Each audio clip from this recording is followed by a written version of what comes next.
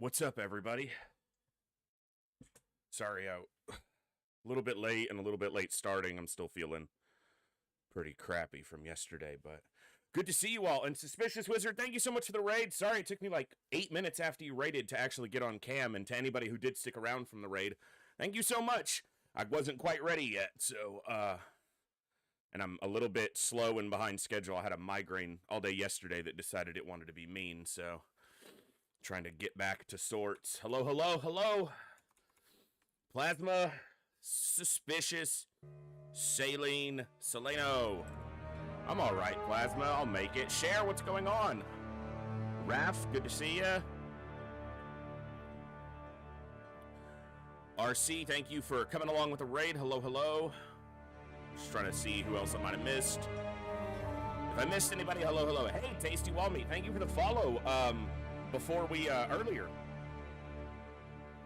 Welcome to the Echo. Glad to have you here. I saw that you followed when we were offline getting ready to go or sometime this morning, I guess. Yeah, TFTD is going to be fun. I am shocked that we have a run going right now. So, and part of me is sitting there,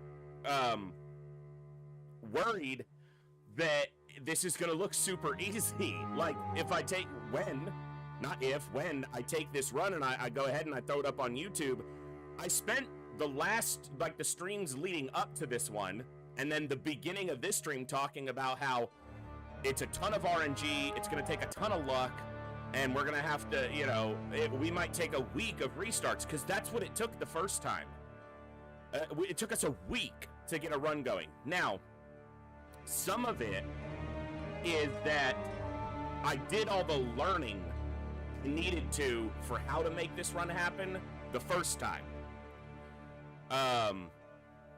Suspicious, I did the same thing. I didn't even upload anything for files because I stopped that run partway through, but every VOD, because I would multi-stream like I am now to YouTube for files, and every VOD would get muted because of the music, so that was one of the other reasons I stopped with files for the time being.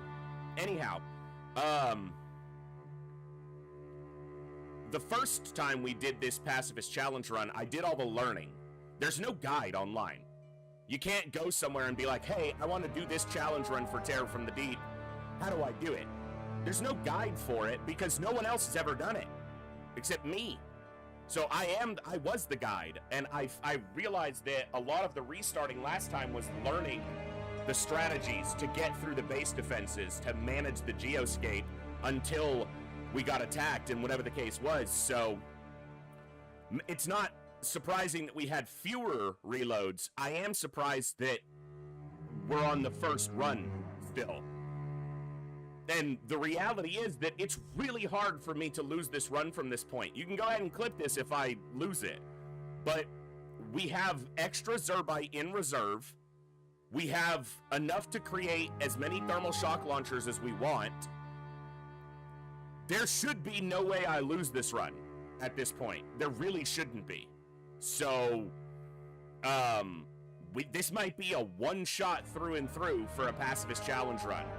So, and for those who don't know, we're doing a Pacifist Challenge run in Terror from the Deep, which is essentially beating Terror from the Deep, Superhuman, Pure Iron Man, 0 offensive molecular control, meaning no psionics used, and we have to get to the final screen without killing a single alien in the field. I might be a little bit quiet, Holiday. I'm going to turn up my mic through OBS, and let me know how that is. I have been messing with my mic settings because what are a couple things that I'm known for here on Twitch? I play XCOM, I rage about Rings of Power, and I have terrible audio quality. Well, I'm trying to fix one of those.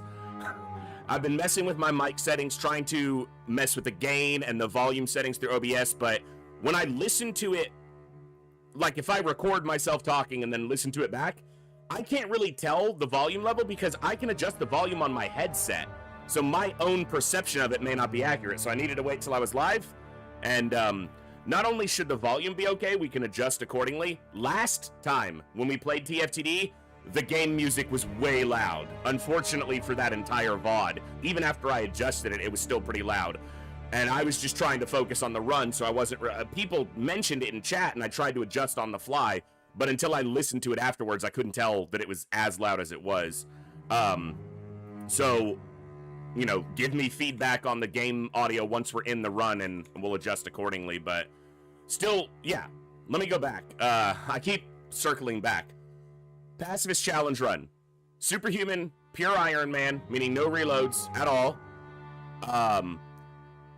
No molecular control for offense, so we won't use whatever the molecular controller, whatever the device is called, the PSI-amp, essentially. No offensive molecular control, and we must reach the final stats screen after destroying the power supplies in the sarcophagus room in the 3rd stage of Teleth without killing a single alien. We must reach the final stats screen with it saying aliens killed 0. That's the challenge here. We've done it before, but that was almost 2 years ago. And we need to, I wanted to get it up on YouTube. But like I said, last time it took a week. 53 restarts. This time, we're on attempt 1 still. We got through 3 base defenses, 2 of which I only had thermal tasers for. And we have taken out a couple subs, so we have Zerbite to make more ammo. And we even suffered a big loss. We went to a medium crashed sub, and they've DPL'd us, which is the blaster launcher.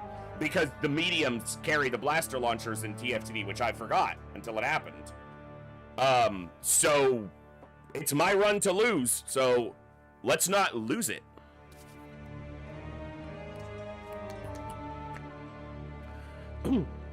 Good morning, good evening, good afternoon, whatever time it is for you, wherever you are.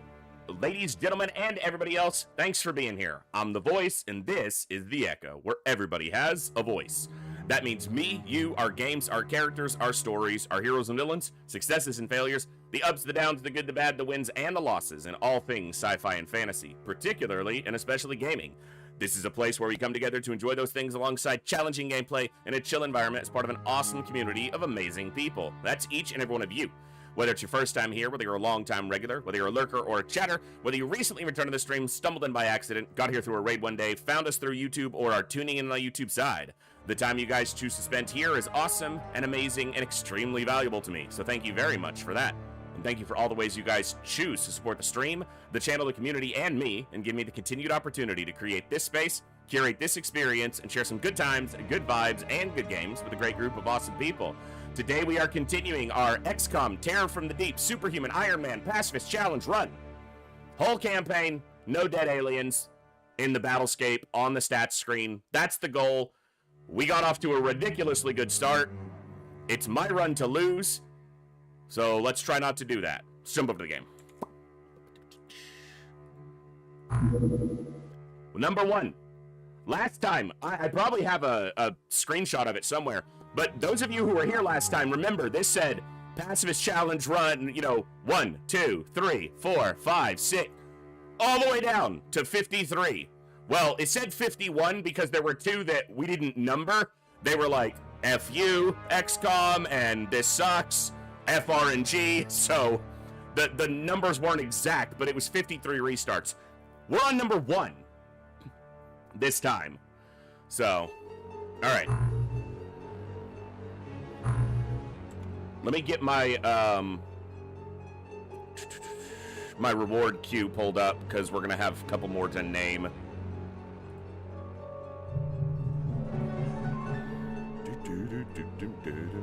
Or my channel point queue. All right.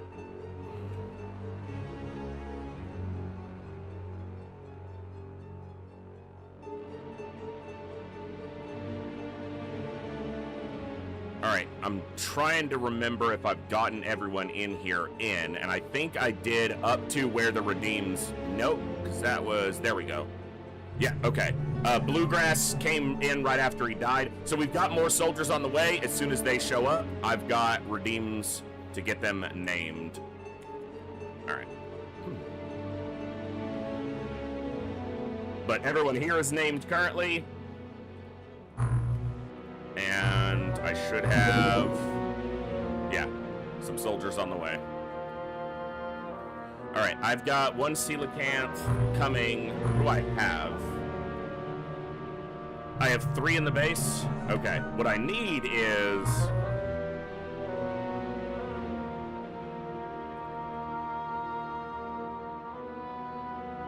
to make sure the coelacanths are present here, and I need some soldiers here just for defense, but I don't expect this base to get attacked.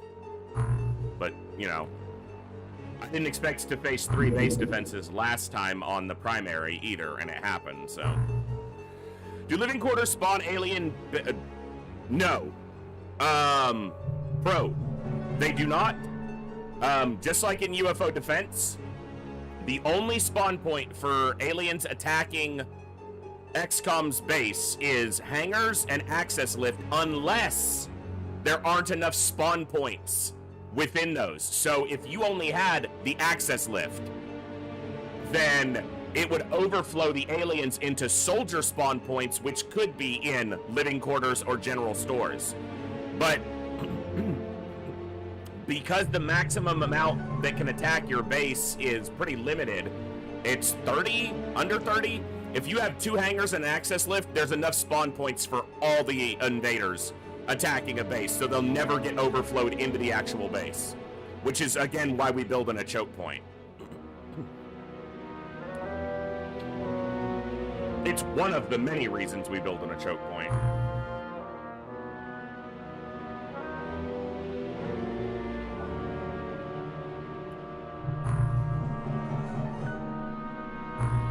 Some more technicians. Kind of weird that the wiki says even if they are overflowed in TFTD wiki, the living quarters still can. I've never seen it happen a single time other than when the access for the spawn points for the aliens weren't present. I've literally never seen it happen otherwise, so just don't trust the wiki for everything. That's all I can say. Look, I've read guides. And this isn't the wiki, this is a guide, so, but I say weigh them about evenly for how accurate they are. I've seen guides tell people, oh, if you have aliens in your alien containment and your base gets attacked, those aliens will be let out and join the assaulters of your base. That is not only not true, it's never been true. But people will put that info out there as if it's concrete and tell new players, you gotta worry about it. If this base got attacked right now, there's 79 fuckers in our, and most of those are lobsters. If that happened, that would be horrifying, but it doesn't. So, yeah.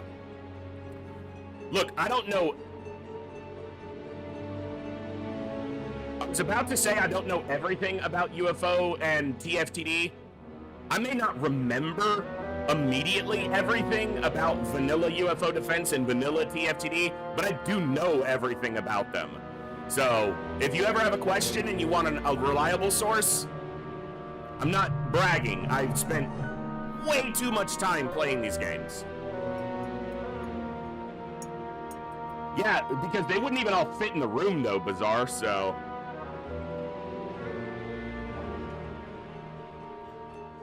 Alright. I'm getting myself annoyed because I hate when I see that.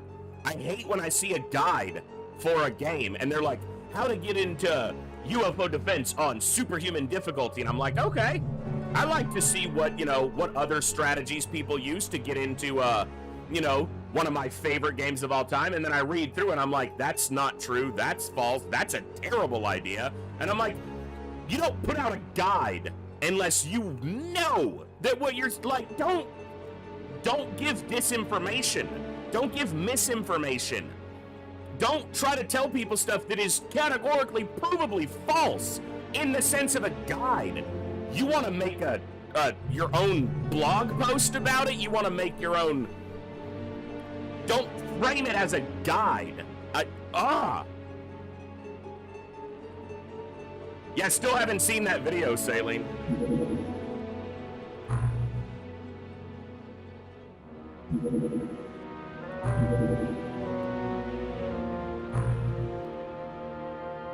Okay, that's annoying.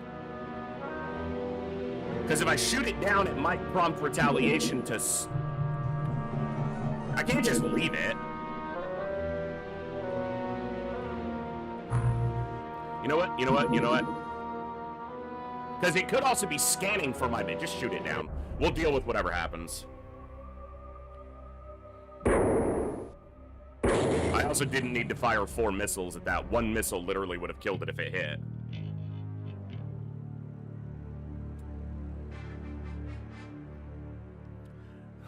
Yeah, Jat, yeah, they can get in through the ventilation system. Yep. 100% have to be careful of that. I'm still telling you, I know that it would probably face a bunch of copyright reasons, and that's why it won't happen.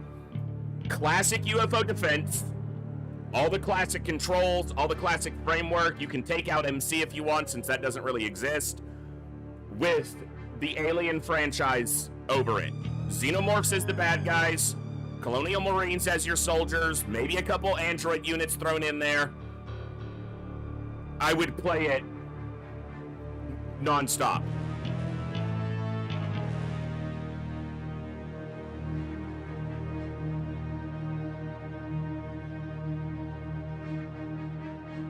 I don't know, Holiday, but I'd still want to play. That's all I know.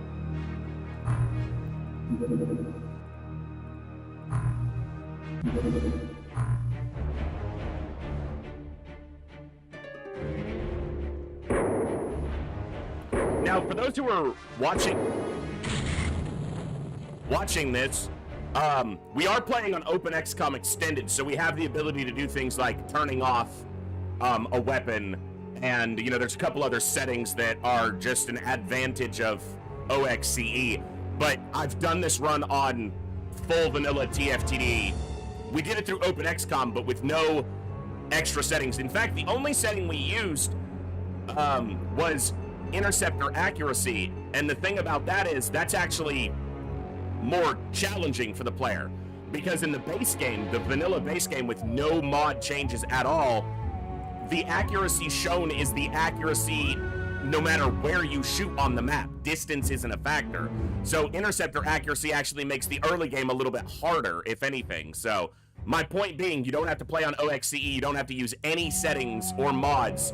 This run is completely doable in fully vanilla TFTD, so.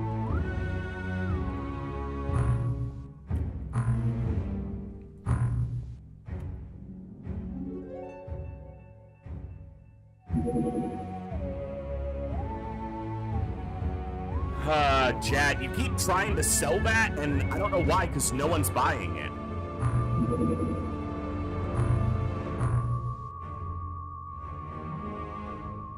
Ooh, good soldier. Hey, Bluegrass got a good one.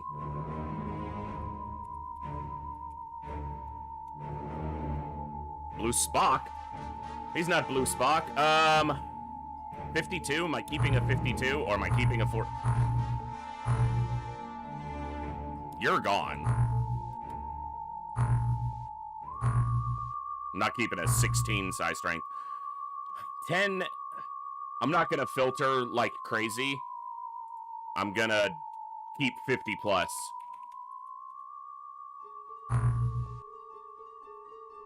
Because we can grow it. 49, 49, but with massive bravery and firing accuracy and reactions are pretty good. This is actually a decent soldier, so.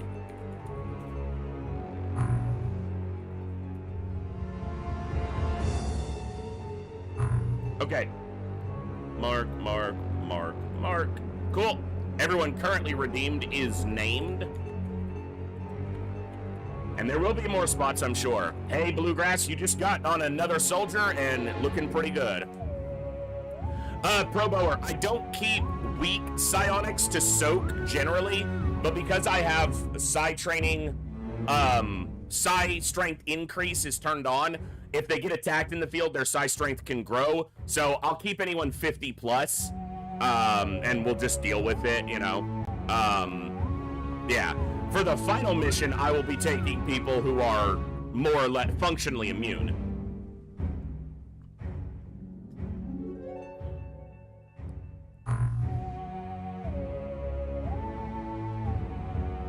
you can get... That's not true, Didi. You can get as low as 0. Psi strength is calculated from 0 to 100, not 20. So, you're actually not the worst possible, and you have decent stats otherwise, so... You also already been on missions. I'm not gonna get rid of a veteran who's already been on some missions, so... You'll either... Your MC strength will either fix itself or you'll die, and then you'll get a new soldier, so... It's a self-fixing problem.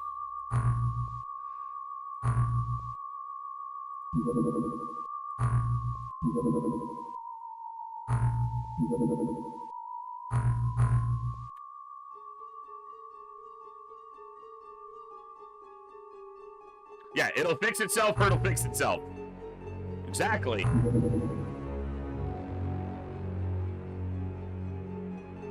Maybe I do double MC lap here. You know what, let's get one down. Yeah. Okay, now I want these for every one of my interceptors. The problem is they take Zerbite to build. I have to look at how much, but... Okay, also, I need to check my research. It's been a while since I looked at this tree a lot, so...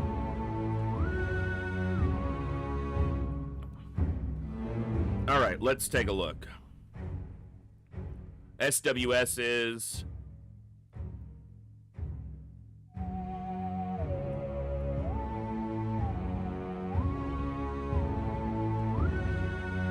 Navigator into magnetic nav, so we need a Lobsterman Navigator, which we might have.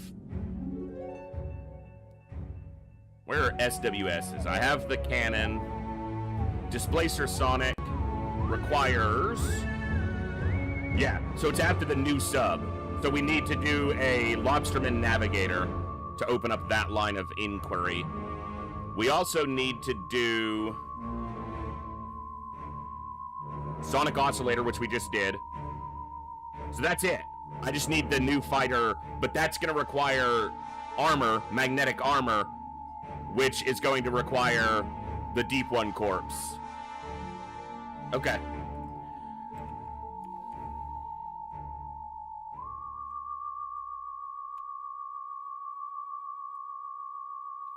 All right. I don't have a Lobsterman Navigator right now. Okay.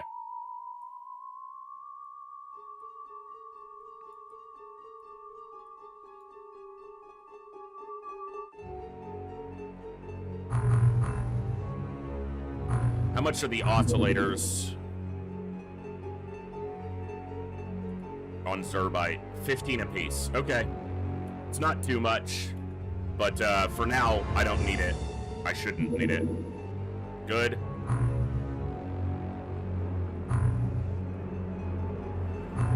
What about thermal shock launchers? How many do I have? Do I only have the 5? I have 10 on board already. Okay. So I want to transfer to the sushi bar.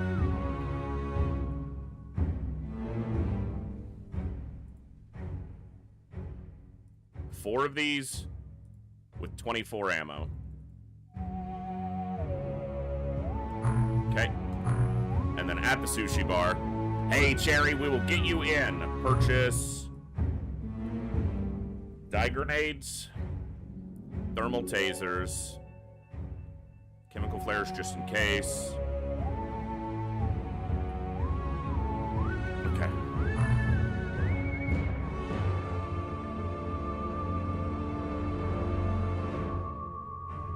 All right.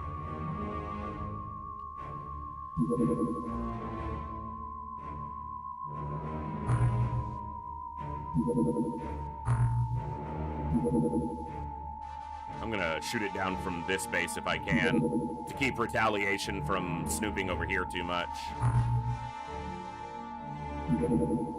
So there's two factors that go into retaliation scans from the aliens.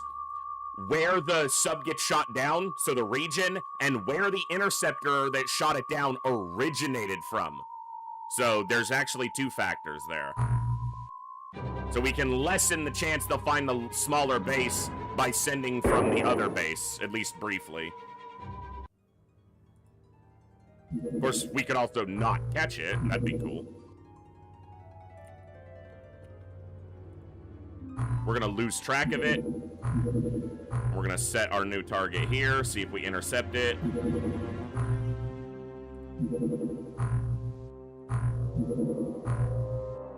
Okay.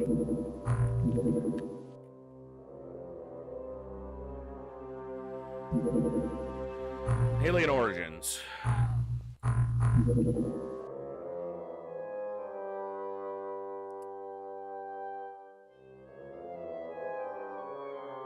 Magnetic nav. I didn't do... Maybe I already did a Lobsterman Navigator? Giggity. Whatever, I'll take it.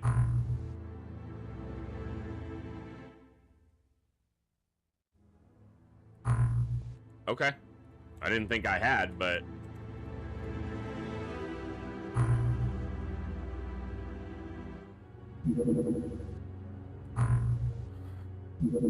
I think that's all the bombs we can make right now. Nope, I have 50 more Zerbite. Okay, so I'm gonna make 20 more, and then I'm gonna... No. I'm gonna make 35 more, and then 1 oscillator.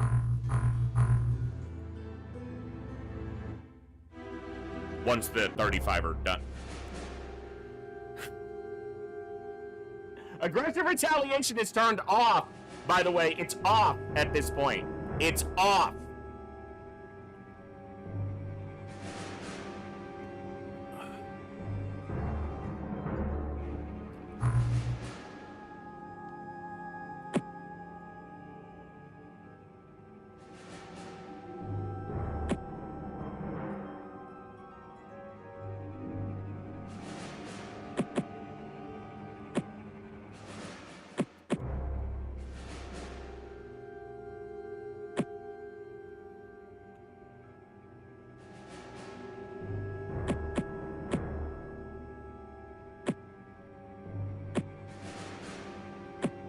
I know better than most that the shoulders are the best spot in the vanilla game, but the belt just makes more, like, sense to my brain, so that's where I go with them.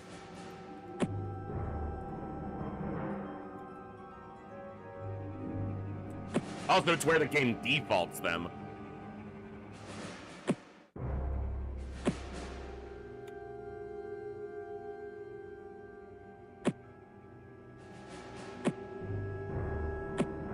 Pacifist challenge, stun all aliens. That's the one, Dome Reaper. We must reach the final stat screen of the campaign after winning into left, and the aliens killed row must say 0. This is the 4th base defense. Because they won't leave us the flip alone.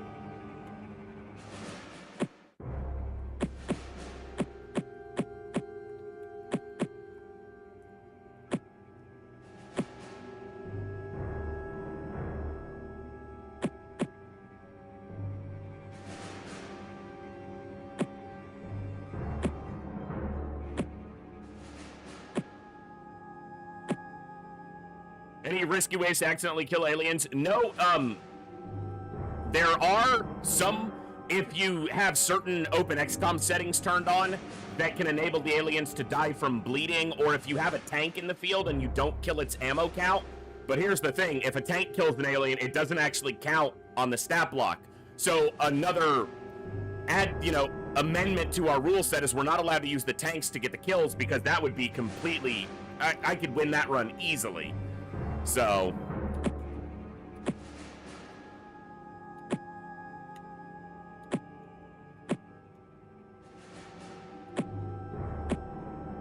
but the first time I did this challenge run, almost 2 years ago, we kind of figured out all the little oddities and rules that made it kind of possible, so.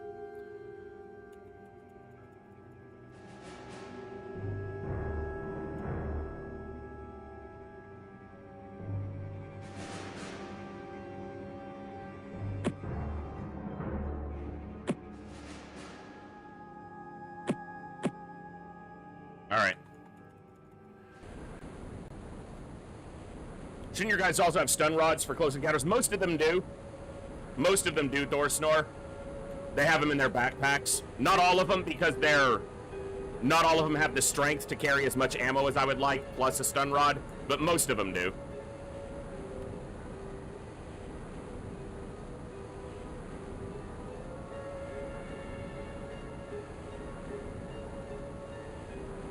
Okay, did this seriously happen? There's no tanks present, and the only reason I can think that happened is because we have too many soldiers present, and they overfilled the spawn locations with soldiers. But I've never seen that happen before. Tanks are supposed to take priority. And I have ammo. I just bought ammo. We never use the ammo. You lose it if a tank dies sometimes, but this will actually be a little bit tricky, especially if it's lobsters and biodrones. So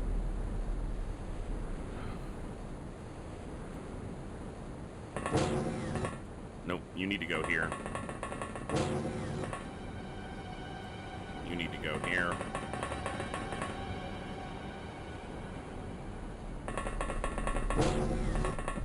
Oh yeah, the ammo would have had plenty of time to arrive. Should have. It shouldn't be that big of an issue, but it is less than ideal.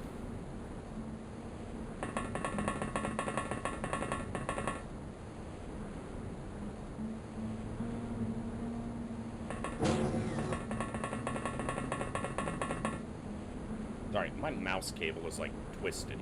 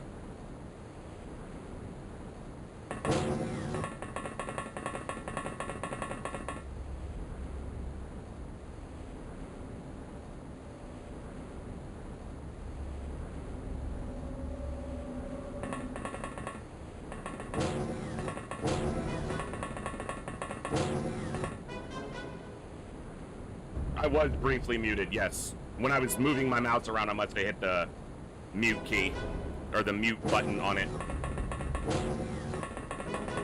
But yes, the Orchestra of the Deep mod makes the music sound excellent. I agree. That's why I use it. No, Dov. They don't actually die this time. They get stunned. Get stunned, scumbags. That's the tagline now. What's up, Dov?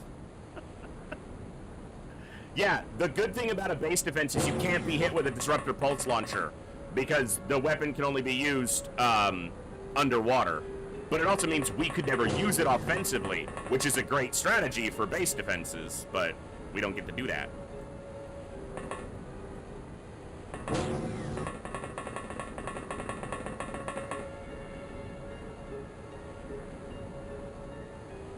Yep, we're doing another Pacifist Challenge run, or redoing the Pacifist Challenge run, I should say.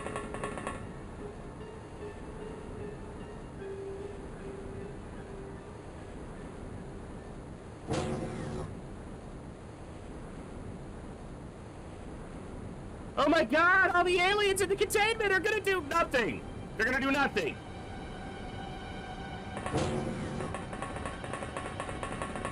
They can be stunned, Thorsnor. They are completely vulnerable to being stunned.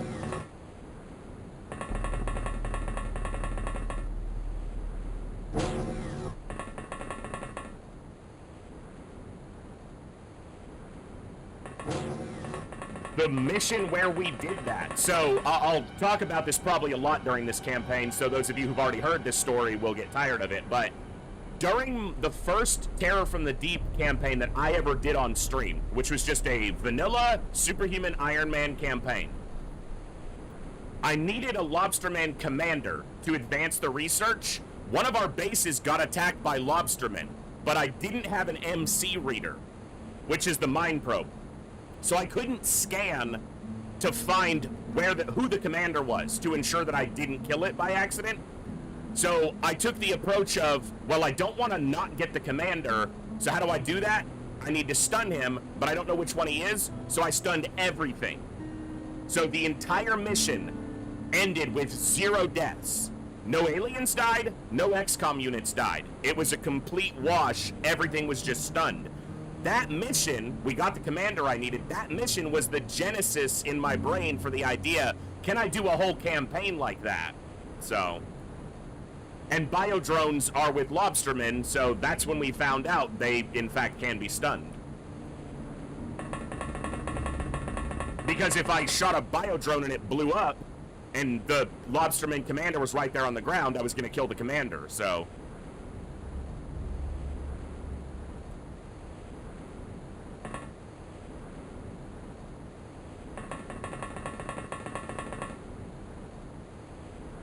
we got attacked again, Cursed.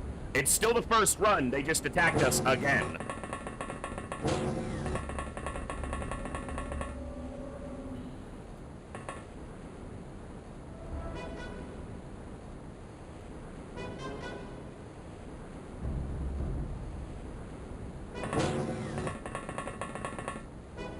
Alright, it does not blow up, Thor Snore, nope.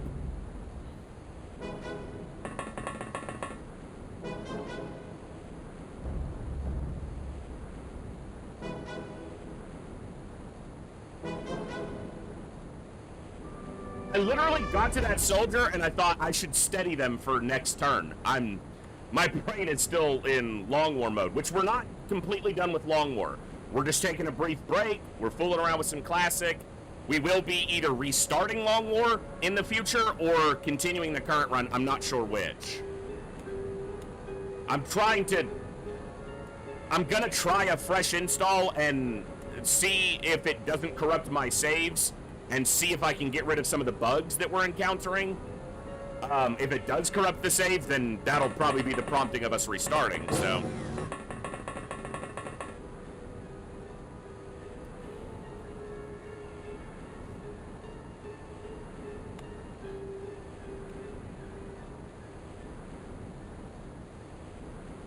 I find it hard to categorically dislike TFTD because the overwhelming reality is that it's kind of just a recolor of UFO Defense. So, and I love UFO Defense, so I can't really dislike, you know. You're pretty accurate, alright. Okay. Yeah, I can use tanks for defense. The problem is, for some reason, none of them showed up. And I think it's either because we're out of ammo for them and they have to have ammo to spawn in the field, even though that's not supposed to be the case in Terror from the Deep. I'm pretty sure that's a screw-up in Open XCOM Extended. Even if you don't have ammo, tanks are supposed to spawn in base defenses, and they're supposed to spawn in before soldier positions are all filled. But I think the game filled all soldier positions, all spawn points with soldiers, and didn't give me any tanks. And tanks are extremely valuable here for holding the doors.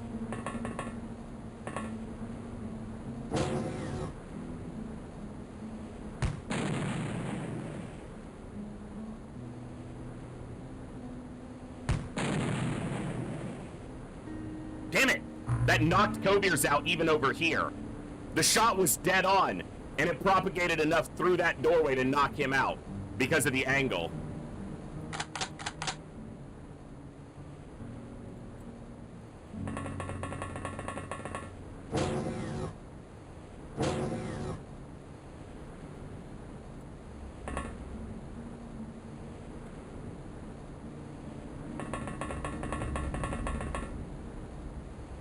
The third base defense got down to literally one soldier, twice.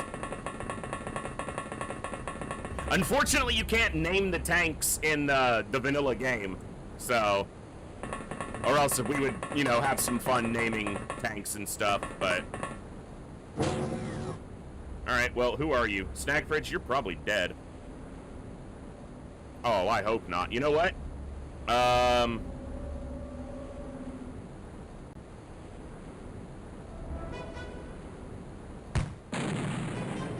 gonna try to knock them out so they don't get killed.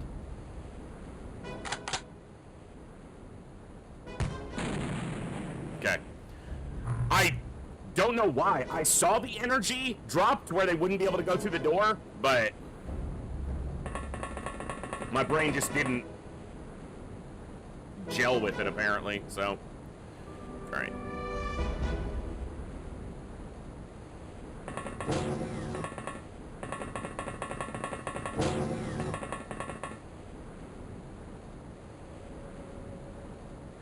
Lobsterman Commander show up for the entire campaign, Dov. Doesn't play TFTD anymore because he couldn't get a Lobsterman Commander and then they stopped showing up. Lobstermen show up for the entire campaign, so they might lessen the numbers as the campaign progresses, but Lobstermen are one of the highest tier units.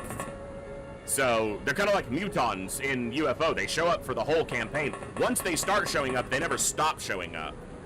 Also, you can always get a Lobsterman Commander from an alien colony. I wouldn't recommend it, because colonies suck as far as a mission type, but you can always get a Lobsterman Commander in a colony, so...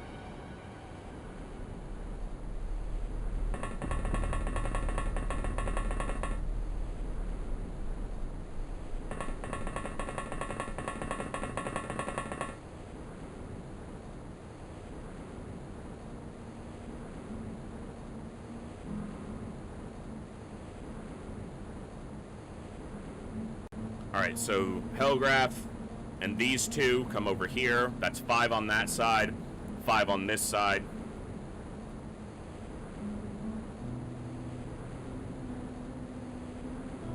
So one thing that's important here, Plasma Fields here needs to never attack an alien.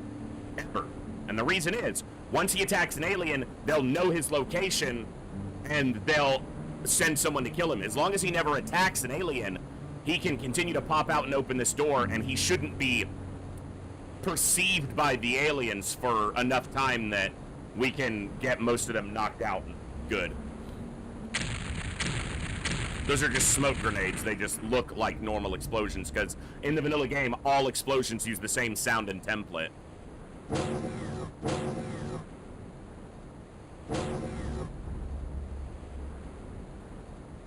Well, this is more important that we just survive here, so... So...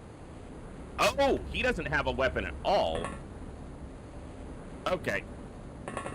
If there weren't 2 there, I wasn't gonna necessarily stun, but...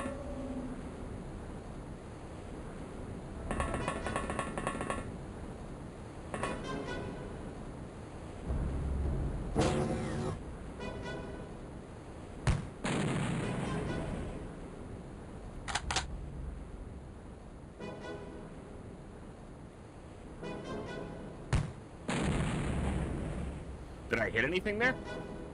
I did. Could have been some of the ones that are already on the ground, but...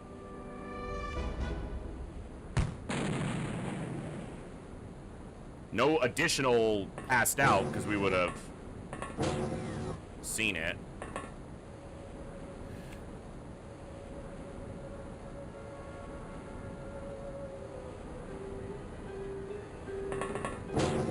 There's a bio drone.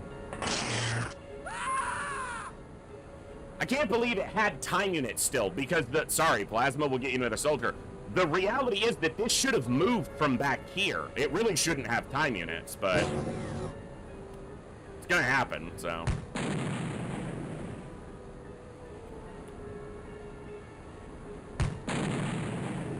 Alright. Alright. Got both of them. I didn't want to disappoint you, Plasma. I gotta, you know, I gotta meet your expectations, so.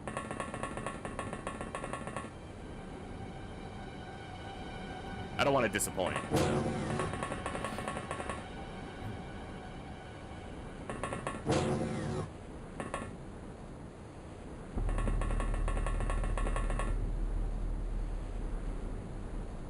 There's another stun launcher right there, but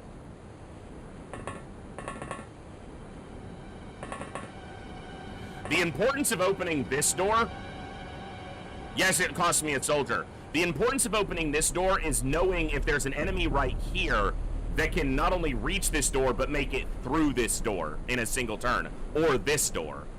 So having this door able to be opened is actually quite valuable, but Plasma decided that that was too much work, so he opted out.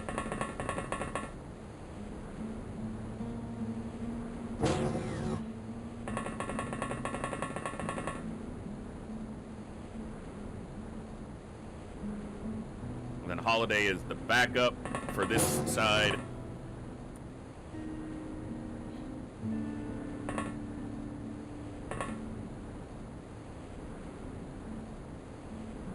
Oh, we have another one over here, too.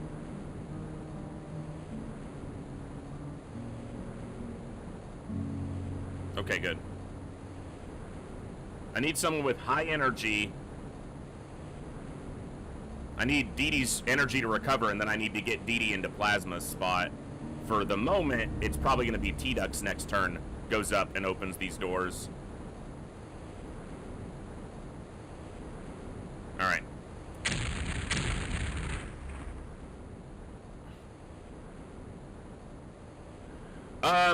Well, if you've built a hyperwave relay, then ethereals take the command position on larger craft. So yes. Yeah. Ethereals take the command position, and the ethereal spawns its subordinates as if it was an ethereal pod, not a command pod.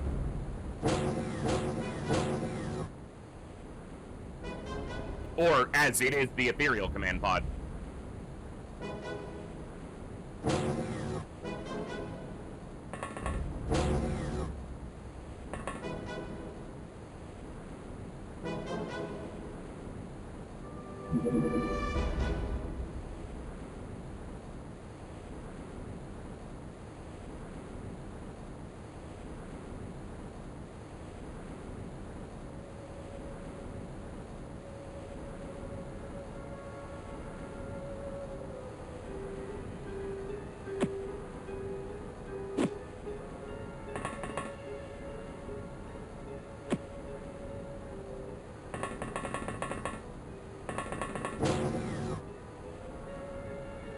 Okay.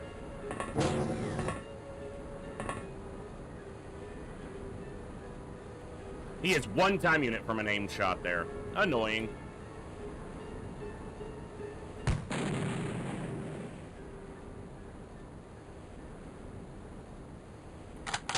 That's why thermal shock launchers are shot for shot the best weapon in the game.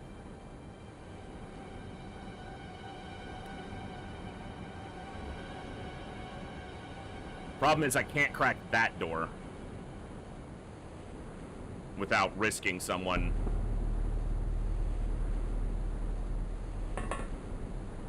And they might make it through. I doubt it though, because so last turn we didn't see anybody up to this point and they made it just through the door. So anything else, maybe it's right here, but what I'd like is to be able to check it.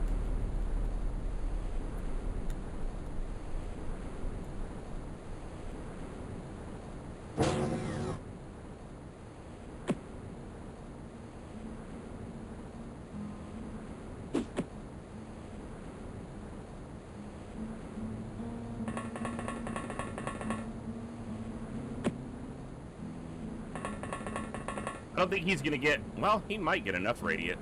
Yeah, see, there's one right behind the door. God, I would love to be able to open that door right now.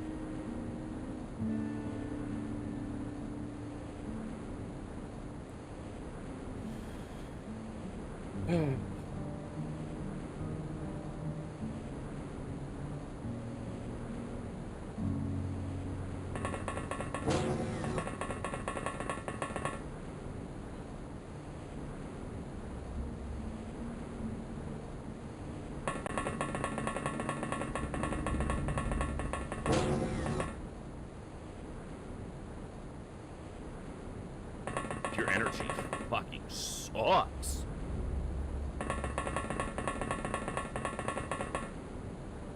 Now, thermal tasers are actually quite useful against lobstermen because their two primary weaknesses are melee and freezing. And guess what that is? It's a melee weapon that freezes. Shocker, it's useful. I really hope the one that's in here doesn't make it through and kill people, but whatever happens, happens.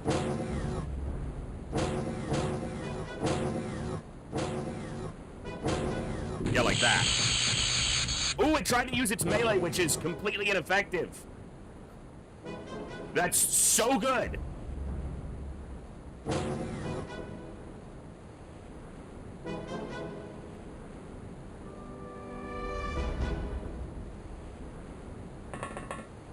Unfortunately, you can't swing... Ah, you can for this corner. You can't swing this way, across this diagonal.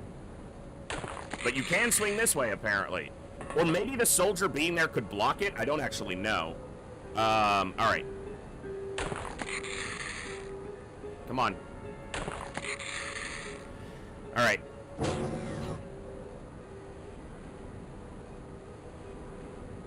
I can fire a stun bomb over there if I have to. Hello? Which way are you looking? You're not looking at me. Hello? I'm gonna go in here, boys. Hello?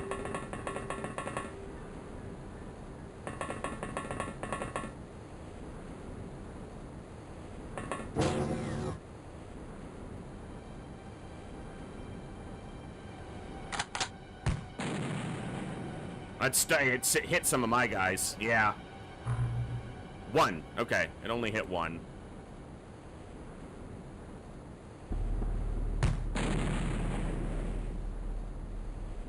Sir? I'm gonna need you to lay down. That got another one of mine. Yeah. Bluegrass is low. Alright. Give me a scan. So the only other thing is this one. That's the next closest threat. So I just gotta take this down.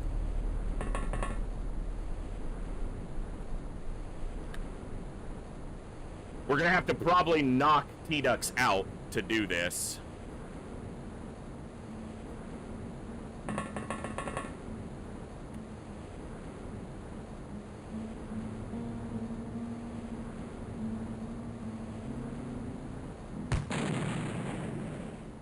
Woo! The corner blocked enough of it. Nice, good job. Also, T-Ducks attacked something now, so now they know his position. Not ideal, but... Help, I am under the water. Yeah, well, everyone's under the water. Hey, what's up, Paven, Pumadine? Everybody else, if I didn't greet you as you popped in, it's good to see you all. Hope you're all doing awesome today.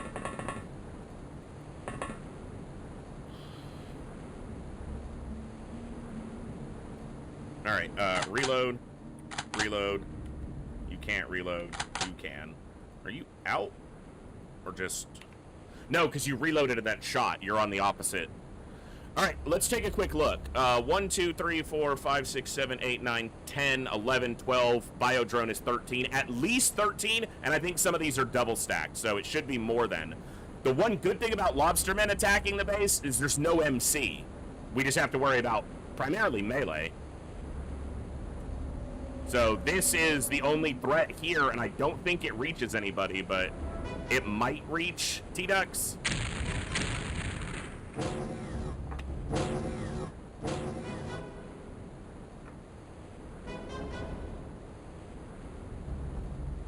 Woo! Spicy. Hello, spicy men.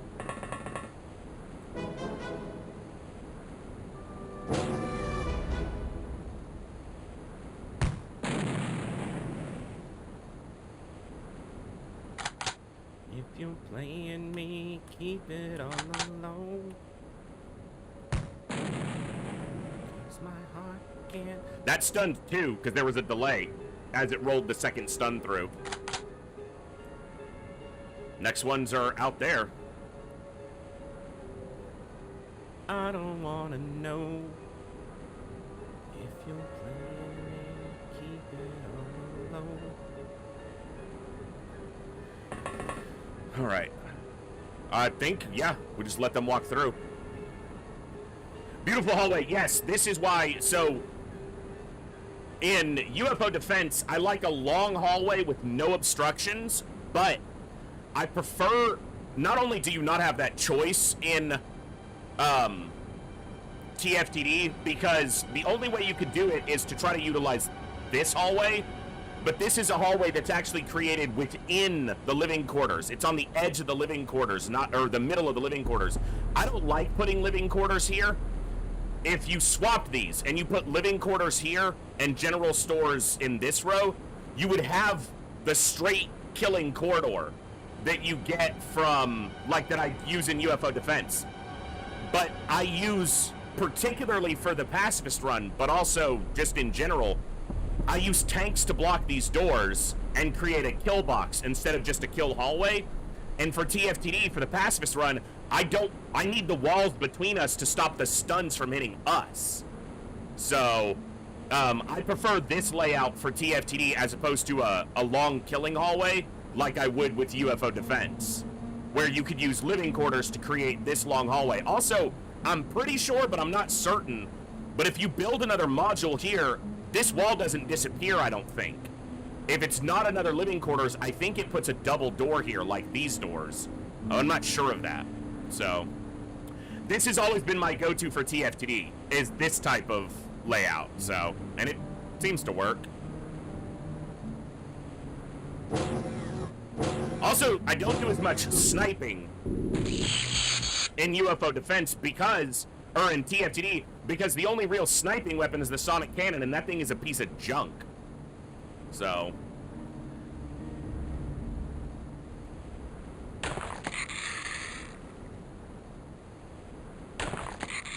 I guess you're going to sleep.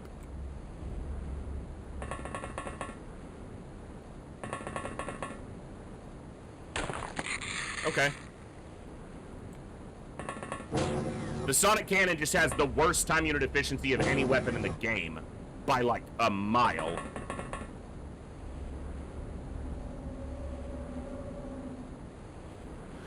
So for UFO defense, that's the other thing, Sus, is I prefer the hangar here with the access lift here with the enemies coming this way. And the reason is, when you build the hyperwave decoder in UFO defense, it creates a module where on the lower level, not the upper, but the lower level of the module in the center is a small 3x3 room. And that 3x3 room has a door facing this way and a door facing this way.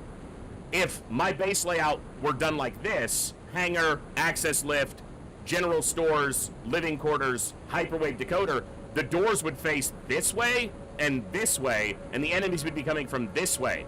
So you wouldn't have the ability to shoot at them from that little room. So UFO defense, I build with the hangars at the bottom. TFTD, I build with the hangars at the top. The reason I do it at the top is because of the way this layout is. You have this little L shape here where you can stand a soldier if you need to, or a tank, and not have to open a door to scout the hallway.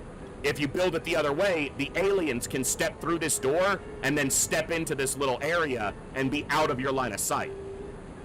So, maybe I overthink it, but that's what I do. Overthinking? Never done that before.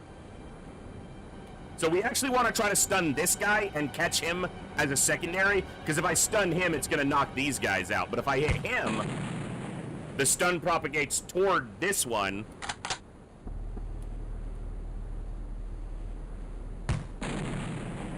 like that. That fucking still got him. That's fine. I mean, it's better than him being dead, so.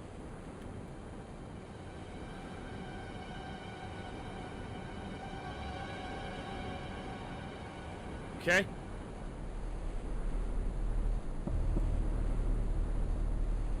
Oh, it was them. I was like, who the fuck moved there? It was Dee Dee. Every time I play any version of XCOM, I realize it built all my bases wrong. Trying to address that, only realize they're still wrong, just differently. I can't imagine how many times I probably built bases incorrectly, so it happens.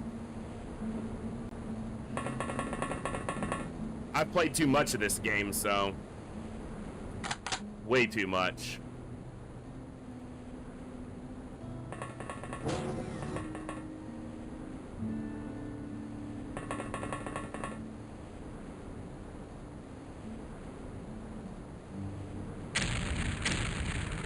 Should be pretty near the end here. Yeah, there ain't much left. No doors opened either.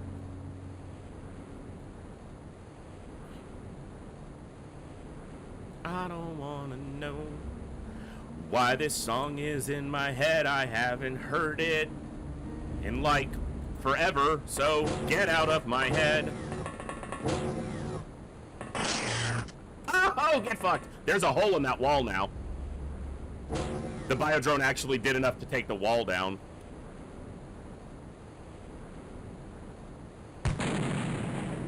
Motherfucker. Sanky! Damn it, man! Ah!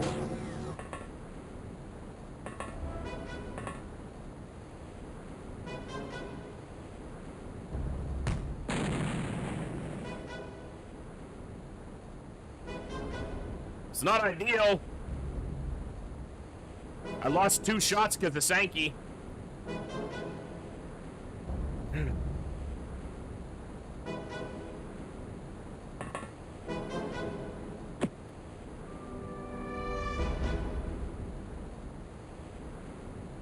Do I have exactly enough? I do.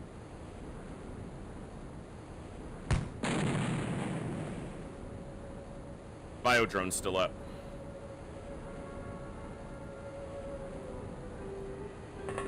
This ain't gonna be a pretty shot. At all. He won't get killed.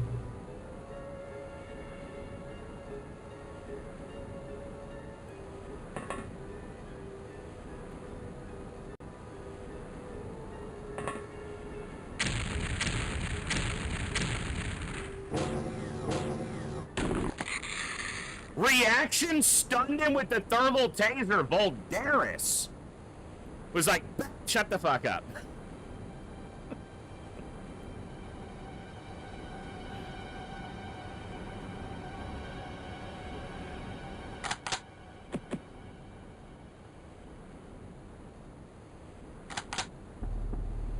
Gotta do better than that, Sankey.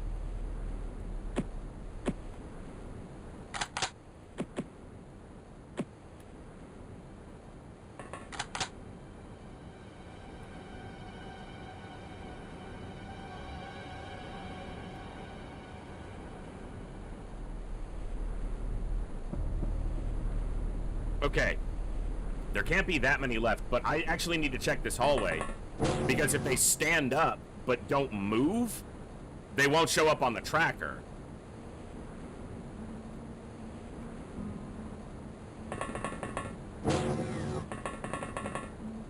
Because if they're stationary, they're not in motion for the motion tracker to detect them. Hey, what's up, Jersey?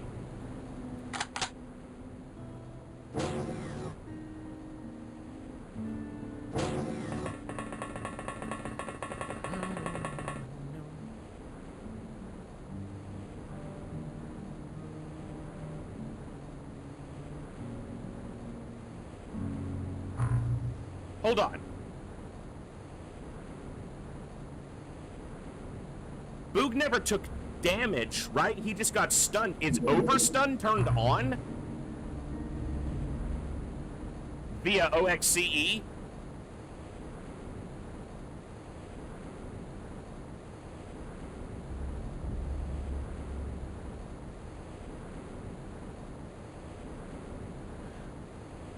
I didn't think that was a function of OXCE by itself. I thought that was a function just of, like, certain mods involving it.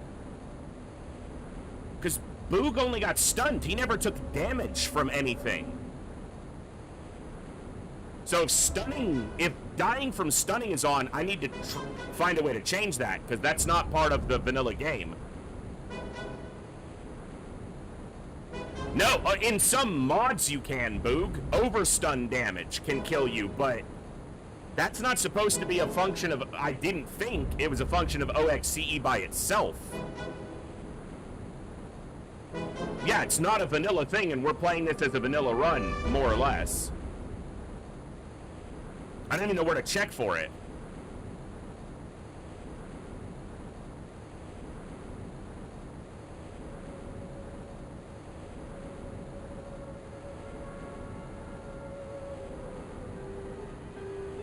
Yeah, I don't even know. Well, we're not playing World of Terrifying Silence. I know it is a function of that, so... I'm gonna just check the main menu, the main mod menu.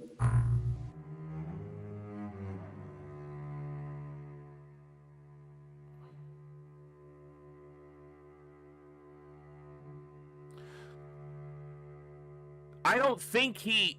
Now, someone can look back at the VOD and maybe they can see, but I don't think Boog took physical damage from anything.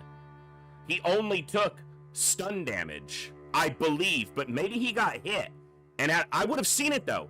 I would have seen the indicator for a wound, and I never saw it.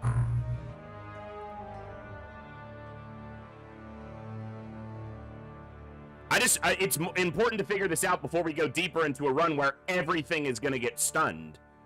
Because if my soldiers can die from stun damage, I need to know. And honestly need to fix it.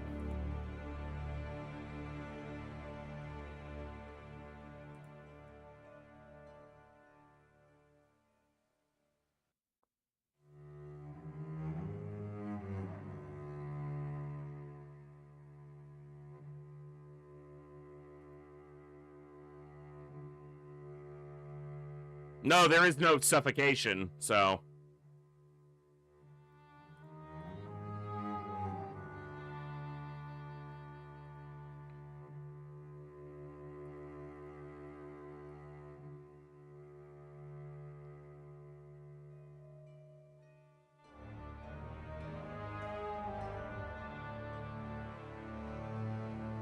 He can't get shot on the ground. No, only one enemy ever shot.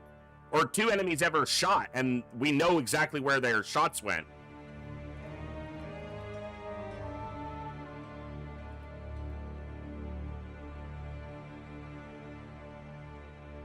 No, I don't think they do, Pro Bower, but maybe that's possible?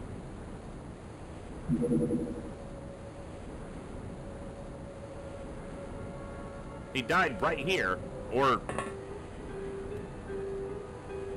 Because saline doesn't show a wound. Do I have a med kit? Because it walked right over saline as well. I'm not exactly sure where he was, that's the thing. Because I don't have any way to tell whose body is whose.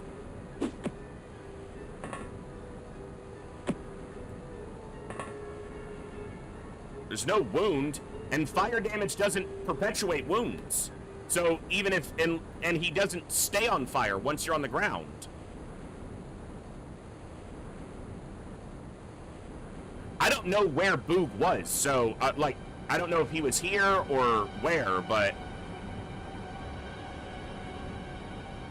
Stimming them up's not gonna... It takes forever. We've had to dump, like, 40 stims into people before and they still don't get up. So, it's not really an option.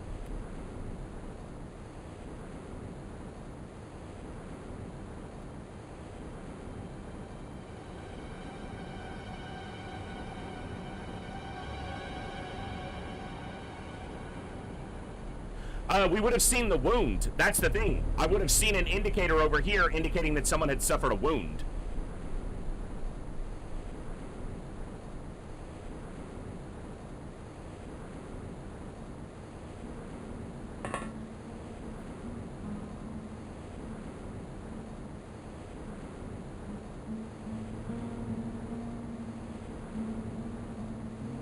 Fire is active on knocked people in OXE and doesn't show, so that's probably what it was, which is kind of dumb. But whatever. But fire doesn't perpetuate a wound, and I just checked. There's no wound.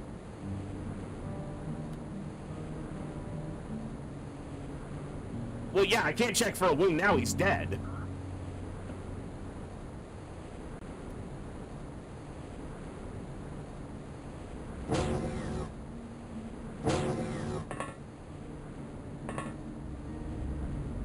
Alright. It must have been fire from the biodrone. That's the only thing it could have been, realistically. So, whatever.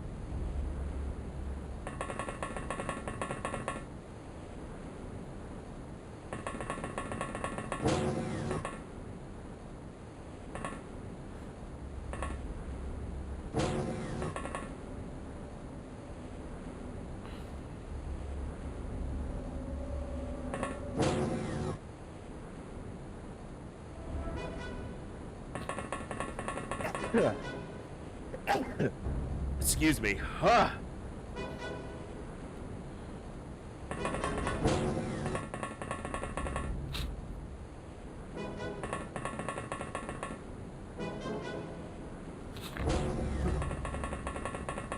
Sorry, excuse me.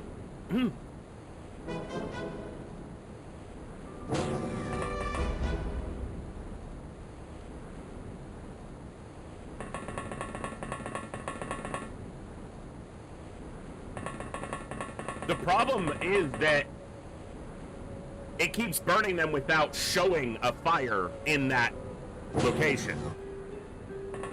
So they keep taking damage, but you don't have a way to see that they're taking damage. And it doesn't track a wound. Fire doesn't do fatal wounds, it just does damage.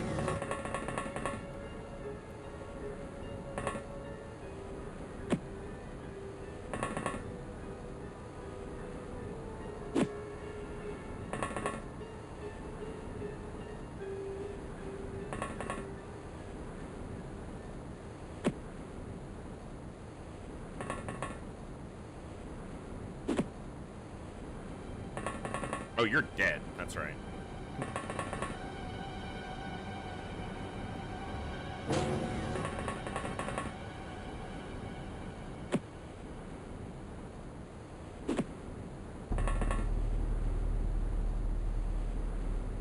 I need to get all the aliens into this hallway so that I can watch them with only a few soldiers while I go in to find the last, and I just don't need something every enemy here that stands up is still dangerous, so.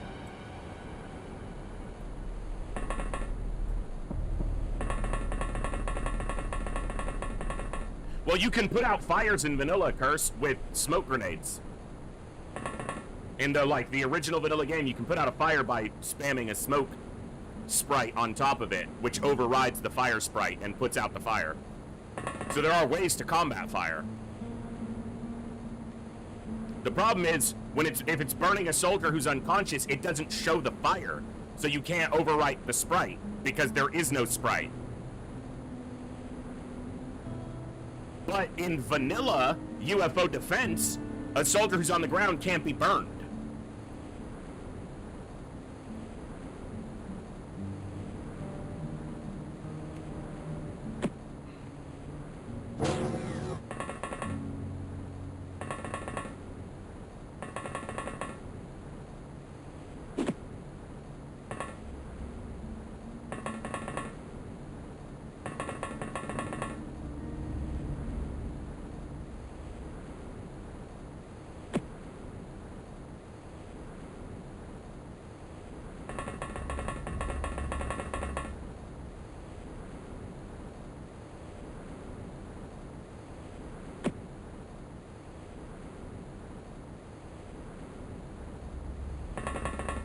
Hey, Mage, it's good to see you.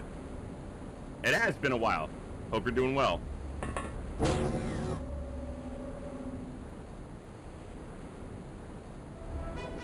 Okay, so nothing in here. Oh, what's this?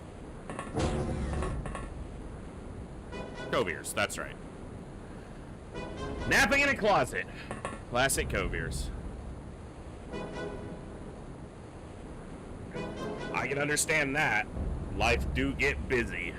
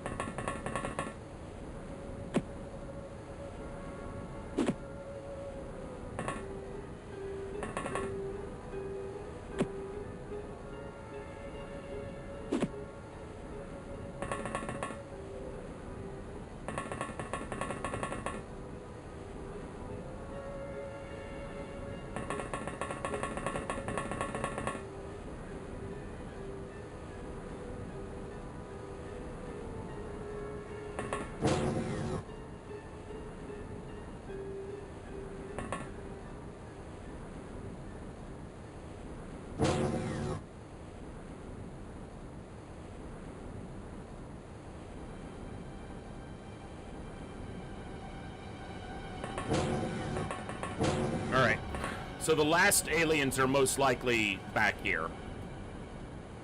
That's almost always the case when we get to this point. Sometimes they're in the access lift, but...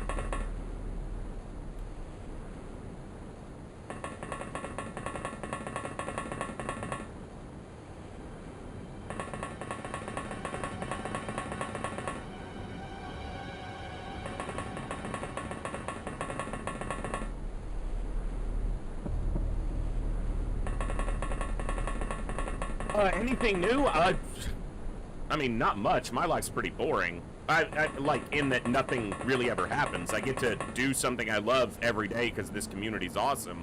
Other than that, Long War's been a buggy disaster. Our Pacifist Challenge run for TFTD is going better than it has any right to.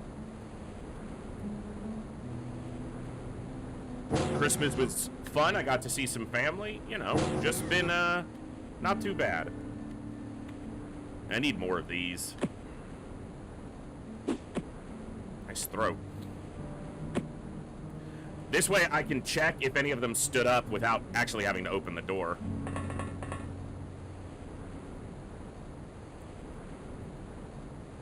I don't think any of them will stand up. Also, these guys have been stunned so many times. If overstun existed, some of these enemies would be dead, because we've fired so many bombs in that hallway.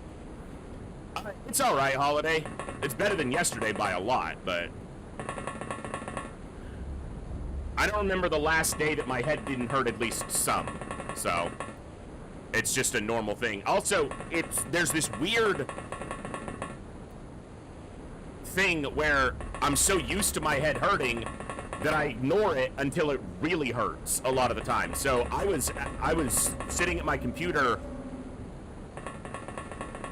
the night before for quite a while, and my head was hurting, but I was just not paying attention to it, and then I guess it decided it needed my attention, and it was like, oh, you're not gonna pay attention? Then we're gonna hurt worse. And I was like, oh, we're doing this.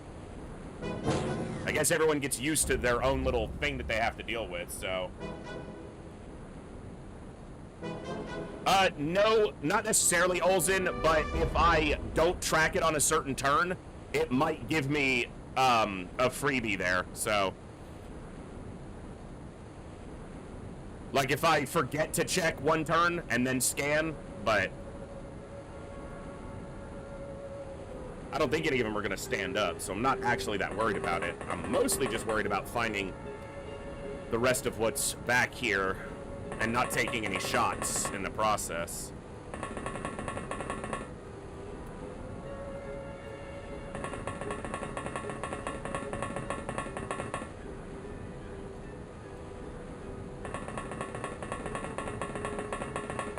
Also, that's something I need to test.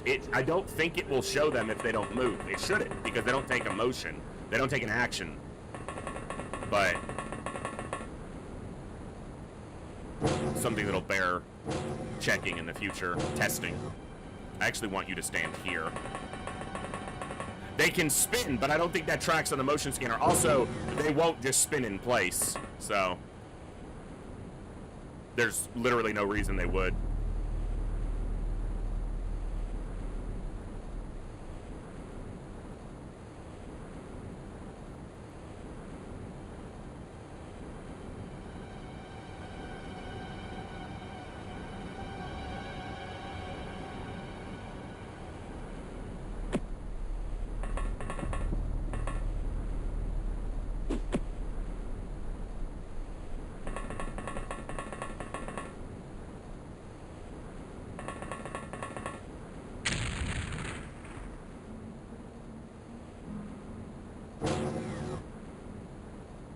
The reason he's standing here is because this wall got broken. So if one of them were to stand up and then move through this doorway, I wouldn't know.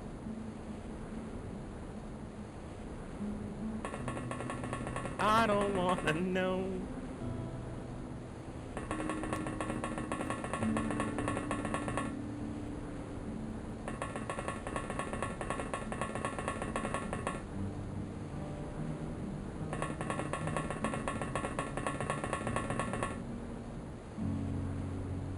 This track right here, I don't think it is.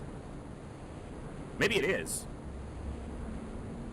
No, it's not. It reminds me of the... It's not the track, but part of it, part of the theme or the tune, reminds me of the track from Diablo 1 when you're in the town.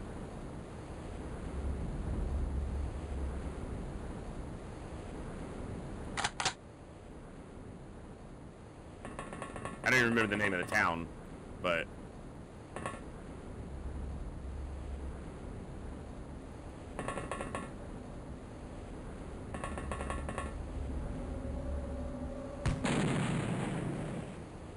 Tristram, that's it.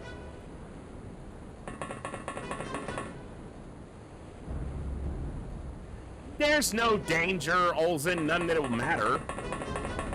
Have a good one, Karst.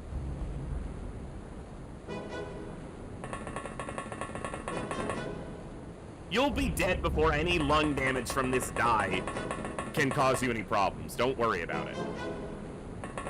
No point in worrying about something that won't have time to kill you.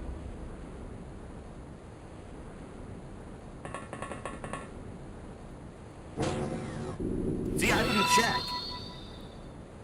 Check, and we just had a biodrome get up. Casually watched VODs instead of streams and managed to reach the actual stream. Long time no see, and the fact this is literally the first attempt is awesome. Hey, Delicacy, good to see you. Yeah, I lost track of this fucker.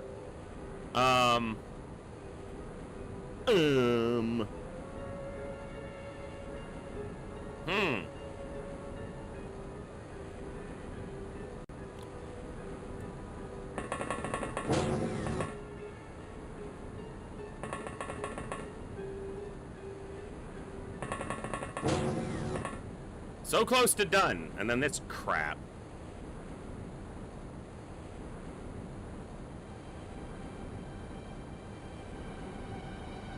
Well, there's no fire.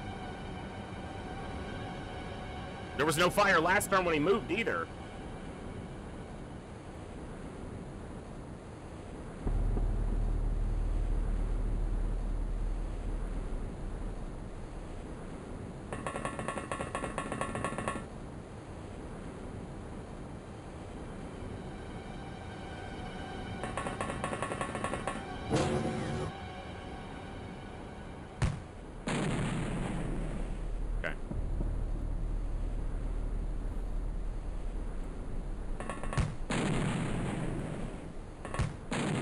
There's no danger of them killing us because both of them were armed with, at least not in range. In melee they can, but they were both carrying shock launchers, so. Got him. Okay, not bad.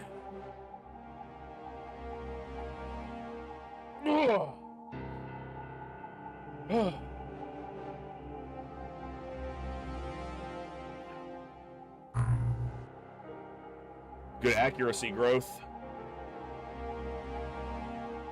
A little bit of reactions on Voldaris for popping that drone. Hey! Tone Lock! Tone Lock 8 cheered. X1000. GG. Love old school XCOM. You like beer, right? Have a few on me. Tonelog, thank you so much for the 1,000 bits. I actually don't drink, but I will buy some sodas and some treats for the Golden Doofer with that. Come on, Gibbs. Come say thank you. Come on. Yeah, we'll get some treats. Yeah. Better money. Better spending of that money. Treats for the doggo. Oh my god, Lycat, thank you for the 1,000 bits. What? Lycat _cheered. X1000. Oh my goodness. Oh my goodness. Look at that. Look how lucky we are. Yeah. We're gonna get you some cheese. Yeah, some cheesy treats. And I'm gonna get some sodas, or maybe not. Maybe something less bad for me, but maybe I get to treat myself. Wow, my hair is just crazy today. I know, yours too. Yes, yours too. Your hair is so too. Oh gosh, your hair is all squished up. Look at you. Just a floofy mess. Just a floofy mess. No, your hair looks perfect. Because when it's ruffled up, you just look cuter. Look at this neck beard. Look at this one. Olsen cheered. X1300. X1300. 100 for each stat gain. I got medic. Wow. Thank you so much for the 1,300 bits. That's insane, and what a hype train, guys. Oh my good. Oh, that's the spot. Oh, I found a spot. He's standing right next to the space heater, and he either doesn't want to be right next to it or wants to be closer to it. Thank you so much, guys. We got a little Gibbs time in, too. Dee, if I did drink, I would probably love to explore things like craft beers and stuff a little more involved. I just don't drink alcohol anymore, personally. I don't begrudge anyone who does. And I cook with wine and some alcohols occasionally, but I just don't consume myself. But I'll buy some sodas and some treats for the doggo. Thank you guys so much for that awesome generosity.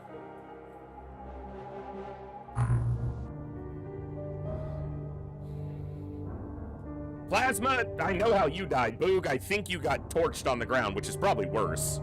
But how does he get burned when he was thermally shocked? He got frozen and then cooked. He's like a Hot Pocket.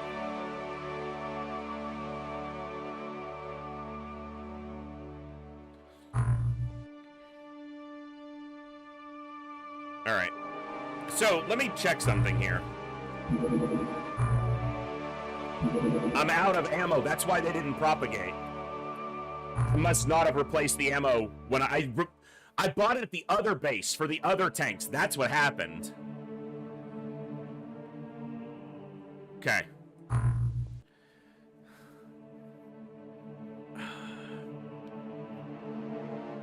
Remember, you have to interrogate the Lobsterman Commander before you can move on to the ultimate craft beer. That's true. All right. I got a couple more Aquanauts. Oh, I got one more Aquanaut. No.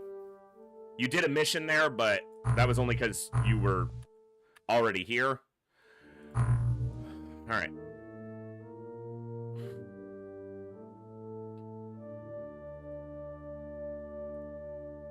I don't wanna know if you're playing me, keep it on the low. Excuse me. All right. Love the money.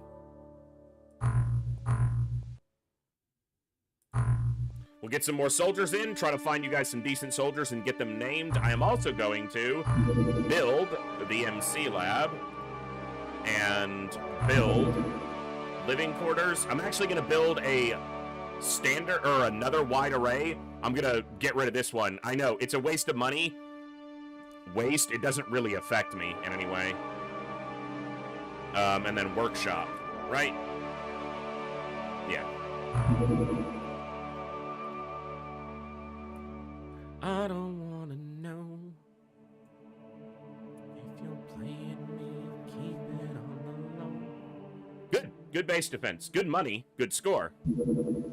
Good ingredients, Papa John's. Sorry. Money isn't much of an issue here. Not in this campaign, no. Because we can sell almost every weapon. No, Tasty Walmy. So, I'll explain why I'm doing it for my own edification here in a second. It's the fact that I did it wrong initially, so I would prefer two radar like this. A standard and then a wide array, which do give individual chances.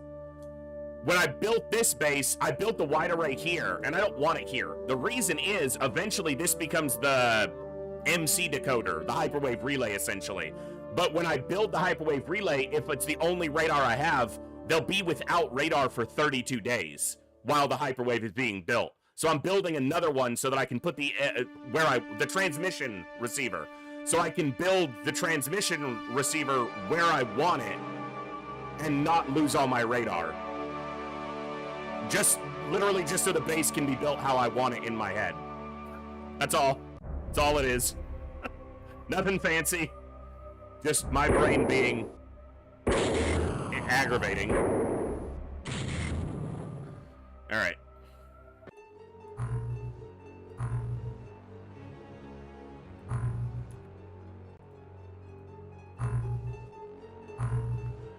Do I want to go after this without a tank? I think I'll wait. The tank will either show up or it won't, but we'll wait for it. Thank you guys so much for the hype train. 3,300 bits total. That was very generous of all of you. Does the placement of the transfer solver here also help with... I don't think it makes any difference. I think it's a standard cross hallway on the bottom floor, but I would be lying if I told you I remembered perfectly off the top of my head, because it's been a while. But because the primary fighting happens here, in a base defense, and I usually station just beyond these two doors, I don't think it makes any bearing on the way I defend bases in Terror. Because the defense happens at this doorway, and then these two doorways. So it never really makes it to this point. It shouldn't.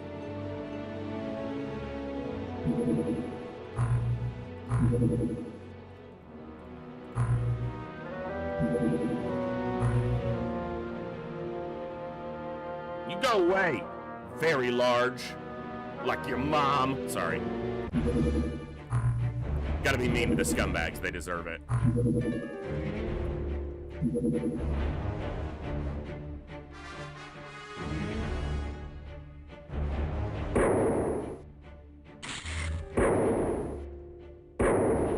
Hey, don't outrun me! I'm not done with you, sir!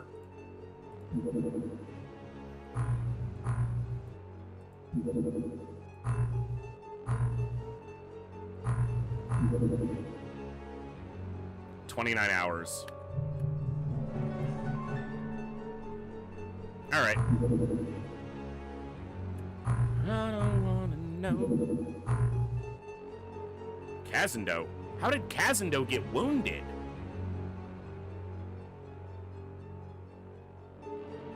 What?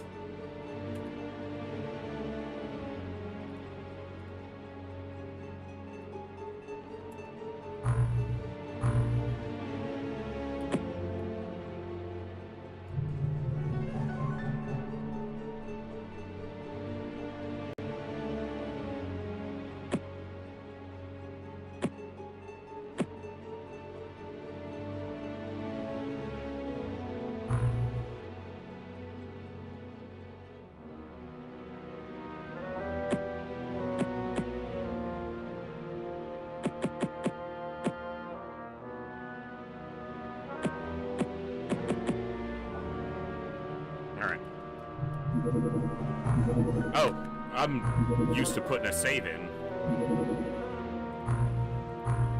Will you continue Files Run anytime soon, or will you... as of right now, if I were to go back to Files, it would be a completely new run. And I don't have any plans of going back to Files too soon. Files was just too bloated. There was just too much crap.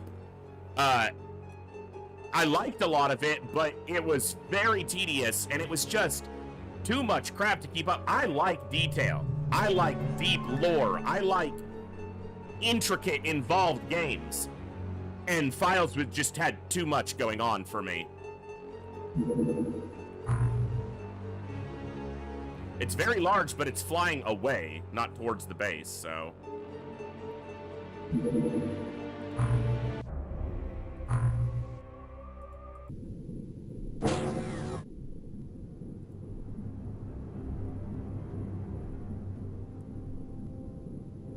That's a corner.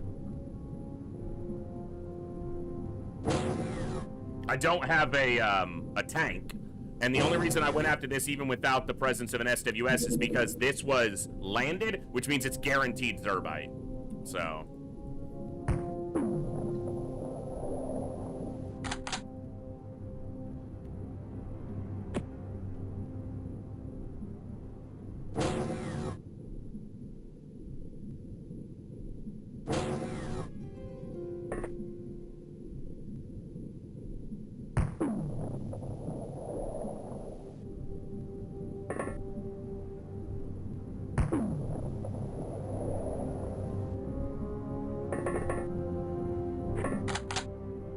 did a snapshot because he was so close, but I need to remember that every shot is a Zerbite that we're using, so.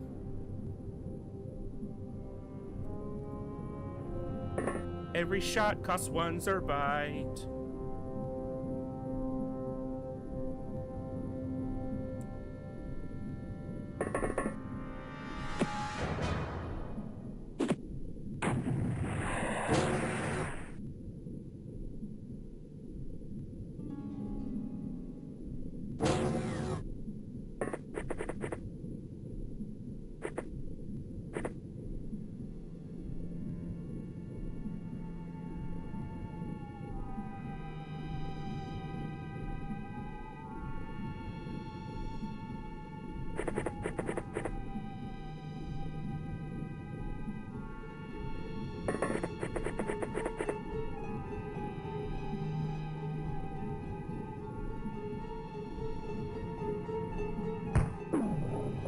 Got him. That's another great thing about the thermal shock launchers. It's an area of effect attack. So it doesn't have to be specifically a direct fire weapon. It doesn't have an arc like in a lot of the modded versions. It is a straight shot, but I don't have to hit the target directly, specifically. That's what, 3 down? Okay.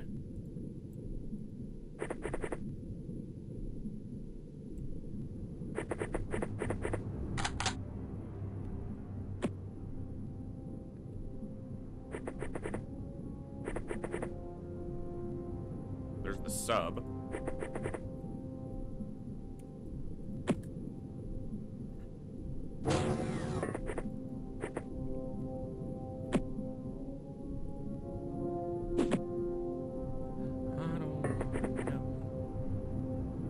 The song is in my head, I do not know. Really have no clue, but...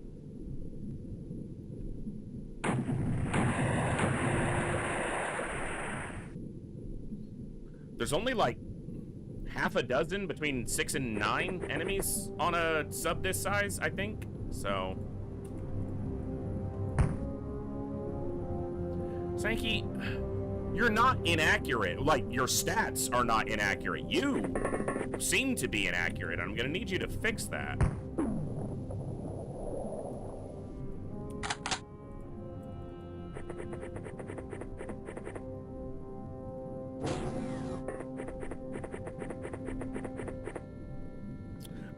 I don't think it's particularly rare. I've seen it, but I don't really pay attention to, like, how frequently I see certain maps here, so. Or tile sets. Not really map, more of a tile set, but.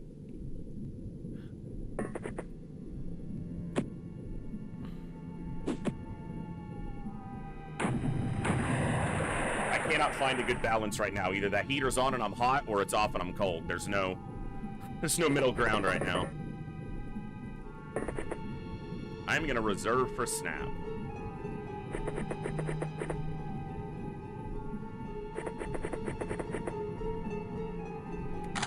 Mixels had to reload. Jat. I got him. Look at the radius on that.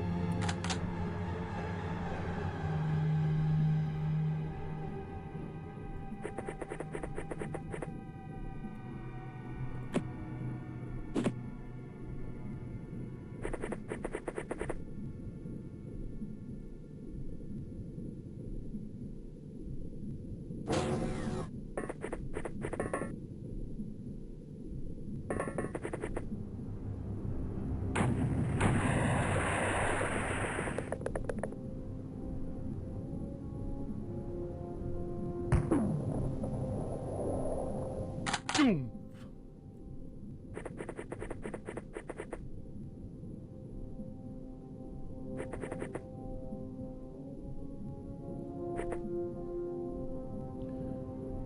Good to be back on the DOOMPH SQUAD. Alright, we got 1, 2, 3, 4, 5, 6 scumbags down. Not bad. Not bad. No tank here, so I'm not gonna finish that sentence, because I know what the game's gonna do. It's gonna be like, you're trying to do what? Let me ruin that for you.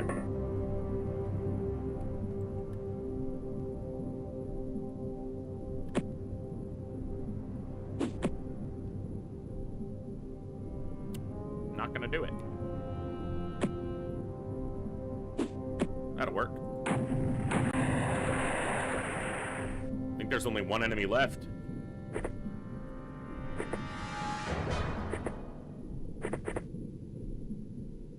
It's likely that he's in the sub, but not guaranteed.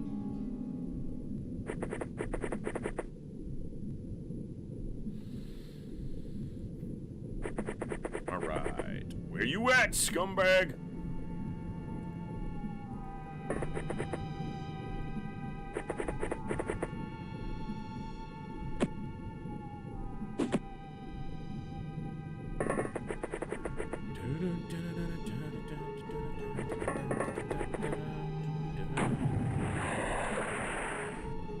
There's definitely only one or two adjacent to each other, refusing to move at all. I'd love to be able to open up that door and bank a shot off a tank, but I ain't got no tank because I ain't got no mana. Ammo.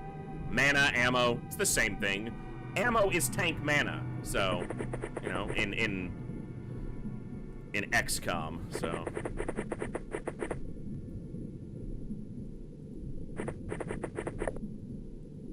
Without it, they can't cast their death spells.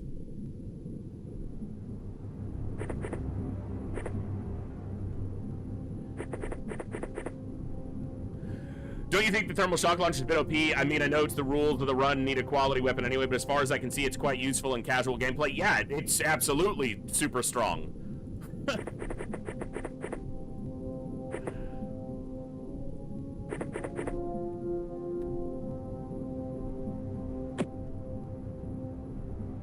That guy right there. And given the ineffectiveness of almost every other weapon in casual play or in a challenge run like this against lobstermen, the thermal shock launcher is the best weapon against them, because the sonic cannon on Superhuman can take like 4 shots to down a lobsterman, and the thermal shock launcher can do it in 1. It won't always do it in 1, but it can. And the sonic cannon, you can only fire it once a turn. If you do anything else, it's the most time unit inefficient weapon in either classic XCOM. The heavy plasma is a monster weapon, and the sonic cannon is a piece of junk.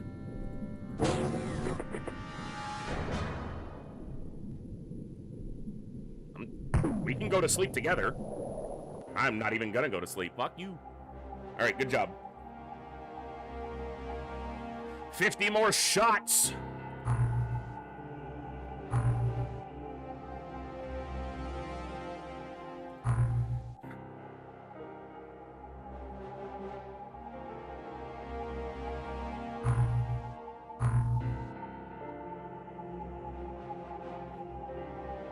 Comparing a plasma weapon to a Fisher-Price plastic gun, basically. Except I wouldn't think that the kid's gun would be so fucking difficult to use.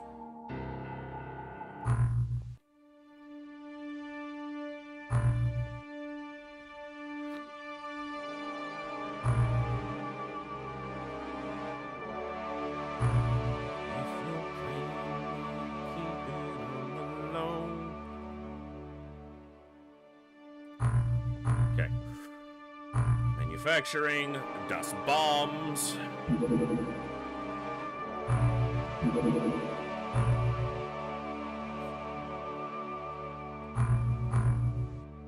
I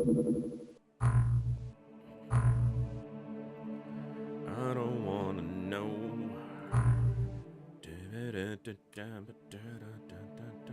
Living quarters here?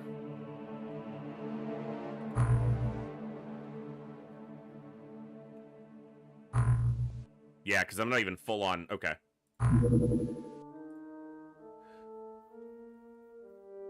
Yeah, because I actually still have a ton of lab space because I have the third lab. Okay, yeah, definitely another living quarters then. What's the best single target weapon in TFTD? Is it not a sonic cannon? I mean, for damage, the sonic cannon does the most single target damage in the game, and it's still a completely crap weapon. The time unit efficiency on it is the problem.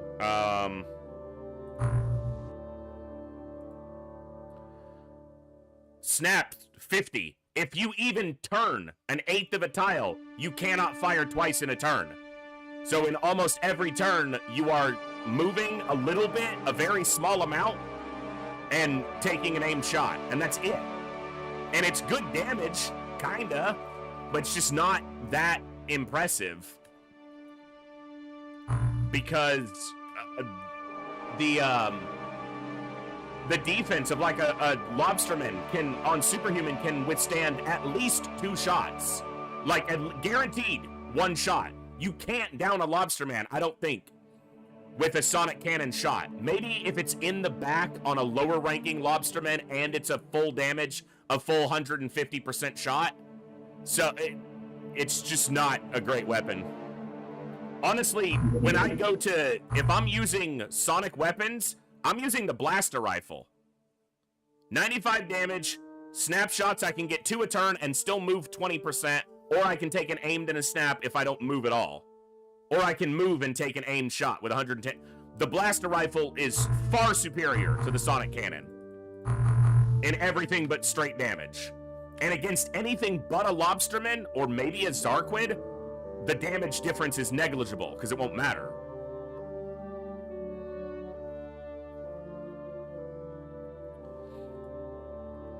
So the thermal shock launcher is incredible. This is going to be a terror site.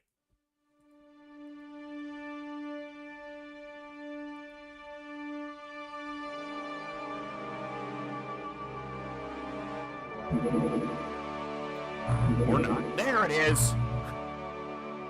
I'm not doing a terror site at night. With my... Fuck no. With my score that high, what's up, Blue? I'm not touching a terror site. I'll land at it. I do need a deep one corpse. I do need a deep one corpse. And they do get... this is probably lobsters. There's probably not deep ones there anyway. But... I still don't have the ammo. Son of a bitch. Okay, I can juggle this to the daylight. 14 out. I can juggle this for 14 hours. Fucking Barracuda 3's on repairs. Okay, what's your maximum deployment range? Go to the edge of the radar. I'm gonna try to juggle this. If it despawns, I'm not gonna care.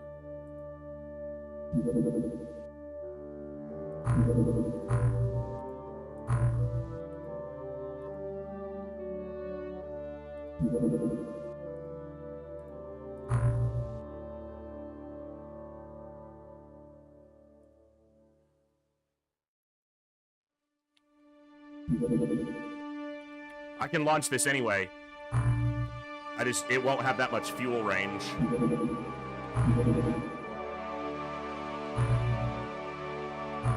So as long as you keep... I do have forced craft launch on. I just remembered that, pro. As long as it's targeted by a craft, it won't despawn.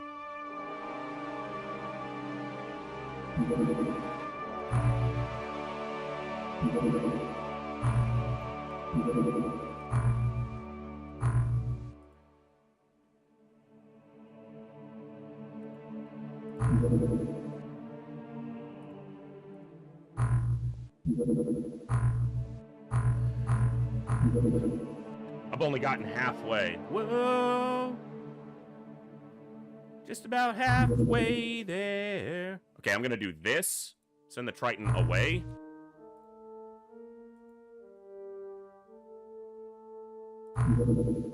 Barracuda 2.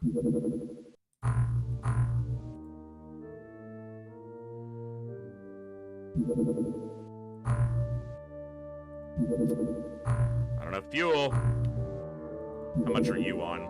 Okay. You're not going to have any fuel because I sent you out while you were rearming. The good thing is the Triton's very slow, so it takes a lot longer in the air to get anywhere.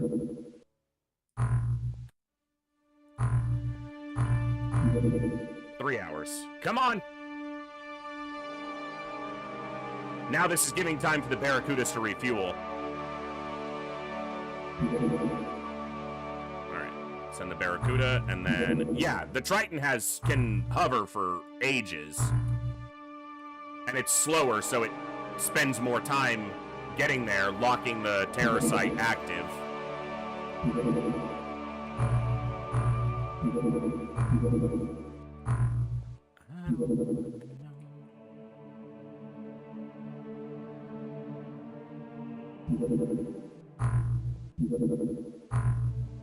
I need to be retargeting this before one craft loses the targeting, or else it could despawn. There's the harpoon bolts. Okay, so what I need to do is give this time to refuel the first Barracuda. Alright. Because I have to go to the base to get the harpoon bolts and the SWS. Return to base.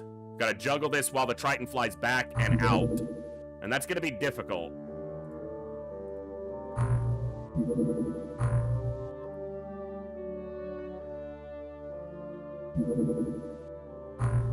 That's gonna despawn! Come on. Fly slowly.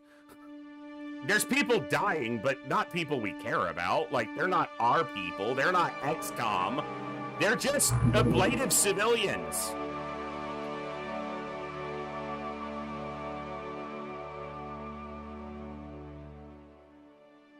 Okay.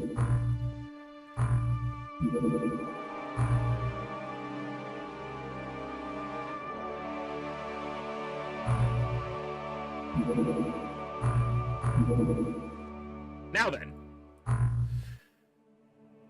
And we kept it in the daylight. Who winning? Please have deep ones here. Be Gilman, don't be Lobsterman. The only fucking reason I'm here is for a chance at a deep one corpse.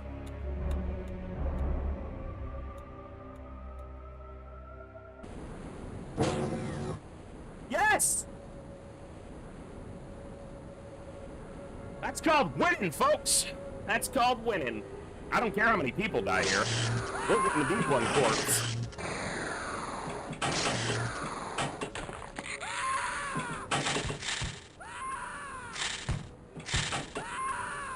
We showed up, opened the door, and we're like, yeah, hold on. The screaming stopped for a moment. All right, we can go out.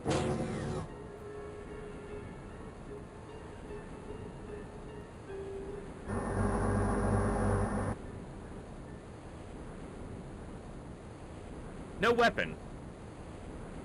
It's very weird when the game does that, because it doesn't make any sense.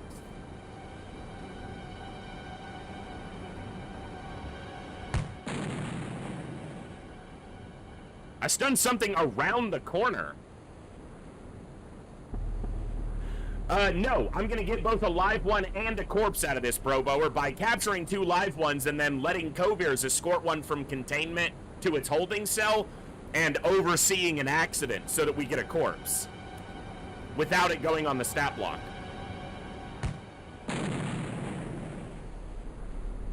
I knocked something else out over there. Could have been a civilian, could have been a scumbag.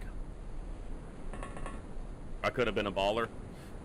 Wish I was a little bit taller.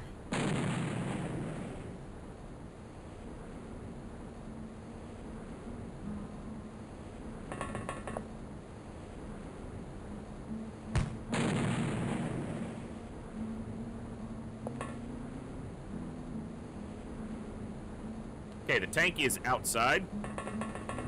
Yeah, if we're stunning some cities, we'll save them, which is that's our entire purpose here. Our mission statement. We are here to save the civilians. Clearly, that's why we're here. Oh, it saves them, for sure. It's actually one of the best ways to save civilians in classic XCOM is to stun them. Because then they don't get targeted.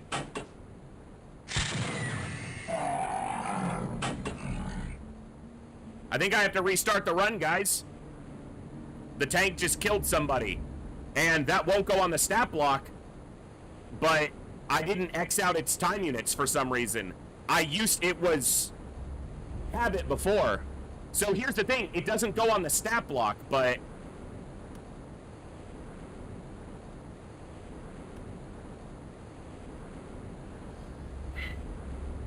Do you realize how ridiculous that is? It has no reactions. And it almost died. I would have preferred it fucking died.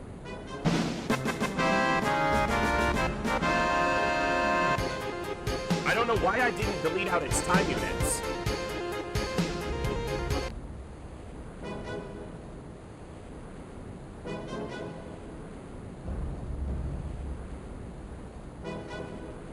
That's a tough call. Because it gets us a corpse that we would get through manipulation of the mechanics. And it doesn't go on the kill on the stat block. But it is a kill on the battlescape.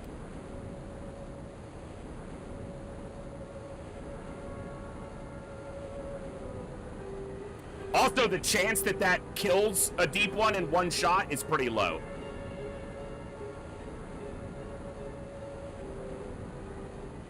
Also, I don't know where the deep one came from. I didn't think there was anything that close to us. Oh, I'm not sure. I'm not sure. No, that's not how I planned to get the corpse. So, here, let me, I want to just illustrate something here. Document, where are we?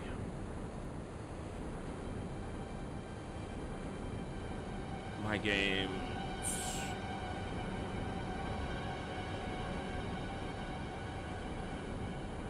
I gotta figure out where these are currently stored. 1 second. Open XCOM. XCOM 2. Pacifist Challenge Run. Let me just move that here. I have a backup of the save.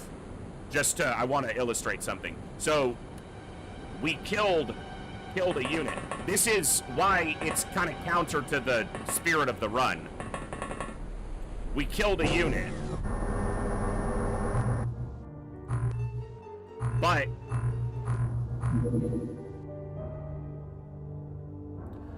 using tanks to get kills would be a super easy way to do this. And that's not what I'm trying to accomplish.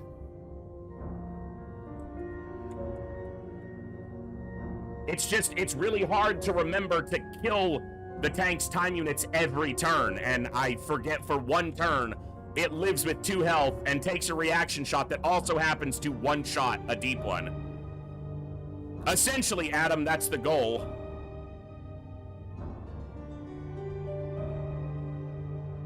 Yeah, if the goal was just to get to the end with this showing 0, I would just use tanks the whole time, because they don't show up on the stat block. The only reason that I would continue here is because it is specifically a deep one, which we need the corpse, and we will get the corpse through manipulating the mechanics anyway. So the way we get the corpse, other than that, is that we capture a live deep one, which is not difficult to do. We then reject it from containment without live alien sail turned on, which gives us a corpse. So we manipulate the mechanics either way to get a corpse. I just don't know. Because I could just do this every time and say the tank can kill one deep one, and then we have the corpse. Either way, we get the corpse and it doesn't go on the stat block. I'm not sure.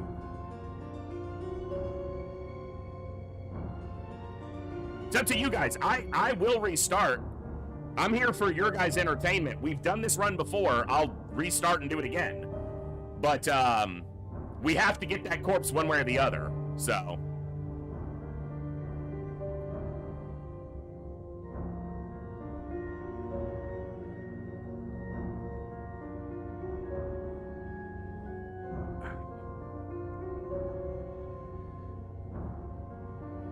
You said clear. The 100% definitely did not kill anything. Run B, get the aliens to friendly fire a deep one. Yeah, and that would be really difficult to do. Clear. Also, you always kill aliens when you shoot them down. It is Iron Man, Saline. Pure Iron Man.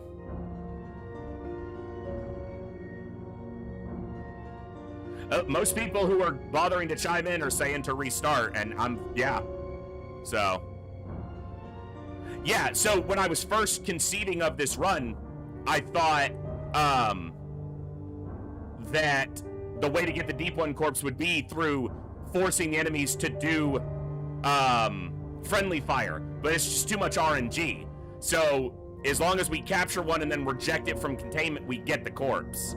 I can't believe the percentage chance of all of those things happening is tiny, but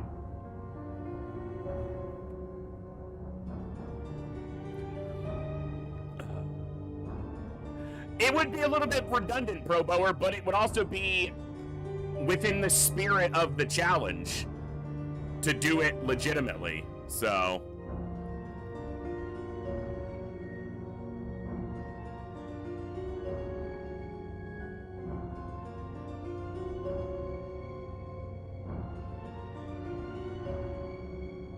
During the first campaign attempt of this, on run number 36 or 37, we had a tank get a kill during a mission, and that's when we discovered that it doesn't go on the kill block, and I restarted because someone in chat was exceptionally rude about if we didn't restart. So all right, I need to take a break, and then we'll probably be restarting. But I do need to take a break. We just had an ad break. Unfortunately, the timing is pretty unfortunate, but I need to use the restroom, and I'm going to make another cup of tea. So about a 5 to 10 minute break at most. I'm going to stand up, make some tea, use the restroom, and get ready to go again. So, yeah. Yeah, we had a tank kill a unit by accident, God unit, so technically by my own rules of the challenge, that requires a restart. So 5 to 10 minute break, stand up, stretch, get a drink, get a snack, do whatever you need to do. We'll be back in a few to go again. So I'll see you guys in just a few minutes.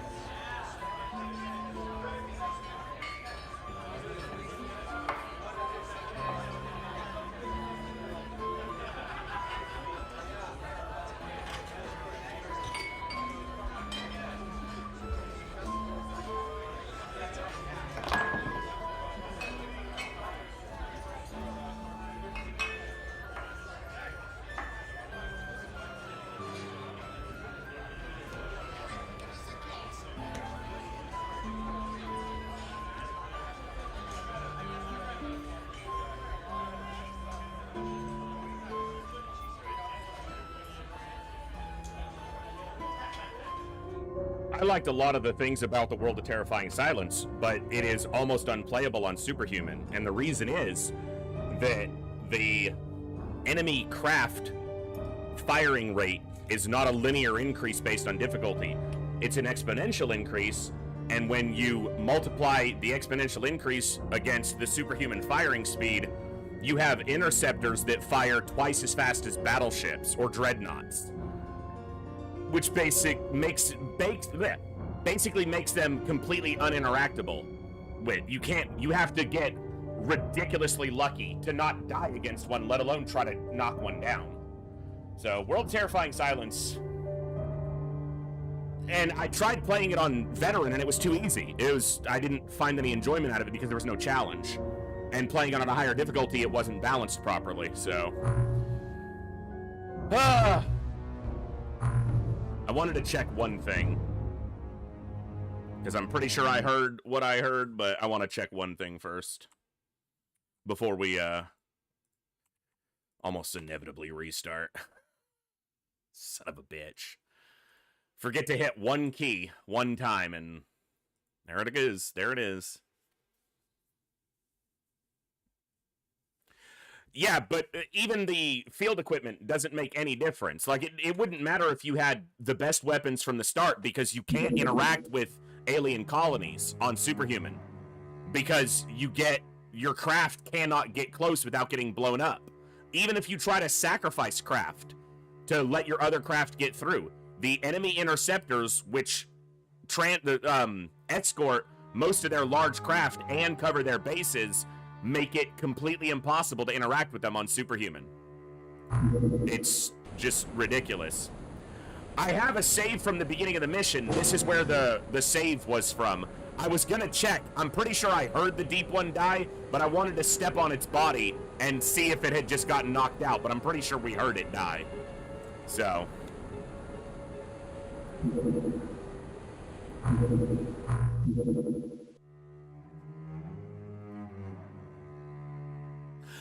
There you go, Olsen. Yes. Yeah, they have the minimum possible rendering interval between shots that the engine allows to happen. Ah, son of a bitch.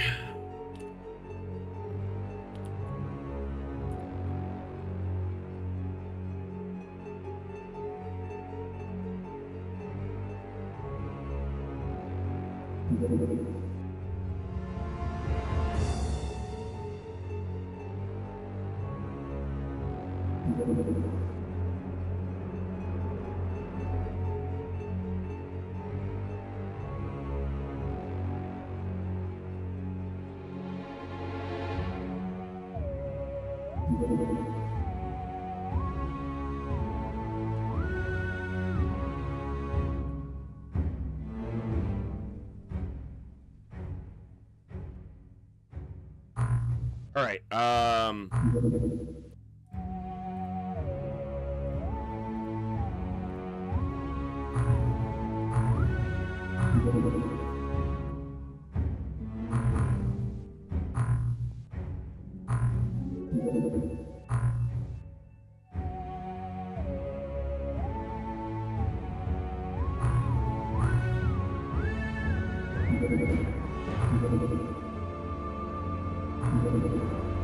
don't know why I did it in that order. That's completely wrong.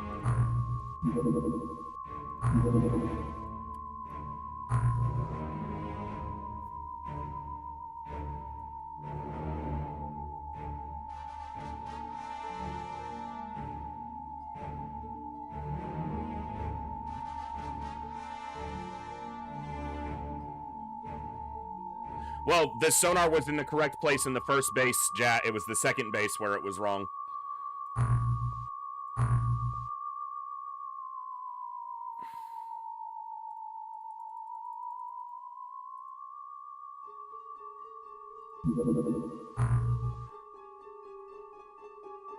Hold on.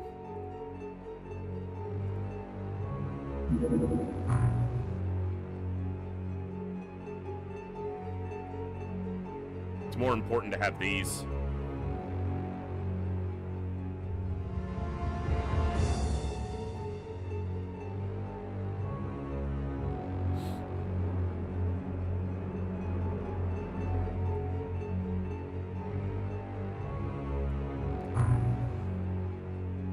All right.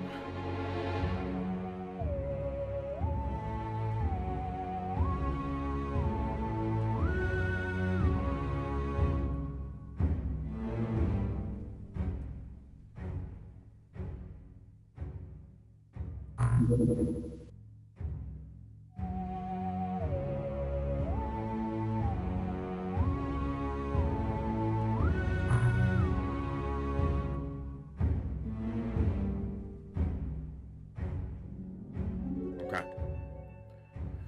See if we get lucky this time. Ah, son of a bitch.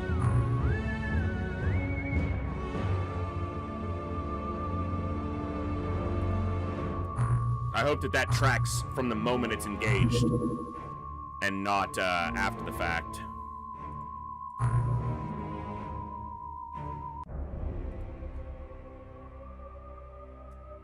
Like, I hope it doesn't take till the next month for them to schedule appropriate retaliation. Retaliation is supposed to happen on interaction with the UFO. So we've shot this down. Retaliation should be upped now. Because there's a 20% chance anytime you shoot down a UFO on Superhuman for them to schedule retaliation. So.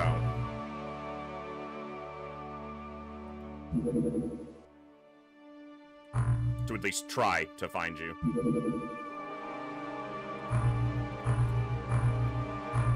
Click the right things, like you've done this before. Alright.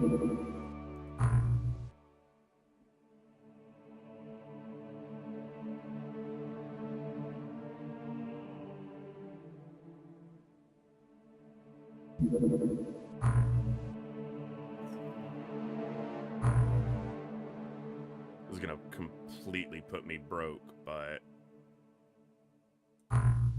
that's fine.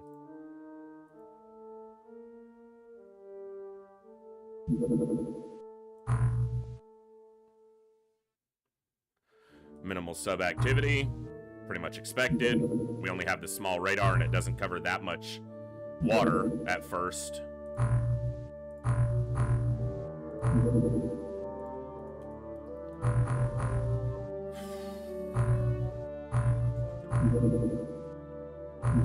For now, we're just gonna sell for a little bit of profit.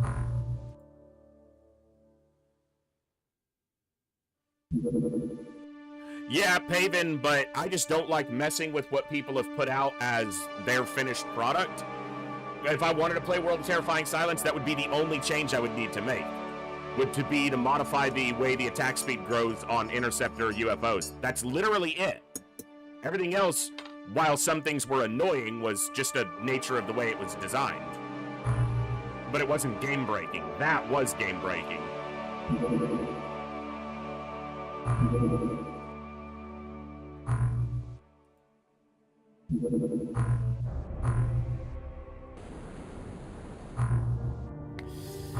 $12 instead of $9. That's might be the max. Yeah, they didn't test it. That's the thing. They didn't even test it. It's clear that that wasn't tested.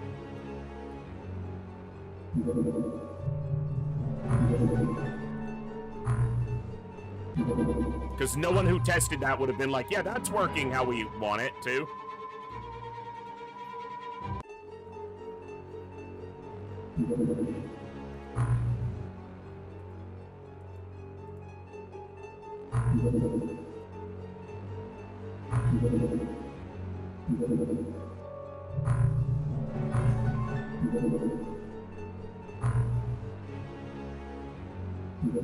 Damn it.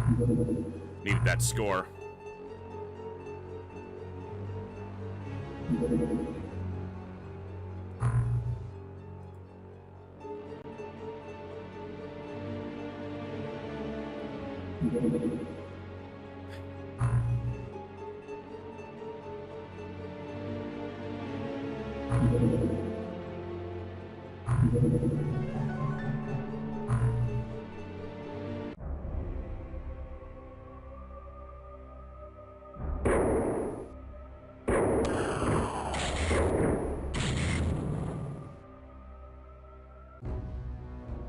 That helps mitigate score a tiny bit. Really need another one.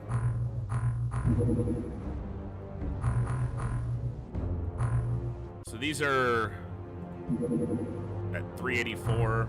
What are med kits at? I think disturbance particle, yeah. Particle disturbance sensors are more slightly. It's not a big difference, but it's big enough.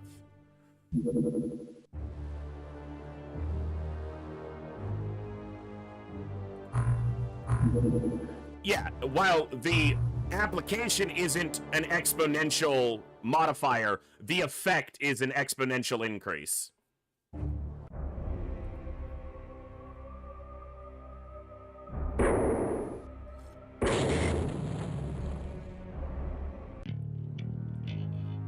Hopefully we're above the 250 threshold for Terrible Month or whatever it is. Because that's what'll kill the score. And the beginning of this run's pretty boring until the base assault happens, so another reason that restarting isn't exactly the most fun thing, but 'tis what 'tis.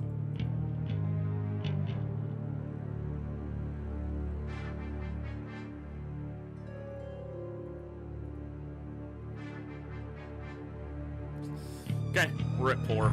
Alright.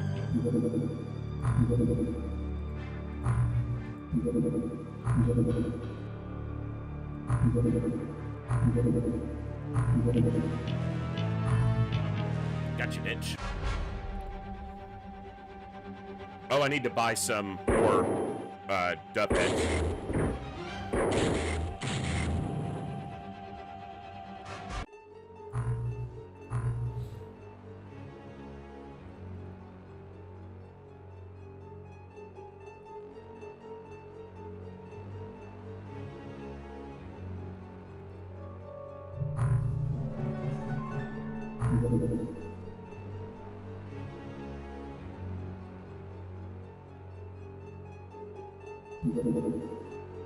Yeah, that's why I'm buying them.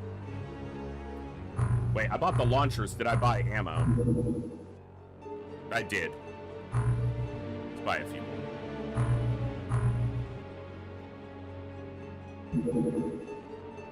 Hey, Hillhome, good to see you, bud.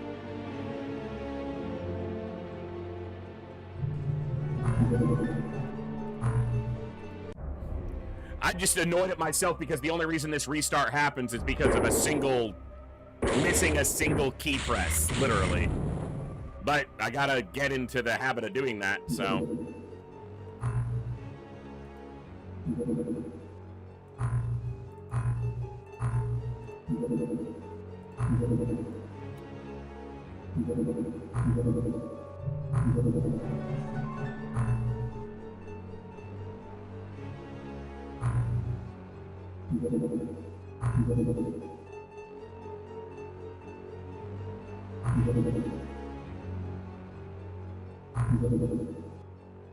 I don't know if they'll have any ammo loaded. They have one of them reloaded. That should be enough. Hopefully. Son of a bitch! Unless it juggles the shot perfectly.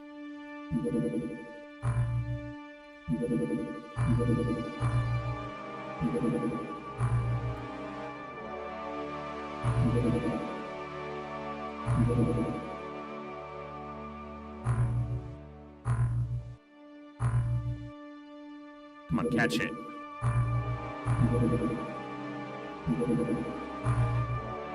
Trying to keep this score. There we go. Sucks, this is a cruiser. This would be a guaranteed Zerbite, but can't go. We've tried. We tried doing small recovery with just the tasers. It is a nightmare. Even with the tanks to soak up shots, it just does not work, so.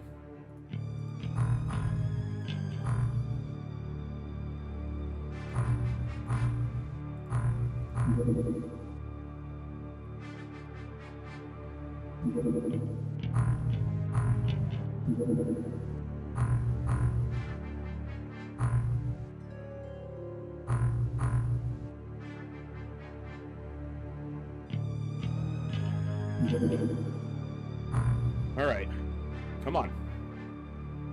Attack our base. We're shooting down all kinds of subs over here. Like, I'm kind of surprised we haven't been attacked. We've shot down like 4 subs in the Mediterranean. We should have retaliation happening, but not seeing anything. All right, I'm going to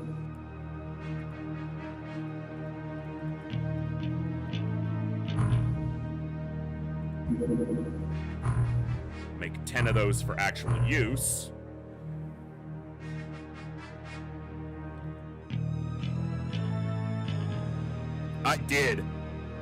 I did turn it on. The next very small that comes by, I'm gonna let it fly over because it's probably scouting retaliation, but I'm gonna shoot down the smalls to keep our score up.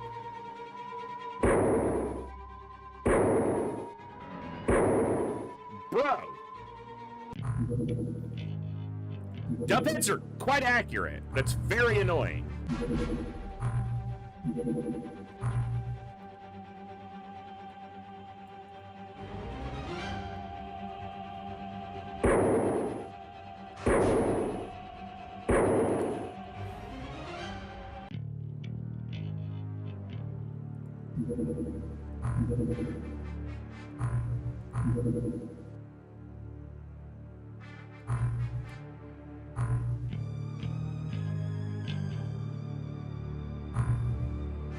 Not that. There we go. 80% accuracy.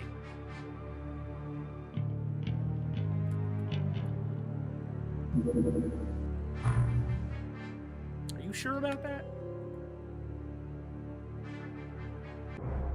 Okay.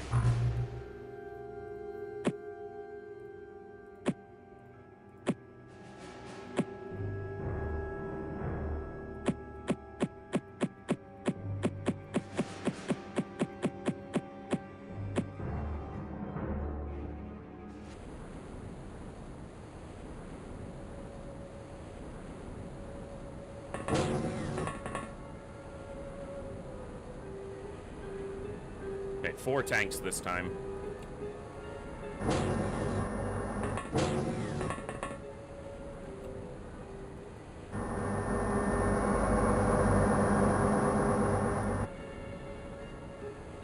No, there's no dodge metric, so our accuracy is just our chance to hit. There's no variance other than that number, so...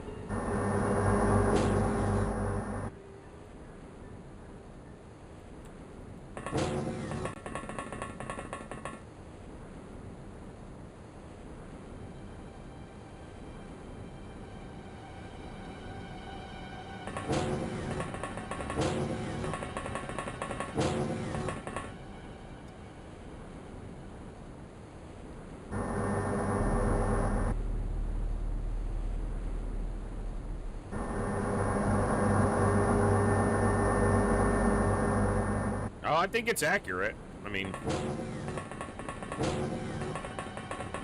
sometimes that's just the way the maths.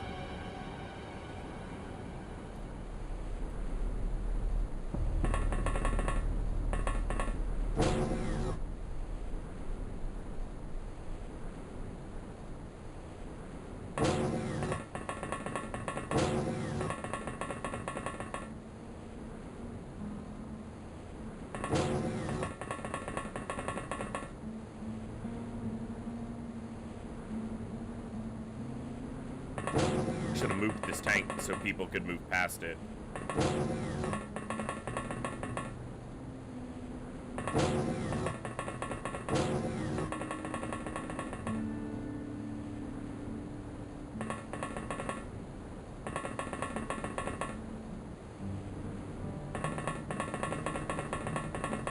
Started a whole bunch of unarmed people right up at the front, and then it started a bunch of people with tasers all the way back.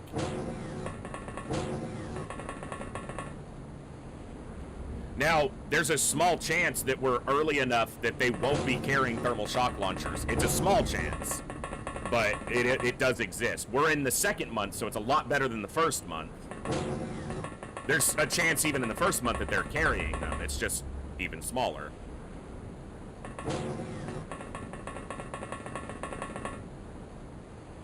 There's basically one loadout that can happen in the earliest parts of the campaign where the aliens are not carrying thermal shock launchers when they assault your base, but it's quite early, it's quite low. Yeah, first one, we had to restart Pinwriter, so...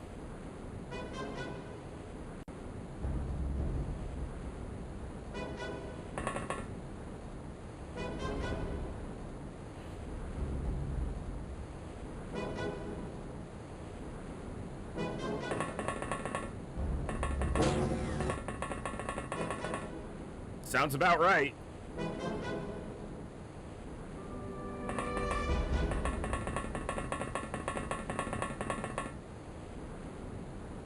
Yeah, some of the shots might not have reached the sub because it was outranging one of the volleys, so it's fine. This is what we needed to have happen, and it happened, so.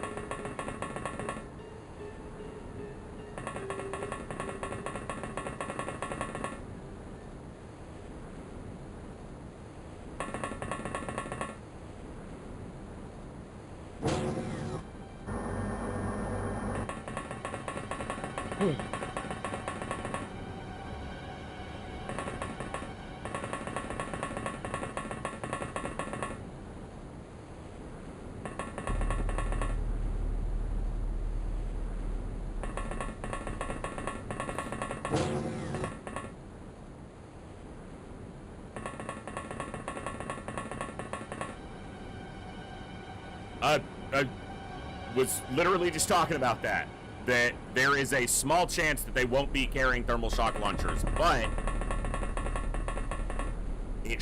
they should be, especially once we're into the 2nd month. but there is a chance that they won't.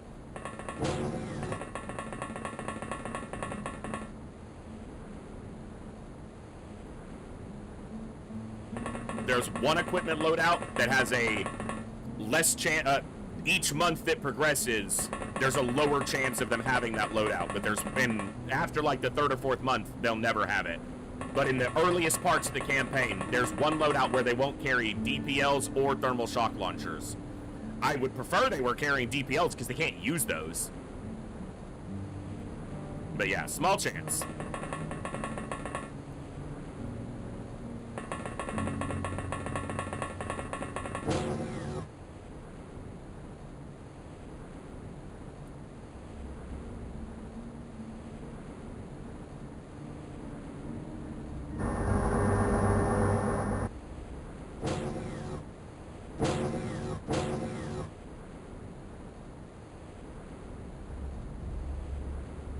Should see our first enemies. Yep.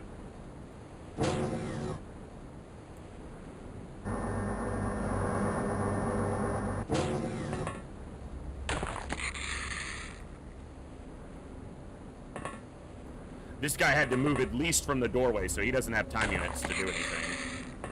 This guy might have time units.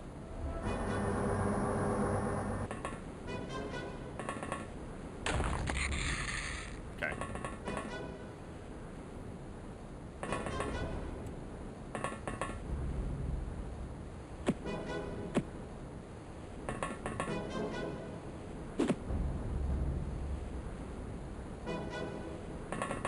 Start doing it now instead of all at once later.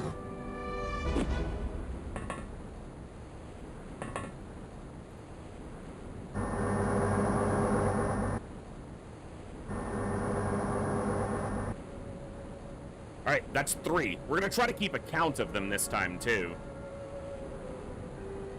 Pardon the opinion, yes indeed, we had to restart because we got a kill with a tank by accident, and while I could have easily skated over that because it technically doesn't go on the kill count that is our goal, it would have been against the spirit of the challenge, so.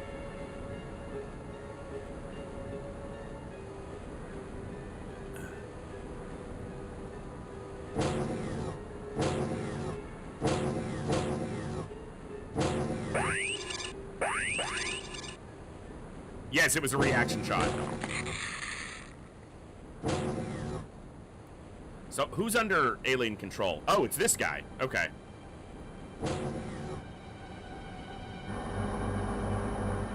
Yeah, so it was a reaction shot from a coelacanth, which has 20 reactions. The coelacanth also got hit by a deep one that left it at 2 health. So if it had died, not reacted, or its damage isn't guaranteed to kill a deep one. If it didn't kill the deep one, any of those would have allowed it to the run to continue. But math was not on our side.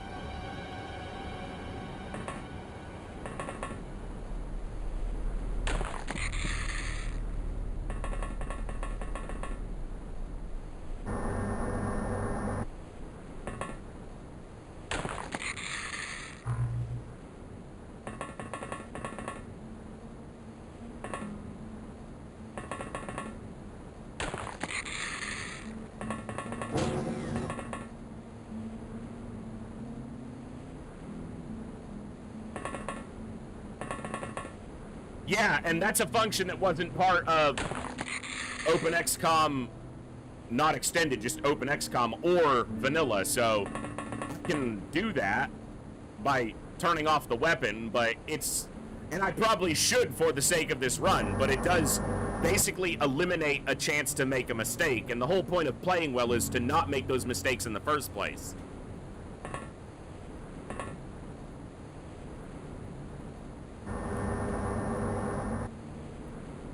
Like, I can use the systems to help me not make those mistakes, or I can just learn to play better and not make those mistakes.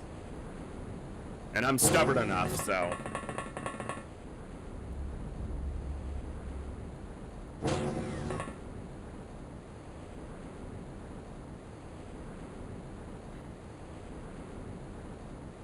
One, 2, 3, 4, 5, and there's one in here, so 6 currently down. They can stand up. they can recover depending on their health, how much stun damage they take, which is why gathering them all into one area is extremely valuable, especially for psionic enemies or enemies who have melee attacks, who can still be dangerous once they stand up. 4-tile units cannot recover from being stunned, but we won't see any of those here.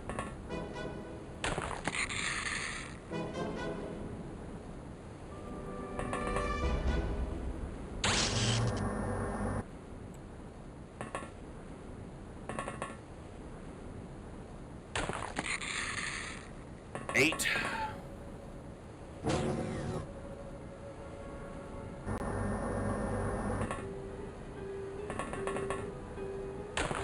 Nine.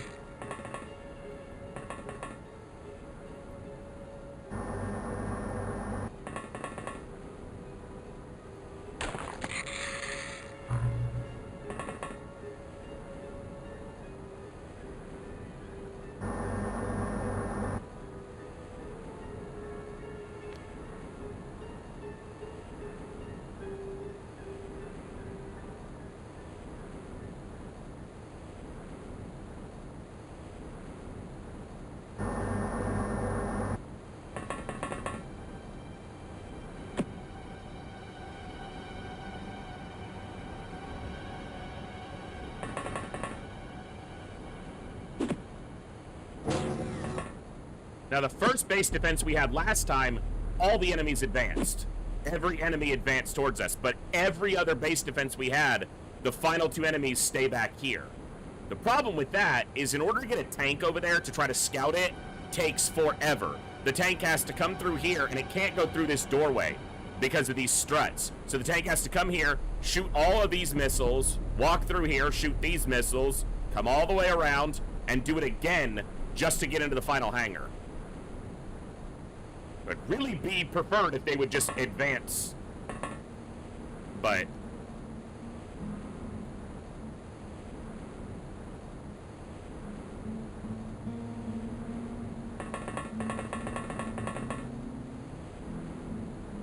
there's a squad leader down. That's a 1 psionic off the board.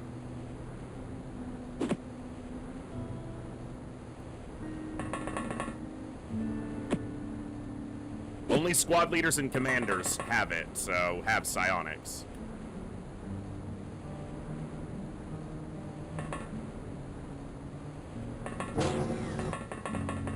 Hey, Pinrider, good to see you.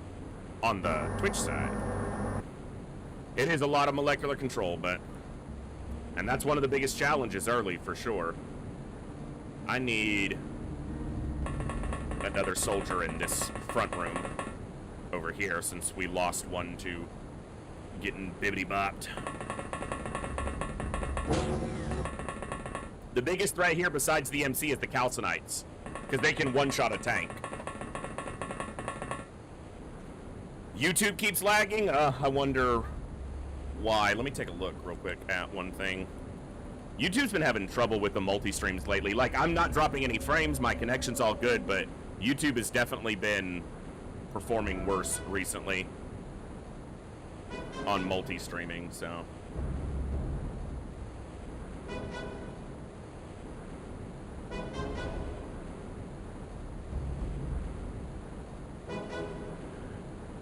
Seems okay, but I won't be using psionics either way, so I won't know Dongacy, but I won't be using molecular control at all during this campaign, so.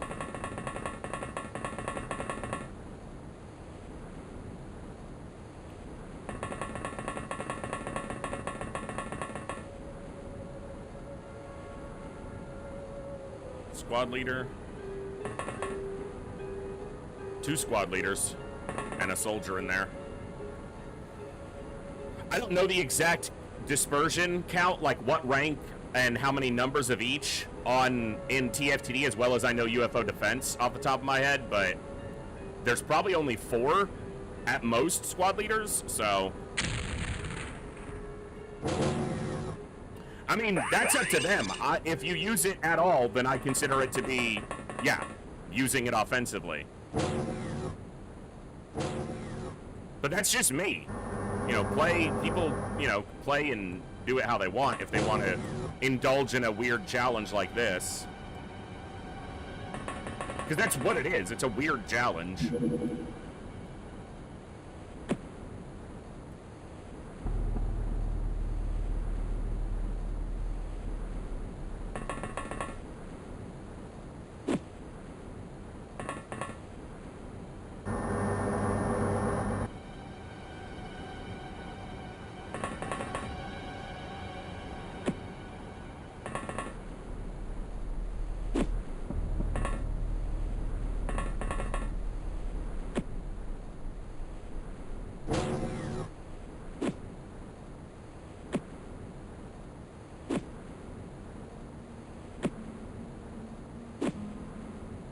All right.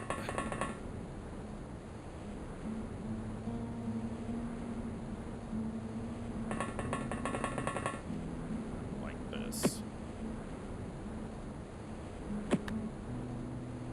15 to throw, 16 to get there. He's gonna have to turn one tile. Just enough. Okay. Need to not push that too much. Especially with low energy. It doesn't increase strength at all. Strength is a stat that will increase just based on taking any action during a mission. So there are 4 core stats: strength, time units, stamina, and what's the other one? Time units, stamina, which is energy, health, and strength, which are increased just as long as you've taken at least one offensive action during the mission. It's a secondary growth stat. All the other ones increase based on actually using that stat.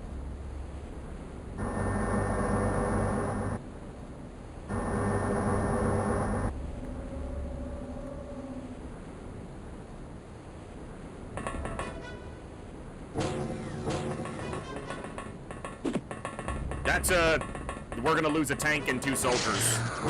That was a bomb, a grenade.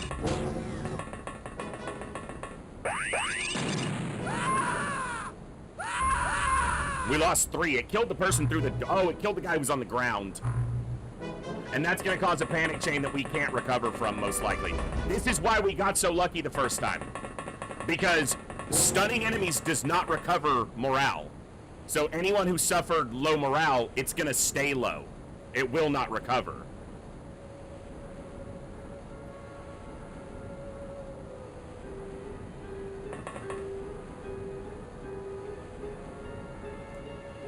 That's why getting the first run going was so lucky.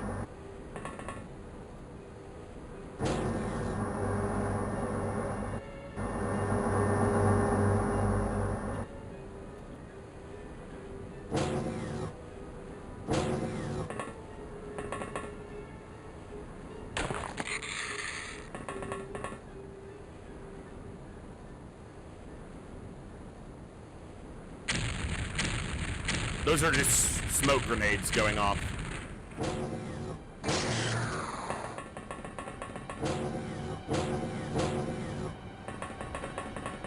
Calcinite.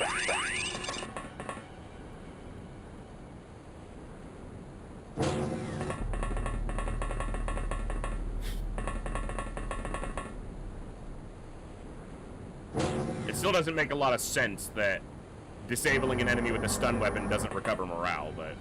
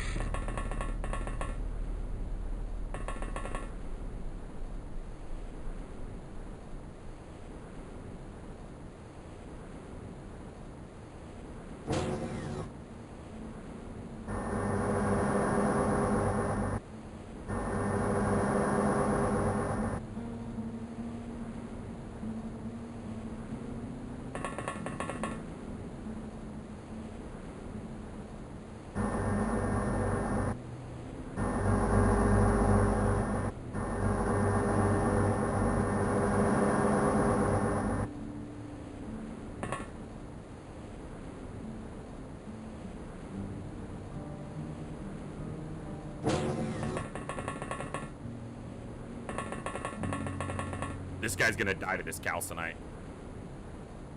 And that's gonna cause even more panic.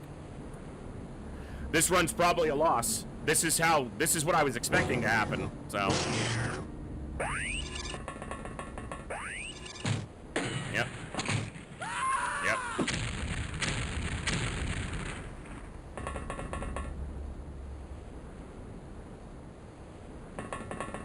Because stunning doesn't recover morale, we never recover from this, so.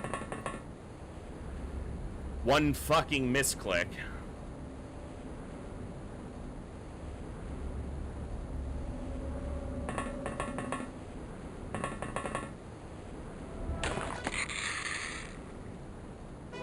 Yeah, this run's over. So we're gonna be seeing a lot of this. We got lucky the first time, and then one misclick, or one forgot to click, and that's it. Yeah, everybody's panicked.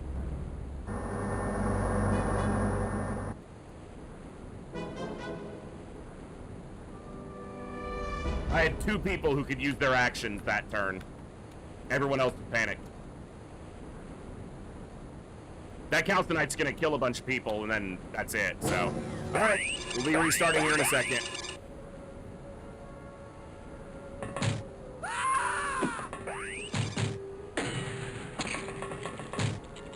Yeah, there's no recovering this, so.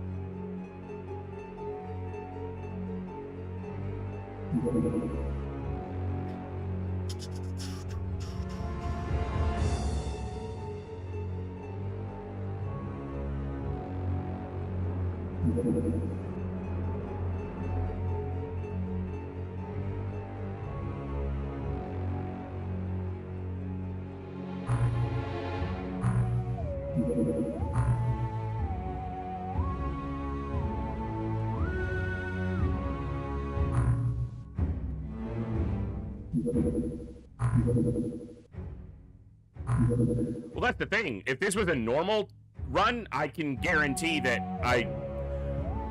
there's a 99% chance that if I play a normal TFTD run, that I go all the way through to Leth without ever losing the campaign. The only chance I have of losing here is because we're doing a challenge run.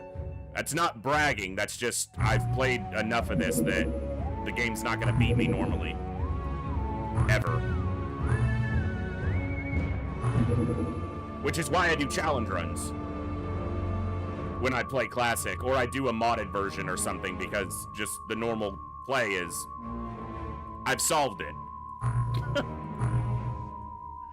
I have to make an egregious mistake, and generally I don't do that. I've done it occasionally, mostly because of the distraction of streaming as well, but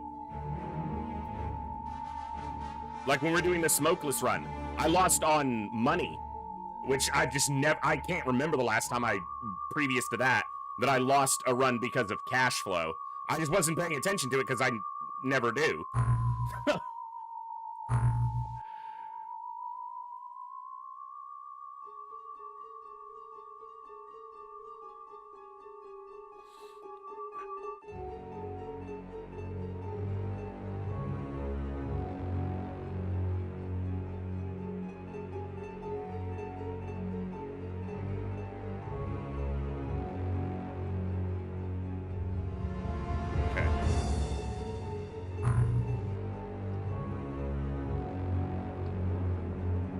Yeah, Pinrider, last time it was the 53rd time was the charm, so.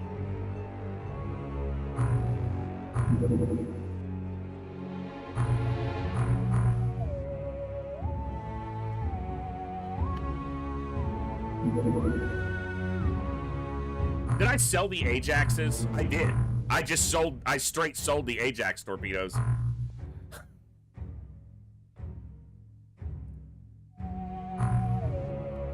Hey, Swish, welcome back for 9 months. Thanks for being here. The Voy 51 love the Voy 51 salute. Alright.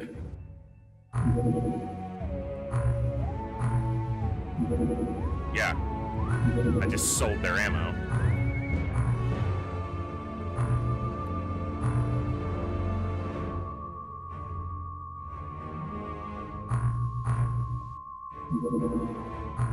Not enough storage space. Shut up!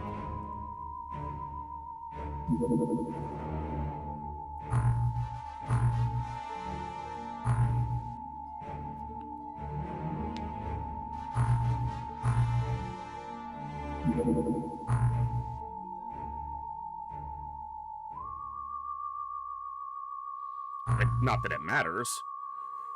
What was I doing? Okay. Those are done.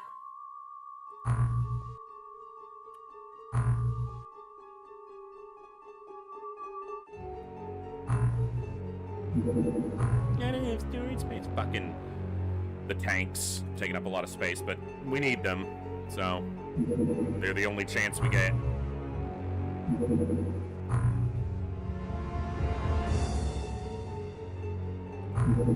Damn it. I normally time that better.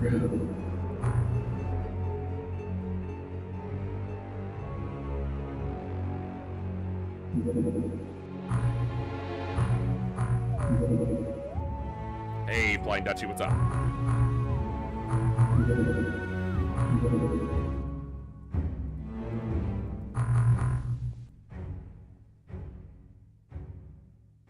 General stores, thank you.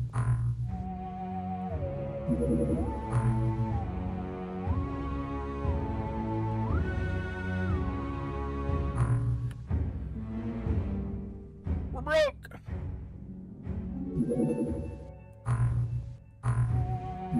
You have doubled up. Now you at least have one.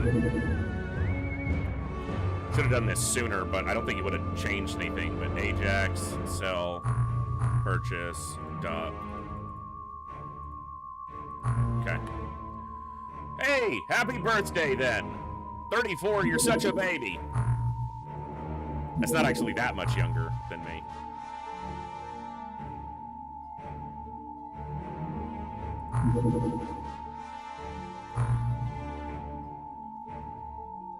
My timing is bad right now. Yeah.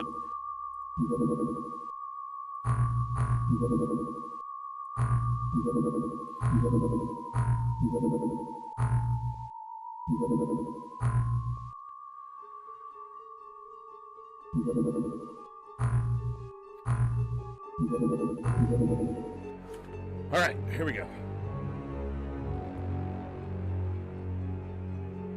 No attack, but Guineas, I haven't shot down a UFO yet, or a sub yet, so currently our score is bad. And this is how the runs normally go. You either lose on the first base defense, or you just lose on score. Because we still have to mitigate the terror mission. Score.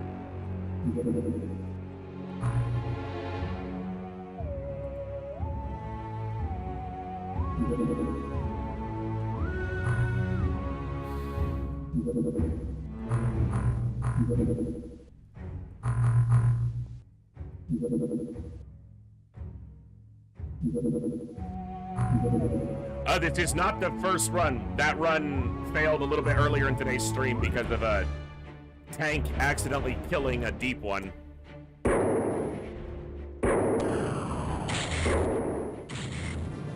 Alright, there's a tiny bit of score. Yeah, I forgot to press one key and I could have kept going. Technically, it didn't put a kill on the kill count, but also technically it goes against the what we're trying to accomplish, so.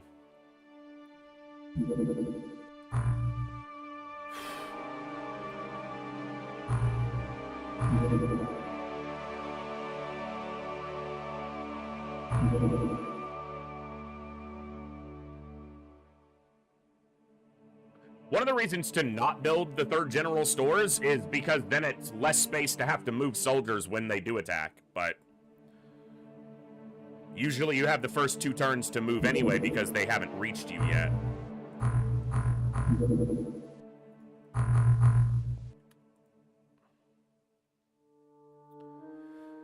If we skate a terror mission in the first month, the score will... Motherfuck! Literally! Right... Oh! You assholes. Just in time to fuck with the score. Hold on. No, there's no way...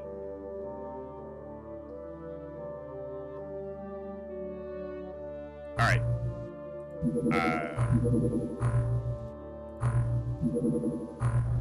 We'll just take the score hit now. It's easier to mitigate later. Jesus, that was a lot of civilians. Okay, if we have a single additional terrible month, the campaign ends. This is how a lot of these restarts happen, is we don't get attacked and we don't shoot down enough UFOs, and then we get 2 terrible months, and they don't have to be consecutive.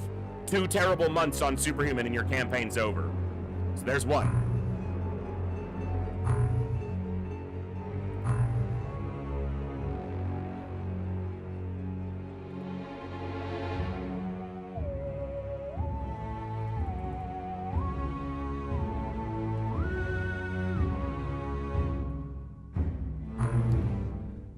Because in the first month, getting attacked wouldn't necessarily solve our problem anyway, because they're not guaranteed to be carrying thermal shock launchers in the first month. So if I just restarted every time I had a January that had a terrible score, I'd restart more runs for no reason.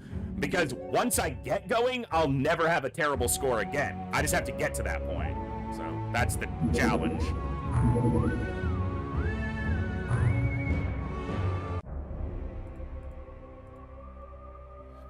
Did some gigs a little bit earlier. He's snoozing, so we'll see if he gets up and moves around in the next few minutes. He's an old man. Sleeping is a big part of his day.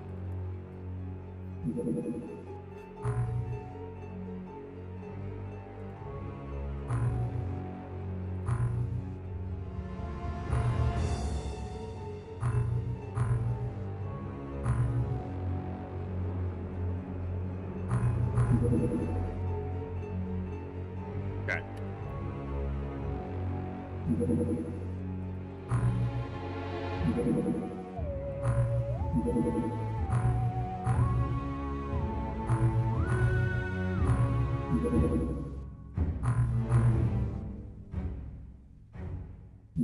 And shooting down a sub gets us a little bit of score, so that's how we try to mitigate the terror missions early.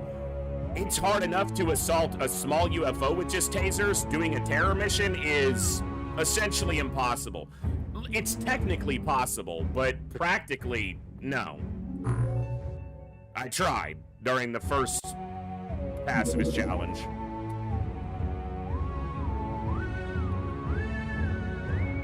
On the first attempt, like #1 run that ended earlier today, we made it into March without losing on score, and we got attacked at the end of March, which was perfect. That would be like the optimal situation, but we were able to mitigate our score by shooting down a lot of subs during that run. That's not really happening here, so... Damn it. It's about an hour late on dispatching to that. Says Barracuda. Alright, that was just like instant then. It like there and back. Didn't even see it.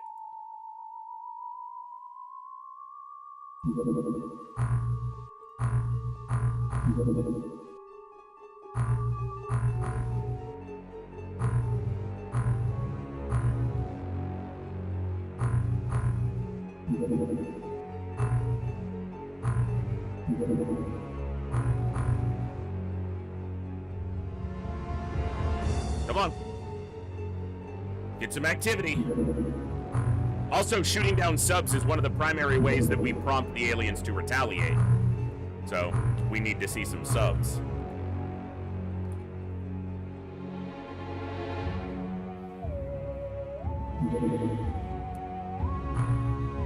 That's a battleship, which is different in TFTD. In UFO, battleship is the biggest. In TFTD, battleship is the terror ship equivalent.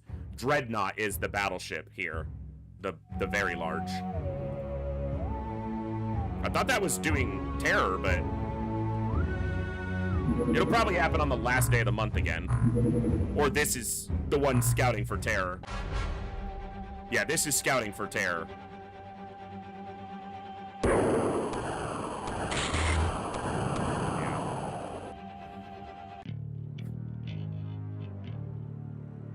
So we'll probably see a terror mission over here. Yeah.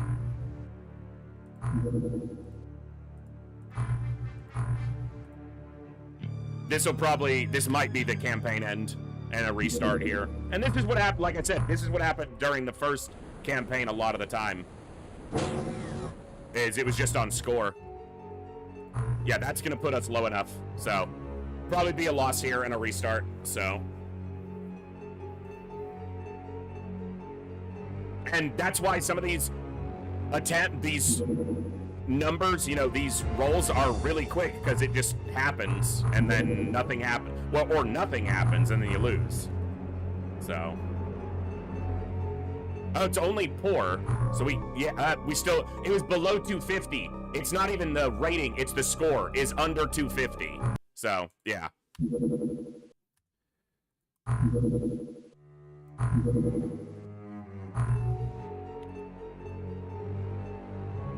I tried starting in other locations, but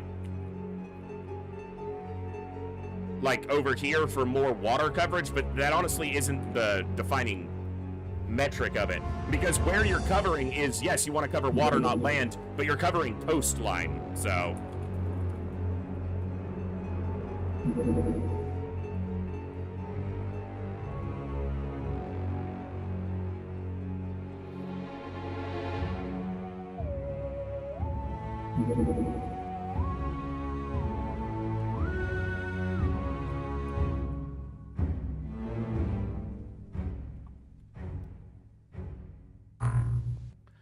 And we talked about using like a locked-in save at the end of January or something like that, but there's too much variance, so in what can and, you know, might and mightn't happen during January that I don't want to. If I just lock it in after a good January, feels kind of cheap.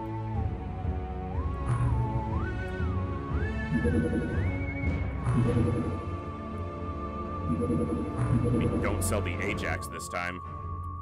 We did, Coviers. I didn't kill the time units on a tank, and on a terror mission where we would have gotten the deep ones that we needed, the tank reaction fired with its extremely shitty reactions and killed a deep one.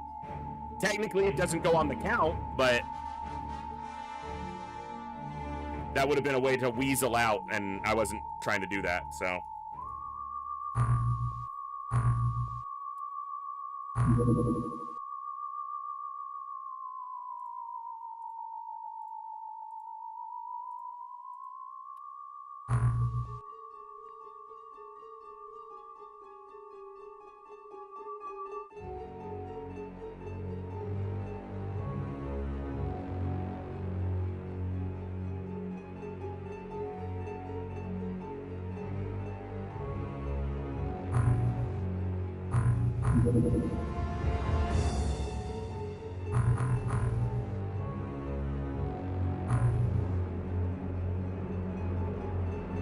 All right.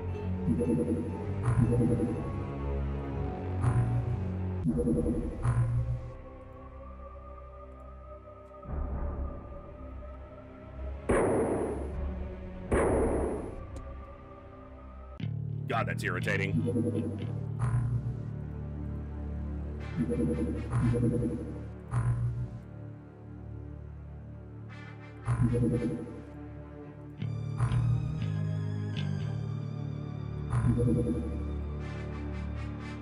It's gone. Yeah.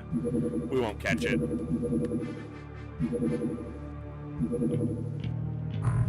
Fly back. What are you doing?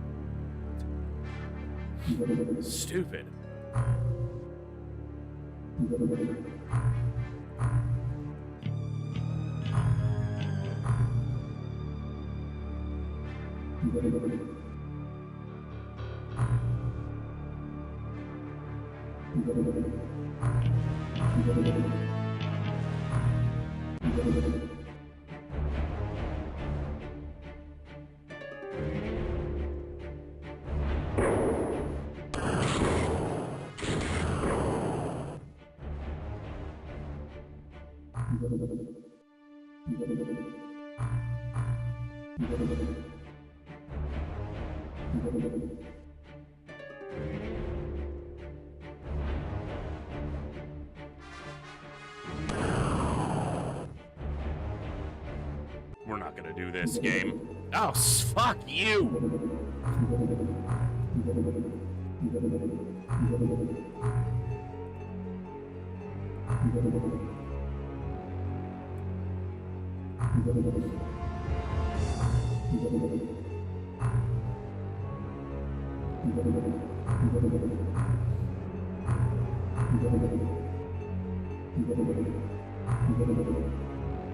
Seriously?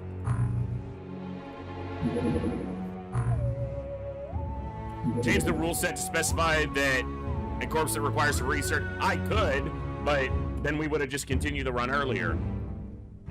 No one else has ever done this challenge. I'm the one who sets the rules. I could manipulate them any way I want, but I'm not trying to make it easier. And that's literally the only corpse that's needed for the entire campaign, is that one specific corpse that we technically got, but...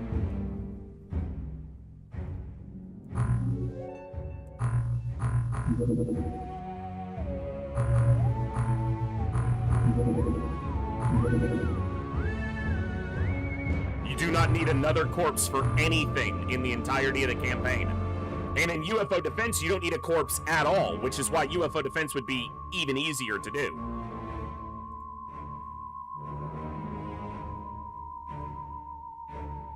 Which is why I chose to do this on TFTD instead of UFO.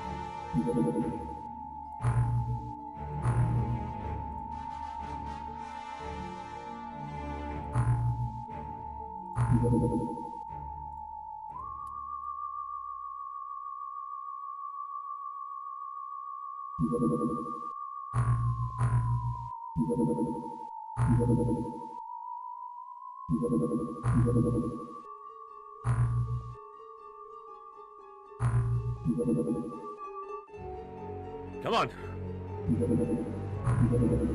We've seen a lot of UFOs this time. We've barely been able to shoot any of them down. It's honestly kind of annoying.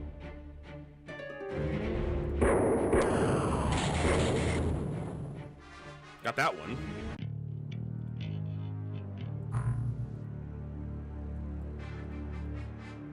We're still slightly under 0.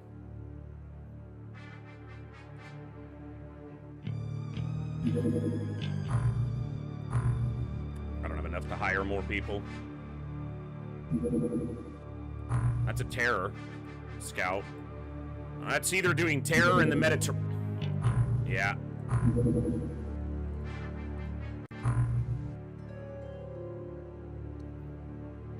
You can stun cyber discs. You can stun everything in UFO defense. And stunning them makes it so they don't explode. In fact, they're quite vulnerable to stun because it's a 4-tile unit.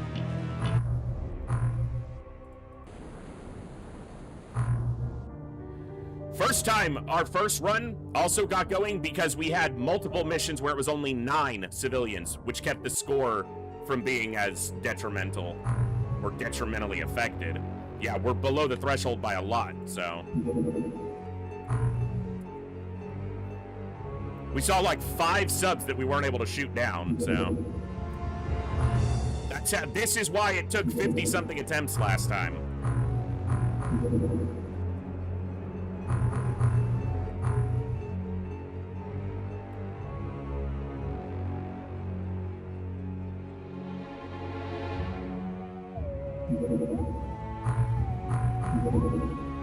Doing research does give us some score, but it's not going to be enough. Yeah. We need to shoot down like 2 UFOs or 2 subs, and we're not even gonna get those. So this will be 1 month against us. I don't think this gives us enough score even if we shoot it down. If we destroyed it, maybe, but we can't. It's a cruiser, so it can't take enough damage to pop all the way.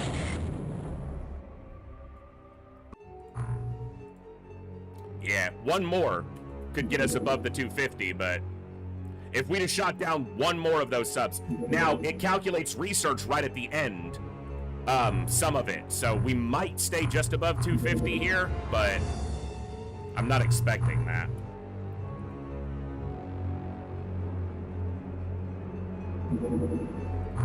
Another research topic going through is good.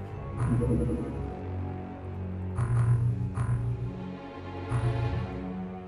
on, give me 1 more sub. Nope.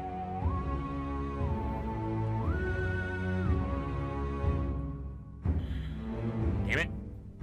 Close. 1 sub. We lost like 5 UFOs there, 5 subs, whatever. If we'd have shot down 1 more, we'd have kept that from being a tick against us.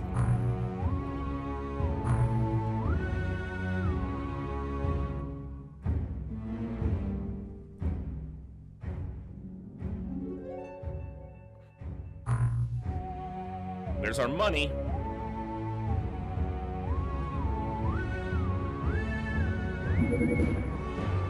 Well, that month still counts against us, so I think, well, that's the thing, is it's not even the rating. The rating can say okay, poor, whatever. It's the score. And I'm almost certain that on Superhuman it's 250.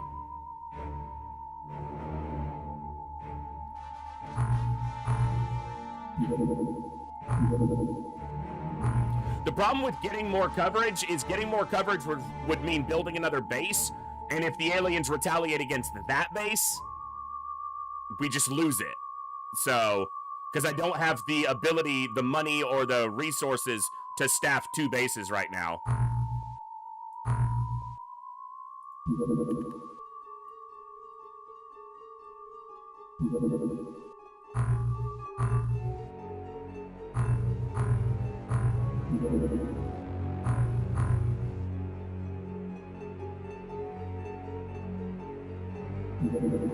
Also, it takes time. You know, it takes more than a month to build a base to have a radar active in it and an interceptor, so.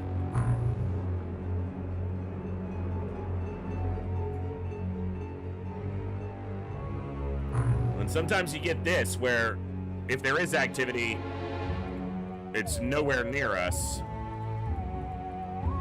There may not be. Oh, there's activity over in fucking Mexico, apparently.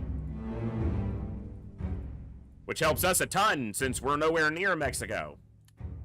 I love it.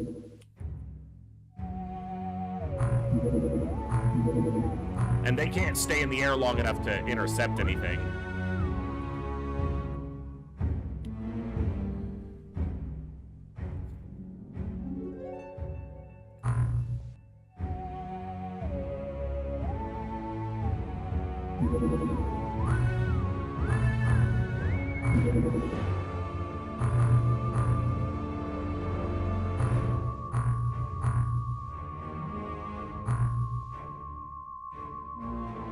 Also, without a base defense, we will run out of topics to research, which then means that we're not mitigating score through research anymore. We can go up to Gauss cannon and Gauss defense, and that's it. So.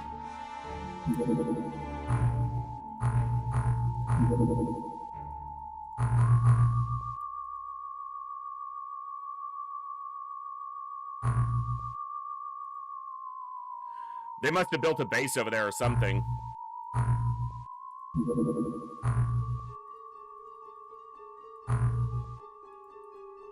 Okay, damn it.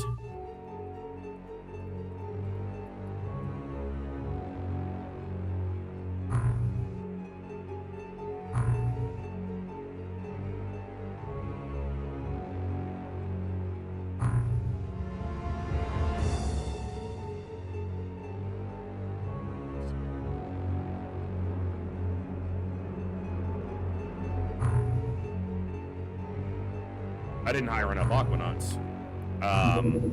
We'll send the Triton with a single Aquanaut.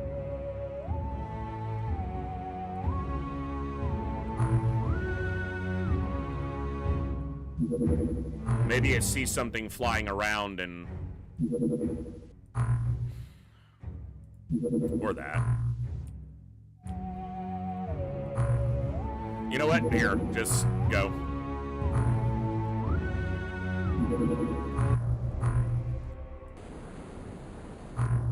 Another one with 10. Okay.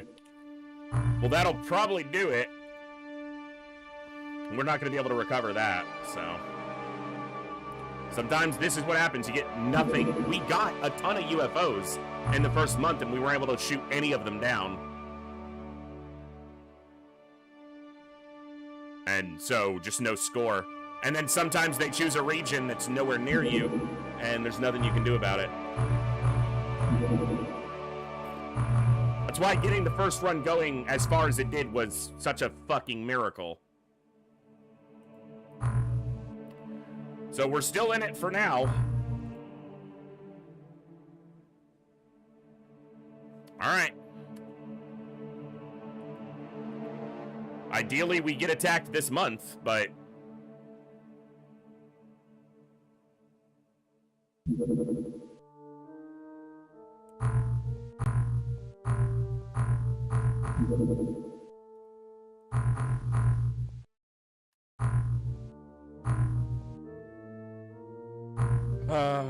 Not this, this.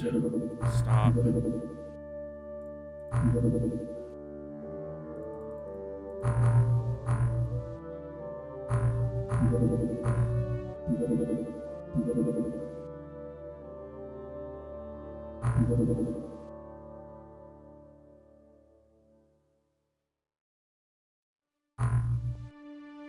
I was gonna build another lab, but I don't even have the lab that I have filled yet, so...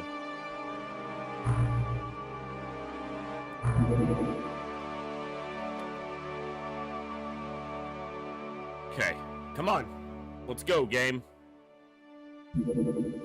8 days, we've seen nothing. Not a good start to the month. Because that means the activity is somewhere else. It's low. Eurasia, which is here.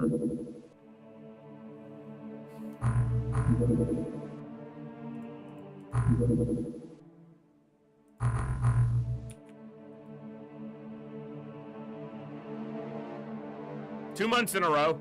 Come on, game. 2 weeks. We haven't seen a sub in 2 weeks.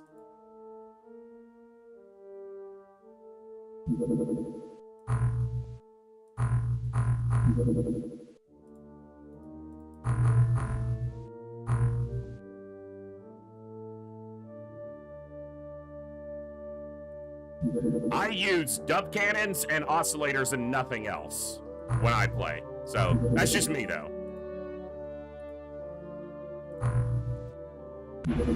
When I'm playing vanilla and in UFO defense, I use avalanche and plasma and nothing else. I don't find a reason to use anything else. I never use the cannon weapons in the vanilla game. Ever.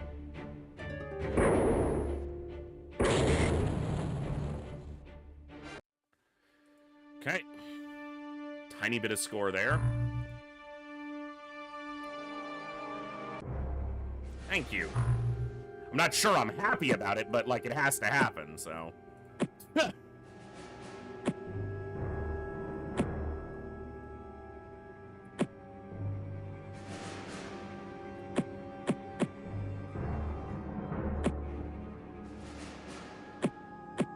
Trying to go with people who have the higher carrying capacity to carry the extra stuff, because they're likely to have better energy mitigation throughout the mission. Not always, but...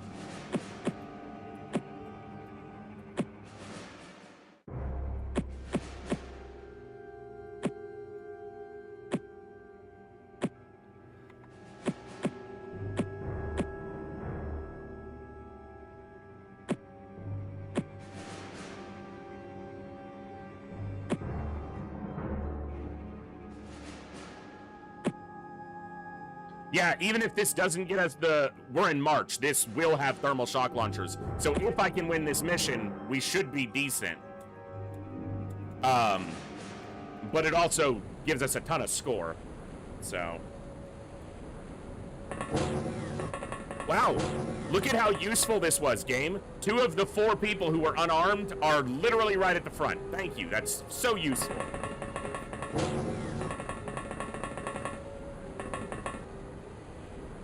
Three of them.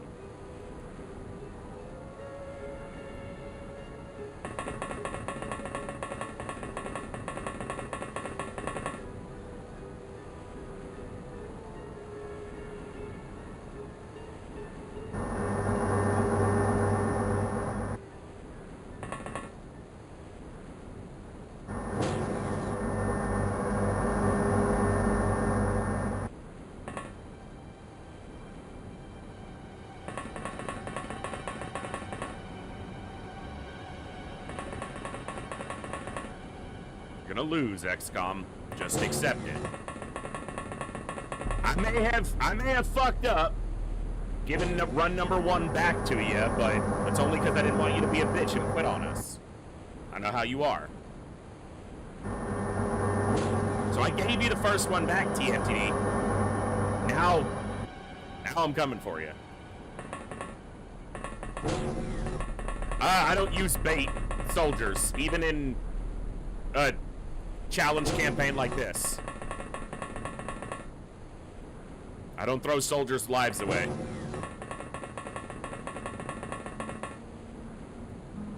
Not intentionally. It happens.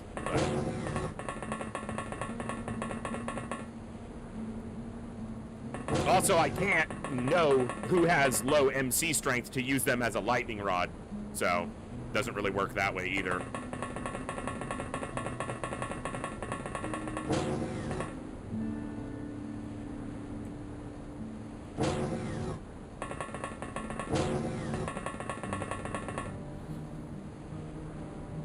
This track right here, it sounds like the music when you're in Tristram in Diablo 1.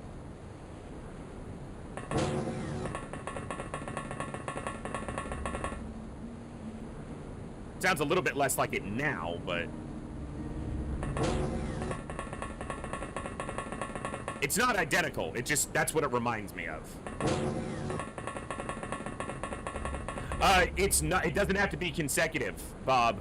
As far as I'm aware, you can lose on score non-consecutive failed months.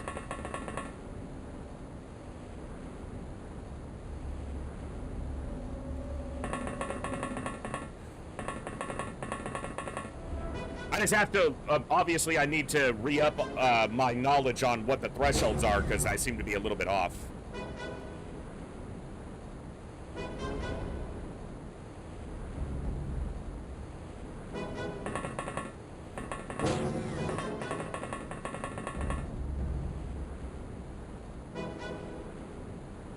Okay, I know we just got into a base defense and we didn't take a break that long ago. My stomach's giving me a little bit of trouble. I need to use the restroom real fast, and I want to do it before we get deep into this mission. We've got an ad break coming up in 15 minutes or so. I'm just going to run a quick 3-minute ad real fast while I take a quick restroom break, and then we'll see if we can get through this base defense without losing. Yeah, we'll be right back, folks. There was a dude in Westfall earlier named... yeah... Nice, Blue. I'll be right back, folks.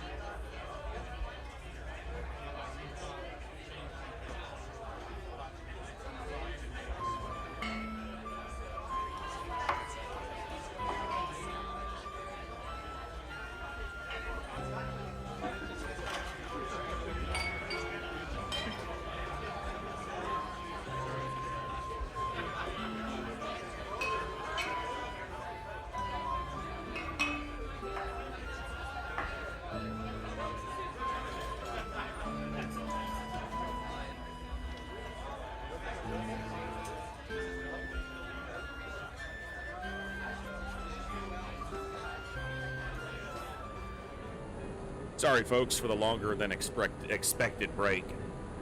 Some stomach trouble today. Alright. Let's see if we can defend this base and get another attempt, actually, with some legs to it. And for anyone redeeming to get onto the squad, we'll redeem crew once we get a run going. There's no point in naming a bunch of soldiers and then just having the run fail and fail and fail. Once we acquire thermal shock launchers and acquire our first recovered sub, once those two things are done, we'll go through the process of naming some soldiers.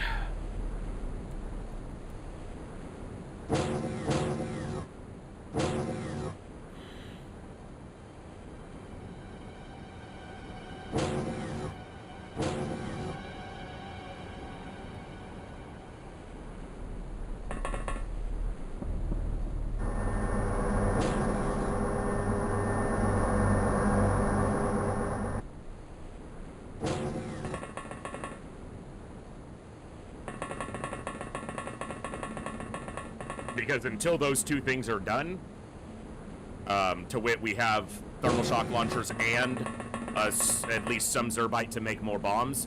Until then, a run isn't officially have any chance. So you can sign up before that happens. Yes, you're welcome to sign up now if you'd like, or whenever before that time, because it'll all just go into the queue. And we're not going to assign specific soldiers based on stats or anything. I will filter out soldiers. Anyone below 50 MC strength probably is going to be the cutoff. And the later we go, the steeper that cutoff will be. Because earlier they have time for it to grow. Later in the campaign, we don't have as much time for their MC strength to build up. So...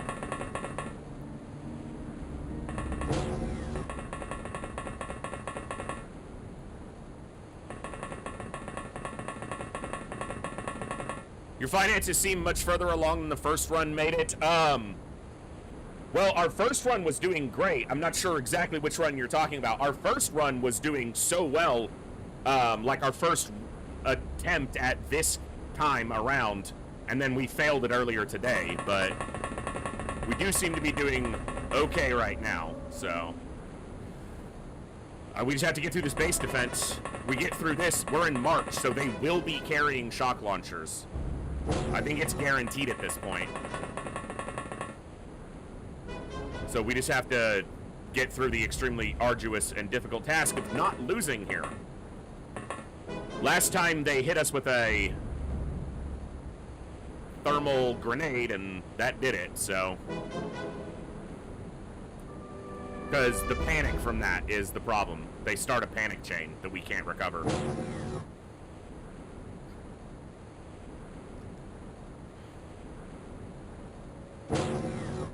It's Gilman. Our containment is done. We could get a deep one here.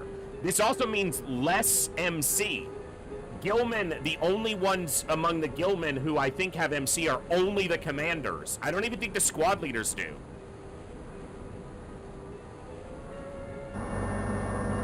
And he's carrying a thermal shock launcher. So the problem here is deep ones can be a problem because a calcinite has to get into melee. A deep one can start wrecking a tank from distance, just like an alien with a gun, so... But this should be easier, because it should be far less MC to deal with. Should be. That doesn't mean it will be. Alright, it's 20... Okay. They don't go down quite as easy as aquatoids, though.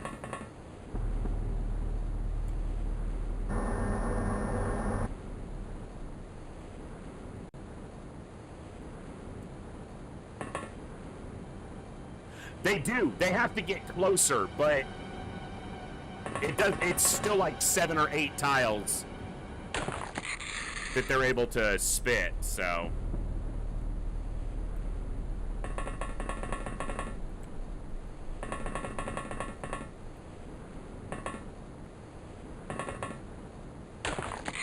Bro, now, if he shoots, he's just gonna knock us out, but he may not be the first one to move on the turn.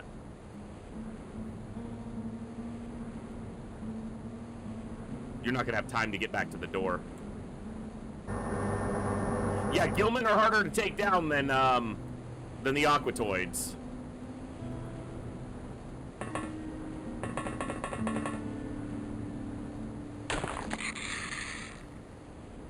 We're hitting him too. He's just not going down.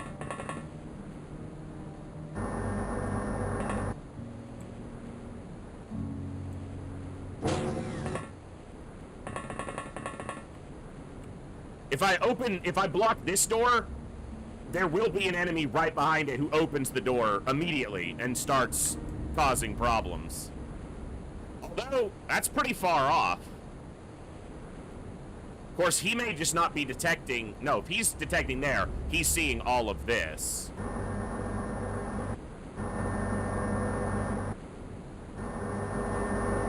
I don't believe the ones that carry a shock launcher carry a grenade. I don't think they do. Also, I don't think he would grenade here unless he walked to the doorway first, which I don't think he would do. I'm still gonna attempt to mitigate that if it were to happen, but...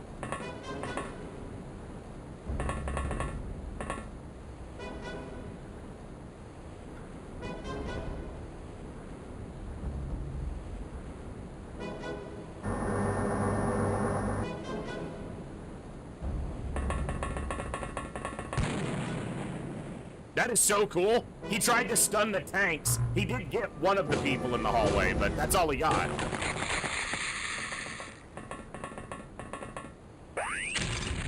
Okay.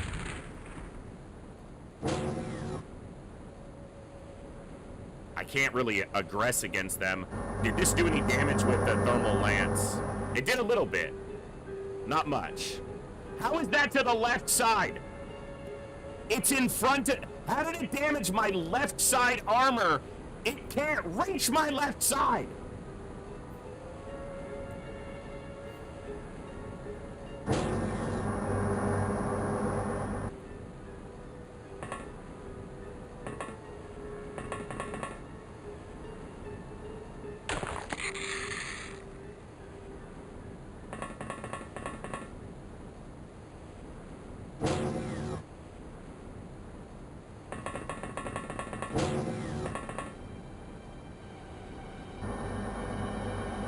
I don't think it can damage the armor. Olsen, I don't think that's possible. It doesn't do physical damage.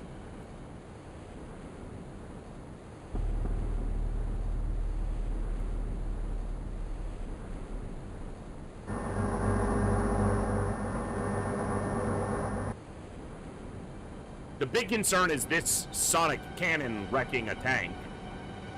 And the deep ones, but...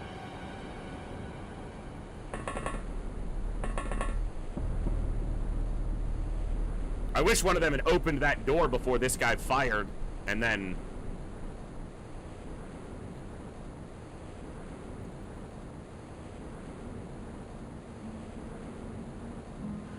It's not that he took damage, it's where he took the damage.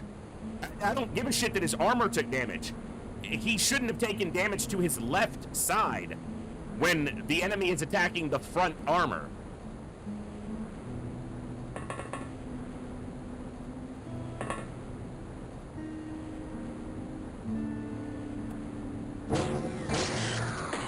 Yeah, like that.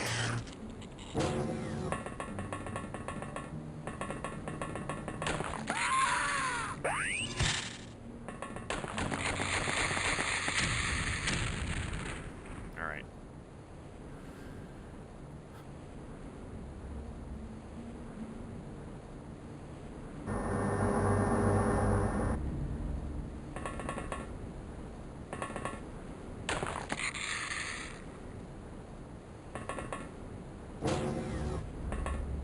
Should be easier. It's not playing out easier.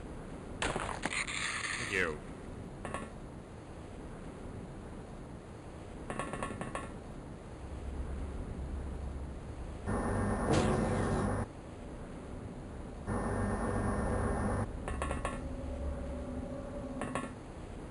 Stop stopping, but if I turn that option off, it's gonna cause problems, so I have to keep it like it is.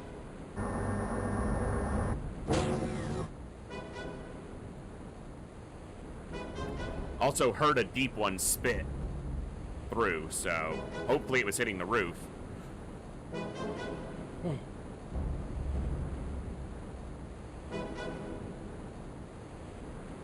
Smoke.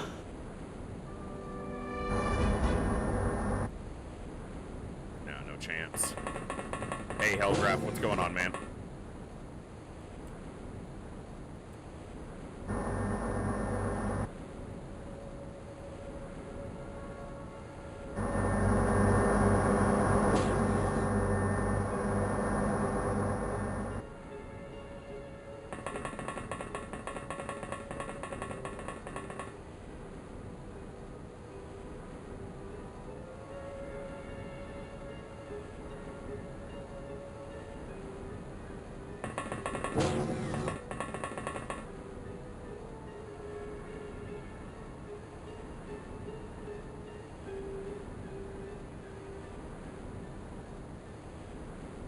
Someone panicked. Right at the front.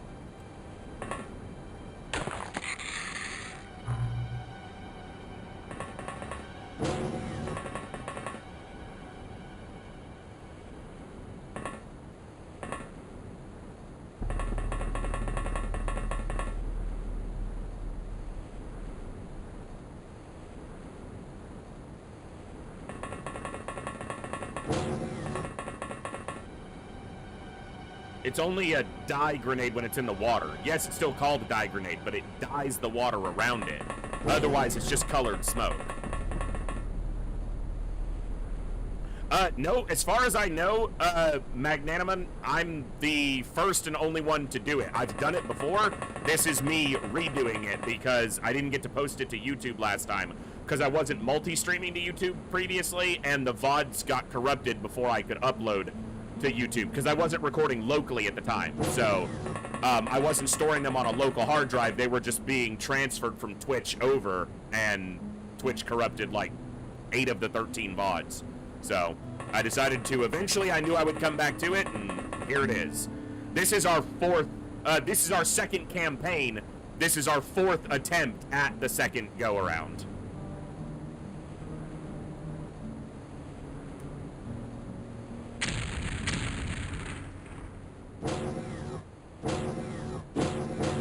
There's a grenade. That's probably it. One grenade goes, and that's all it takes, so. This is not the one.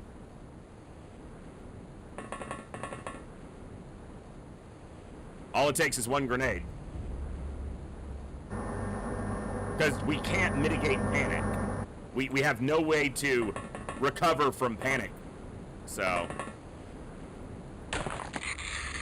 Son of a bitch. These gillmen are being way more resilient than they should be.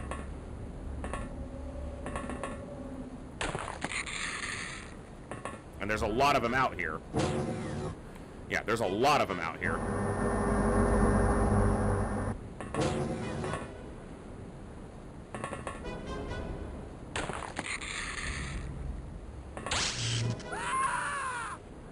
That's another death, which is going to cause more panic. Fucking pistol.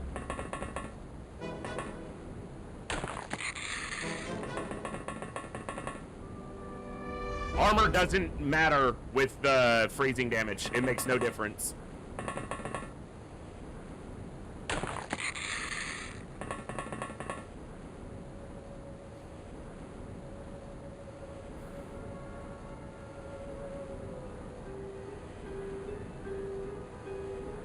So the deep one's back on the other side of the door. The problem is blocking that door means multiple attacks come through.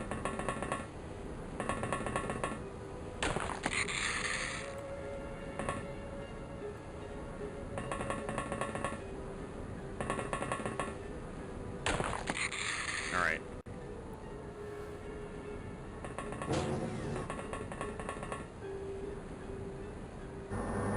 We had our first attempts to, my first go-around of this, which was on Saturday, we got a run going on the first attempt, and that run continued to today, but I could have used a technicality to keep that run going, but I wouldn't have been pleased with it.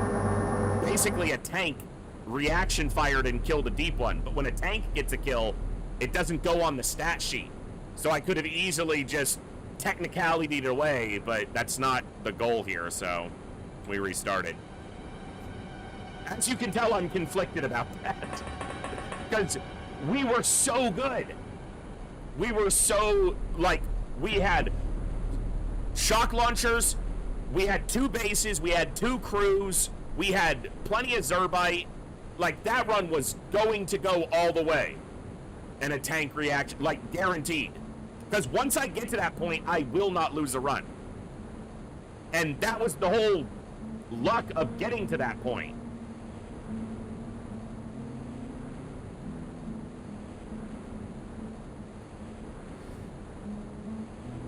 He's got a fatal wound.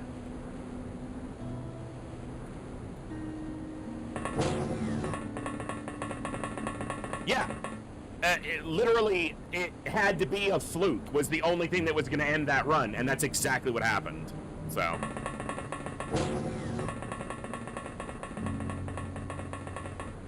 Yeah, Saturday was the perfect start.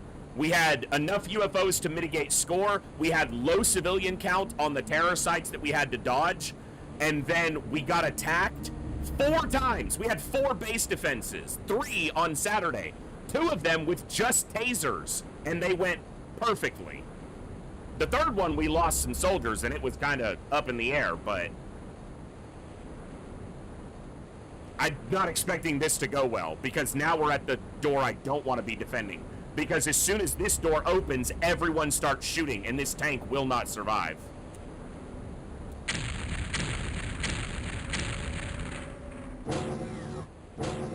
The only good thing that could happen... Never tell me the odds. Nope.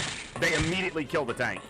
It's if they used a thermal shock launcher and stunned themselves. But, yeah. We're gonna hit a panic chain here that we can't recover from. So... yeah. This one's over. Because now the aliens are chucking grenades constantly. We did 4 base defenses on the first attempt. We never got grenaded a single time. Now it's happening regularly.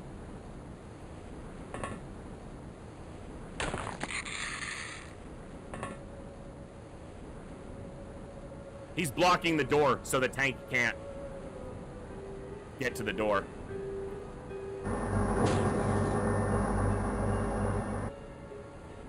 And everyone's panicked.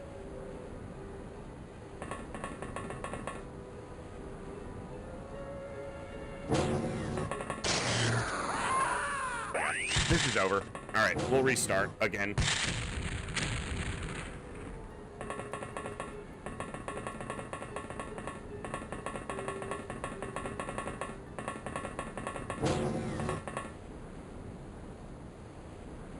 Oh, Aquatoid's grenade at least as often. We just, like I said, we got lucky that it didn't happen.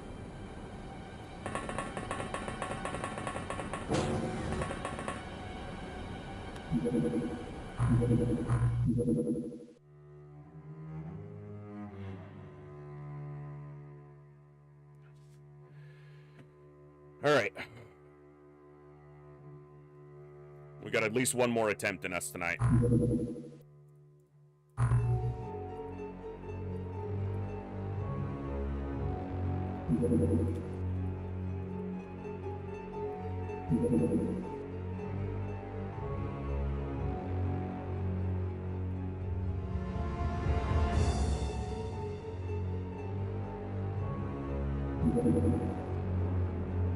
Yeah, the first one today was an Aquatoid, that's true.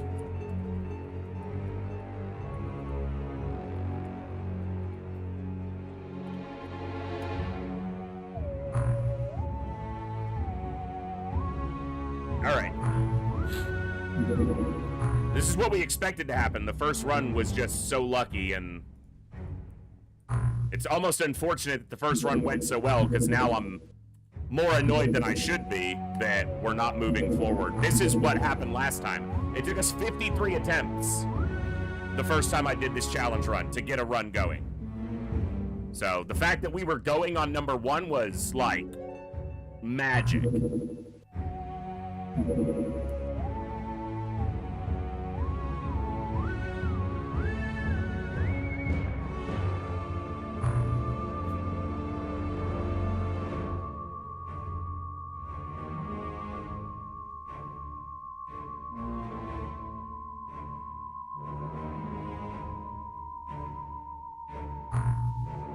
Yeah, exceptionally good luck on that first one.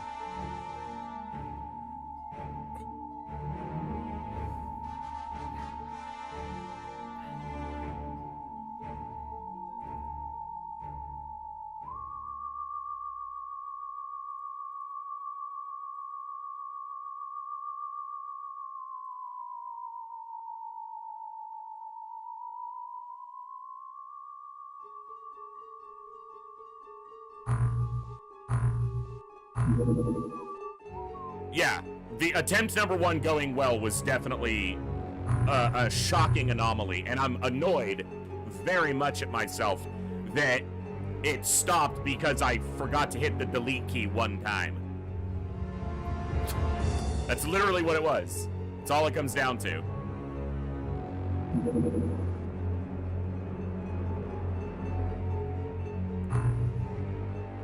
Well, another factor that not only does sometimes the RNG just beat you like it has the last couple runs with grenades and MC, but the first time a lot of the restarts were because we were trying to learn how to do it.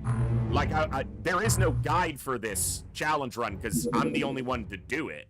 So I couldn't be like, oh, what are the steps you need to take to get a run going? I had to figure those out. I had to create them. So we've done all that work previously, so that should cut down at least some of the restarts.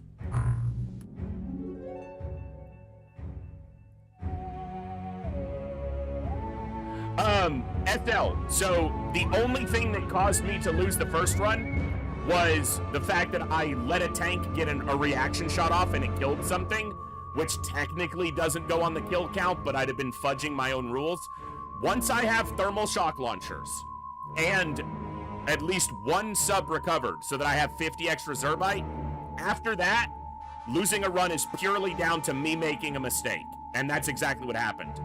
Once I get thermal shock launchers and once I have 1 sub recovered that has Zerbite in it so that I can build more bombs, there is almost no chance I lose a run from that point.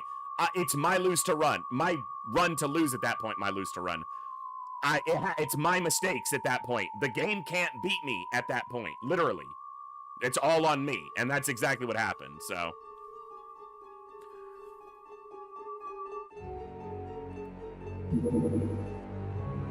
The thing is that getting a run going is almost purely RNG. You have to get attacked before you lose on score, and they have to have thermal shock launchers, and you have to successfully defend the base with tasers without falling into a panic chain because of death. That one took off way quicker than I thought it was going to.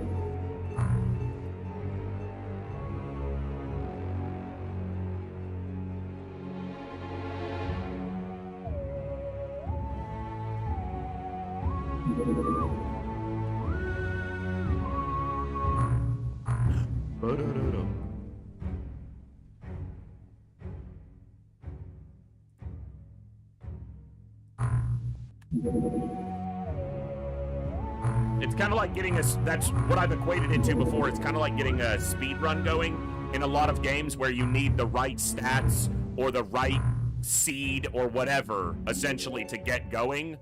It's a lot like that to start a run in this particular challenge. It's heavily RNG, but not entirely RNG. Like, the RNG is a huge factor, but if you don't make the right decisions, then you're just allowing the RNG to be the only deciding factor. And a lot of the decision making and routing, essentially, we figured out a couple years ago. That doesn't mean it's not heavily dependent on the game deciding to behave, but at the beginning, from a standpoint of stunning, the only weapon that'll do it is the taser. Anything else is lethal, so.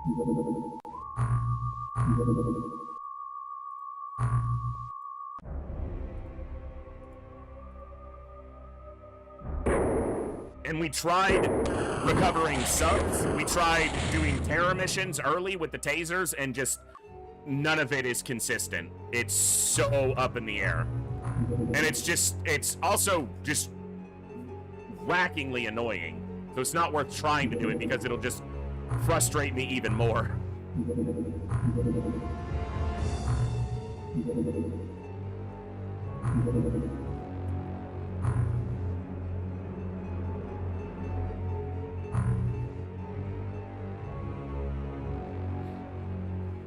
Okay.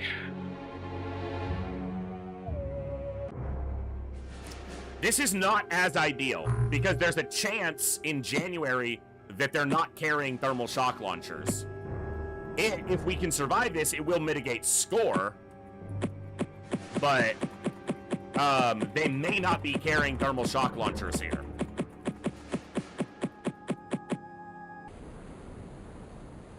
I also only have 2 tanks, but...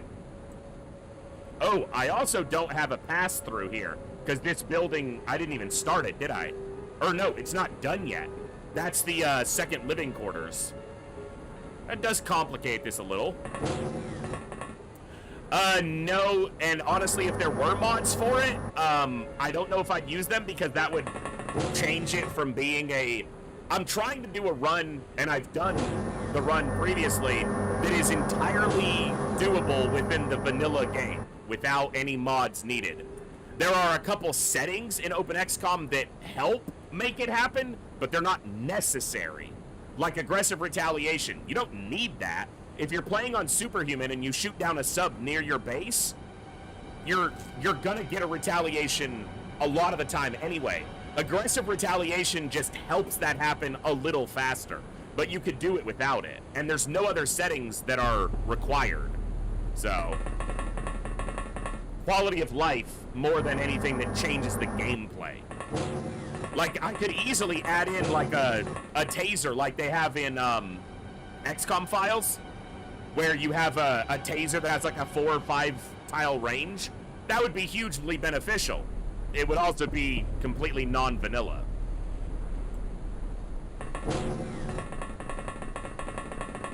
Or like stun grenades.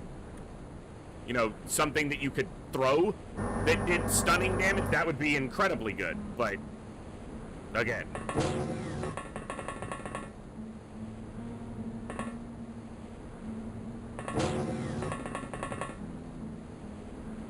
If we lose a tank here, it gets really spicy.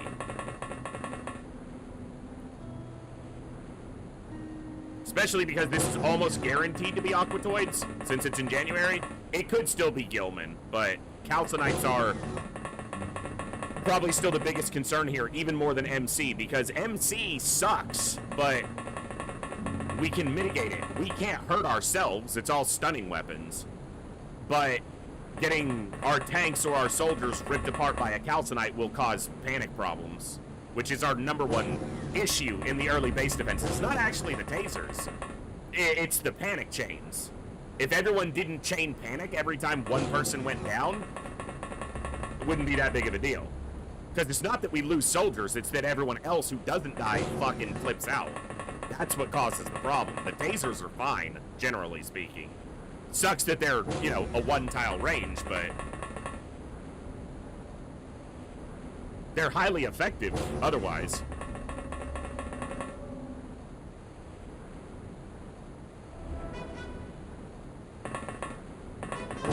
Especially against Aquatoids.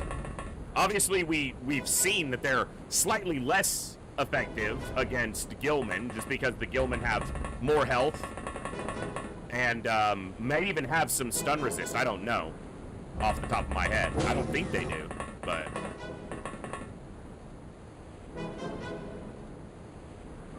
our containment's not done, so anything that is here we won't keep alive. Not that it matters. It's Aquatoids.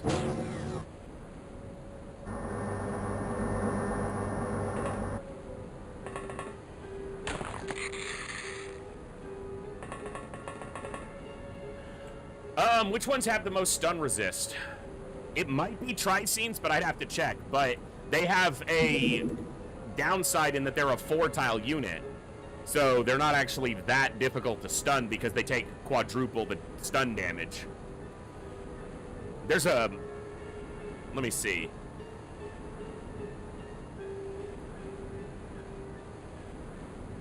Yeah, this is a great table. There's, on the UFOpedia, there's a weapon effectiveness table, which kind of shows the shot-for-shot effectiveness of each weapon against each enemy type. And the thermal shock launcher has the highest number of one-hit potentials against more enemies. Yeah, Gilman, a thermal shock launcher against a Gilman soldier is 100%. Like, it will knock them out if it hits. So, and then you can go for each enemy. Against Lobsterman soldiers, the only weapon, yeah, other than melee weapons, the only weapon with a higher than 50% chance against a Lobsterman is the thermal shock launcher. The disruptor pulse launcher has a 50.5% chance. The thermal shock launcher has an 85% chance. Or 85 average damage. It's a 72% chance to one hit. It's a 100% chance to two-shot. In fact, a disruptor pulse launcher cannot one-shot a Lobsterman. Only the melee weapons and the thermal shock launcher can. So the thermal shock launcher is not only the weapon for this run, it's the most effective weapon against almost every enemy in the game. But there was another table I was actually looking for that shows the resistance and percentages for all the enemies. I'll have to find it later because it'll take me too long right now. So,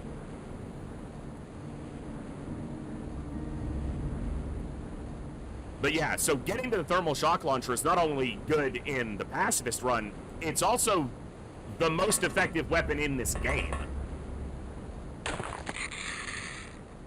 Because unlike the disruptor pulse launcher, it's not going to kill all of your people. It might stun some of them, but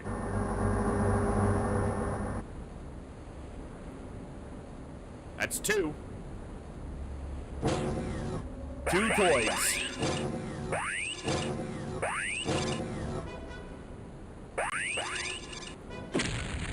That was a smoke grenade she threw. Shout out. If I limit the number of people who take offensive action against the aliens, then they will have fewer targets to whom they can target MC. So right now they can only MC these soldiers because they don't have vision of any of these soldiers because none of these soldiers have taken an offensive action.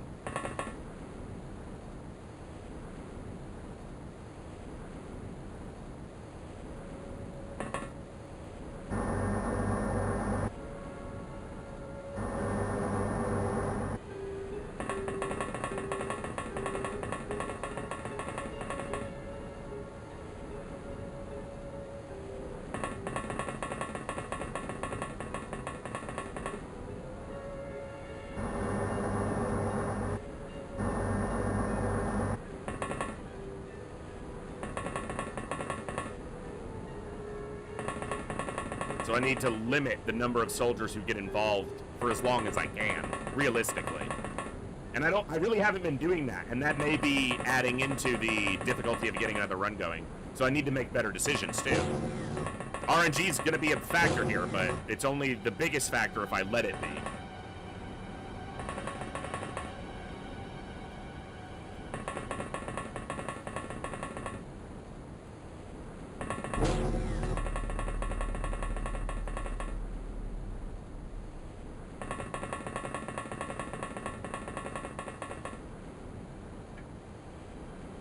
I was worried a little bit that the first run getting off the ground was going to make this challenge look a little bit too easy to someone who wasn't as familiar with TFTD. So I guess I kind of got what I wanted in that regard, because now you guys are seeing what the average attempt at getting this run going actually involves. A lot of stupidity and a lot of stubbornness. I'm not seeing thermal shock launchers, and I'm not seeing sonic cannons. I don't think they're carrying shock launchers. I think they're only going to have blaster rifles. Which means even if we survive this, we're not going to get the launchers, most likely. It'll help our score. It's still worth doing, but... yeah, all they have is blaster rifles. They're not even carrying cannons. So this is what happens if you get attacked too early. Is they're not carrying what you need them to be carrying.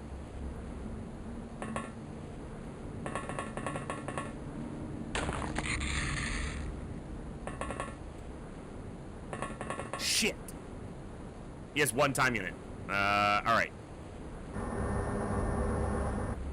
Since I don't think this is going to matter anyway, since they're not carrying the right weapons, we're just going to block this door to the best of our ability for the moment. Because 1 soldier dying is going to cause too much panic, and this at least has a chance to survive, especially against the blaster rifle, because it doesn't have a guarantee to get through. It's 95 damage, so it's actually just better than a coin flip that it gets through the front armor.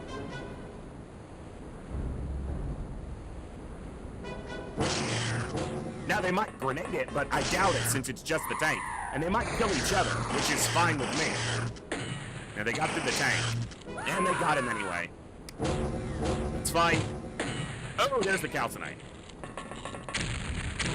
See how the panic is. Not terrible yet, but we don't have a tank left, so there's almost no chance. Because we can't block the doors. So the calcinites, the other 3 to 5 calcinites, are just gonna run rampant on us.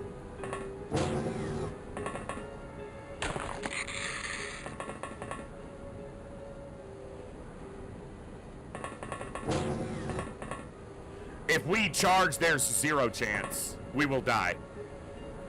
So we have to still play it defensively to have any hope. That I'm certain of. I have no question of that, so.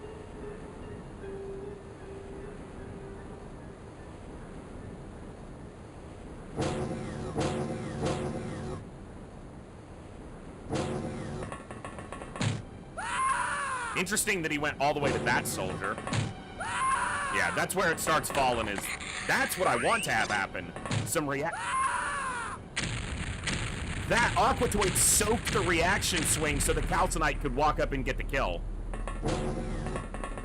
Yeah, proximity mines kill aliens, Coviers. That doesn't work. If I want to do a regular run of just killing all the aliens, there's 0 challenge to that for me. There's no point.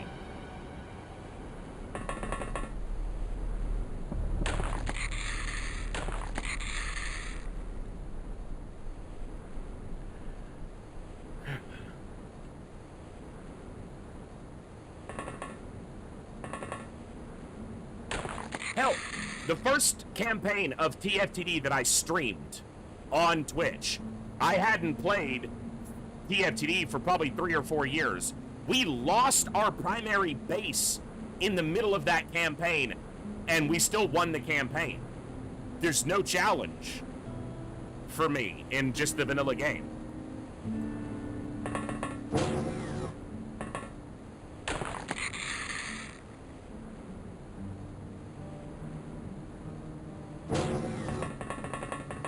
Hey, TNT, good to see you.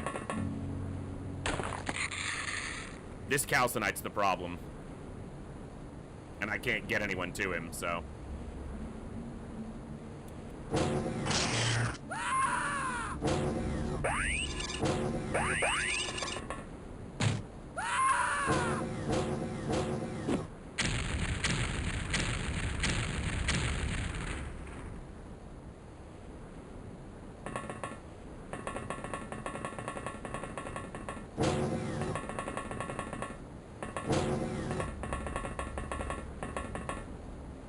Yeah, I think that's it for this one. Yeah, I have 1 person who can make a move. Okay. Got attacked too early that time. Alright, I'll try 1 more time tonight. We'll see how we do.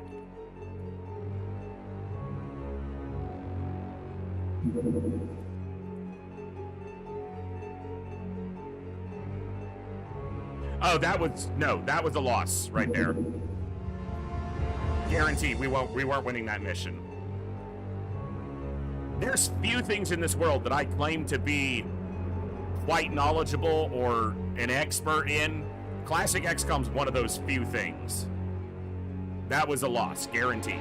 There was no returning that.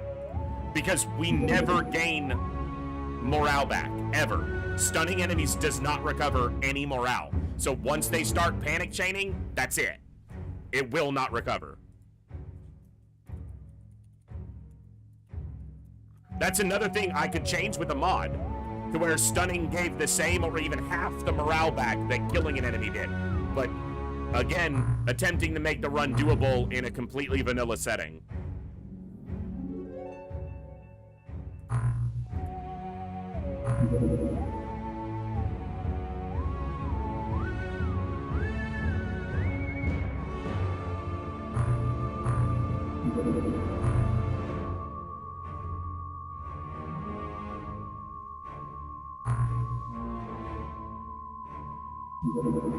Honestly, that would almost make it, I'm not going to say too easy, but it would make it significantly easier to get a run going. And I'm not if I was looking to make it easy, I wouldn't be doing this challenge. Does it mean that it's heavily RNG based? Absolutely.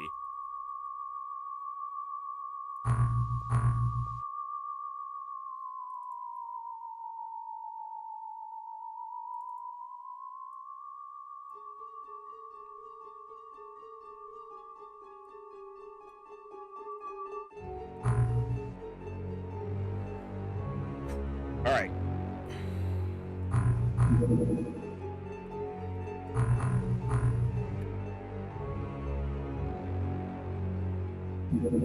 I think I built too far to the east.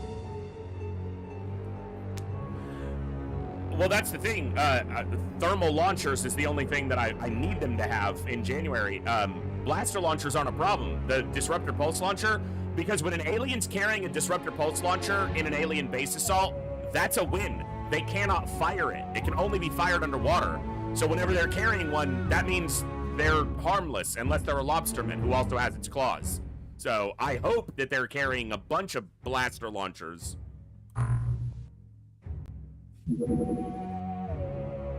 Yeah, this isn't a run you can replicate every time. If I want to replicate a run almost every time with continuous success, then I would just play Superhuman Iron Man with no MC. I can do that 99 out of 100 times without losing a run. But this is more akin to a speed run in that you've got to have the right things happen. You've got to have the right seed to get a run going. And I don't really enjoy speedrunning per se, so this is kind of as close as I'm getting to that right now. Also, at least losing here is due to the game just beating me, even under my own ridiculously constrained rule set. It's not because of a bug, which is what Long War was doing. Not all the time, but a lot of the time.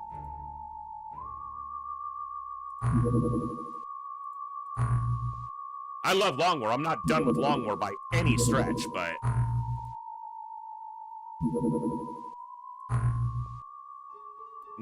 good to take a break, even if this is the break.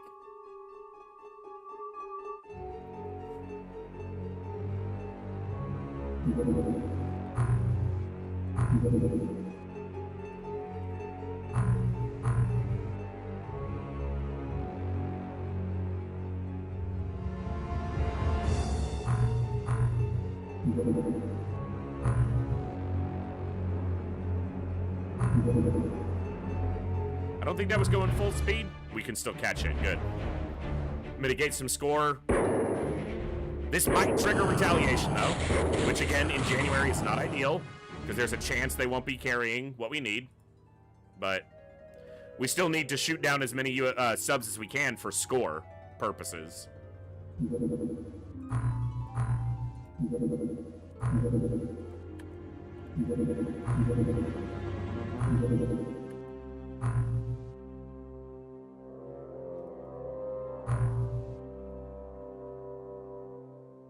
All right.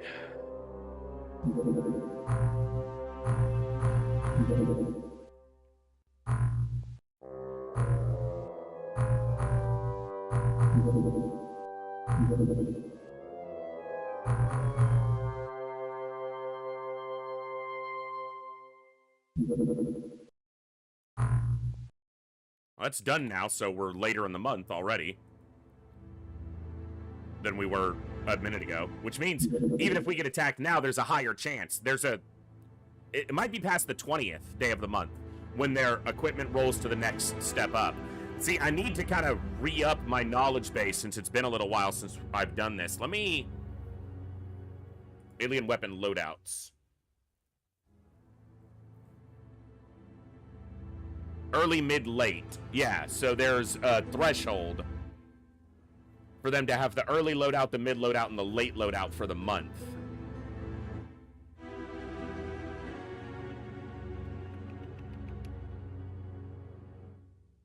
Interesting.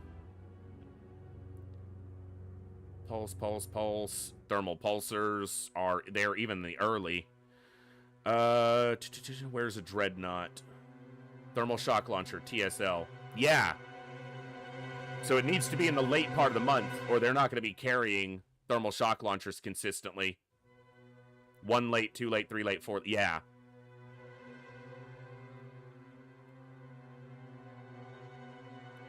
So, in January, there's only a 20% chance that they'll be carrying a late loadout. In February, there's a 30%. In March, there's a 40% chance. And for a Dreadnought... TL... Thermic Lance, okay. It needs to be a late loadout for them to have thermal shock launchers. So, it's only a 20% chance if we get attacked in January, according to this. I need to check the numbers on this to see if that's entirely correct, because I'm not sure. But that means even if we get attacked in February or March, it's not a guarantee. So... I love Long War. My problem with it isn't tedium. My problem with it is that I have the buggiest install of Long War that anyone has ever witnessed.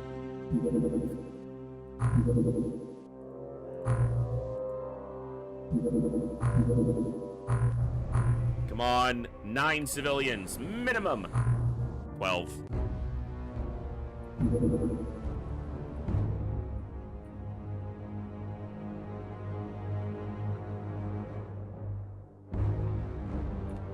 But I have bugs happen in my Long War campaign that some viewers who've played thousands of hours of Long War, like, I've literally never seen that bug before, and I'm like, hey, glad I can deliver novelty.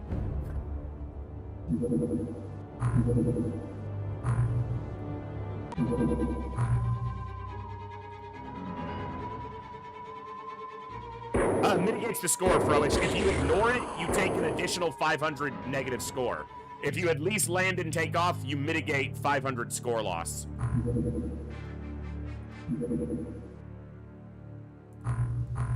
But if you ignore it completely, you take a massive hit from the council because they're like, you didn't even try. If you at least land and take off, they think you tried.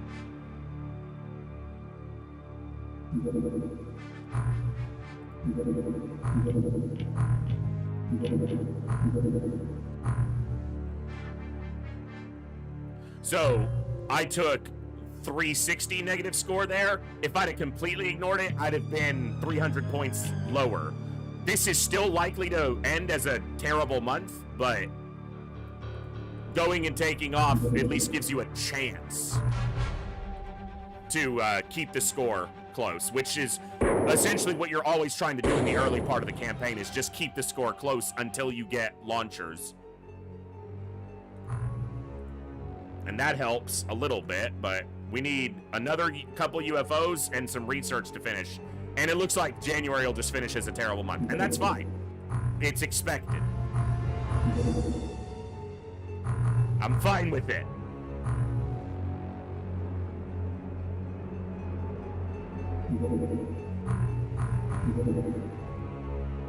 There might even be some strategy to delaying research to not finish before the end of the month, so that it rolls into the second month to help mitigate score on the second month, and just accept that unless you get a ton of UFOs, January is almost always going to be a terrible month. Or at least below the threshold. Alright.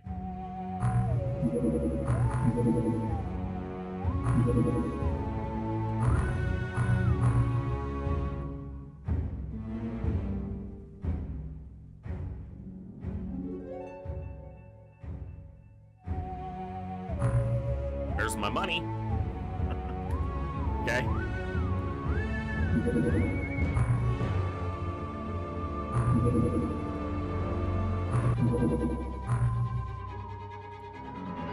What's the calculation for loss when it comes to the grade of the mud? I need to check. I need to, again, I need to kind of refresh my knowledge base for TFTD, because I can tell you in UFO, but TFTD's slightly different. I need to check. It's... Right, that's... Isn't that what I said? Did I say it wrong? But yeah, landing and leaving, you only take the score penalty for the dead civilians. If you never go, you take the score penalty for the dead civilians, and you take a penalty for not going at all. You take a ignore penalty. Let me look here. Scoring. That's great that that page has nothing on it. Hold on. Cover this for a moment.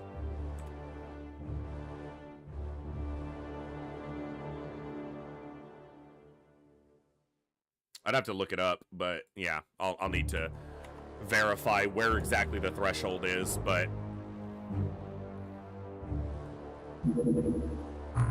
Damn it, I think it's going full speed, so I don't think we catch it. Yeah, it's gone. Okay. Fine! Thousands of pop-ups to tell me nothing!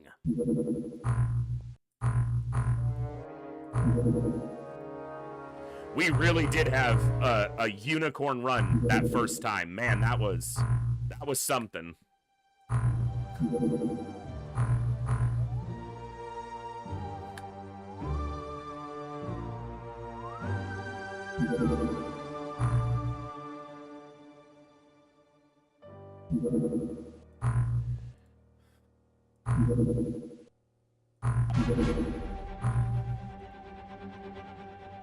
Cruiser.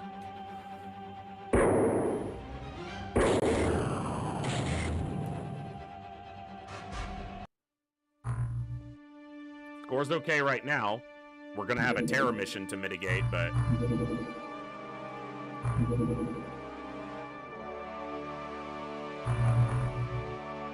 I don't even have enough money for all those.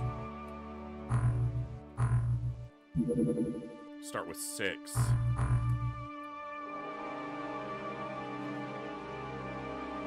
Money's only a factor once it's a factor. I didn't throw away anything.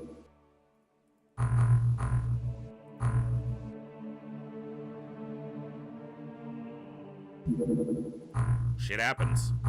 We don't play XCOM because it's easy.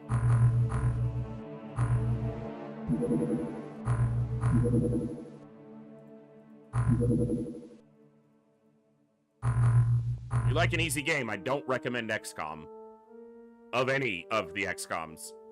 Some of them are just hard to even boot up, like Apocalypse. What the fuck would you play that? I'd rather play Chimera Squad.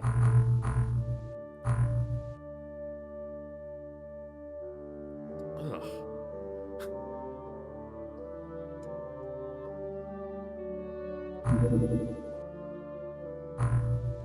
That's a terror.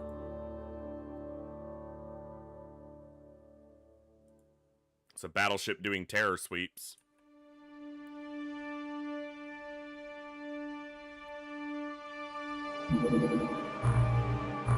The thing is, they couldn't see where they were going. That's why it wasn't executed well. maybe hard mode campaign 3, Koviers. Maybe that's your time to get 8. I'm not saying what I'm thinking out loud. Not gonna say it, game. You're not gonna trick me into saying my thoughts out loud. You're just gonna end the month right now.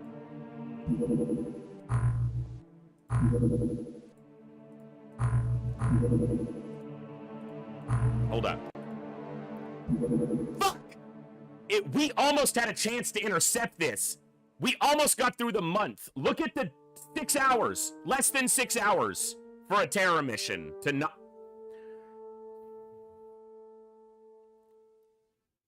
And then if we'd have been able to intercept it... Hold on, hold on. Don't take the hit, the score hit, until next month. This'll last.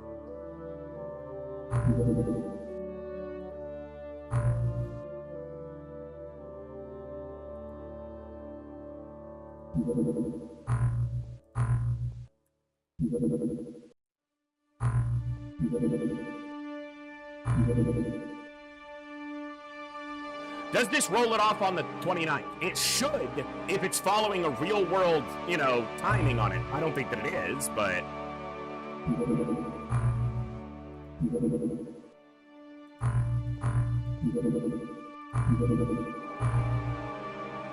we'll just fuck around with it and see. Yeah!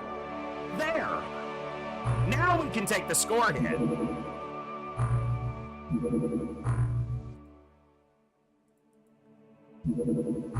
Because now we have an entire month to try to mitigate this terror. Now, there might be another one, but... 360, again, full. Full 12 cities. Go now, because there's some distance there. Now you go, because that one's going to lose fuel. There we go.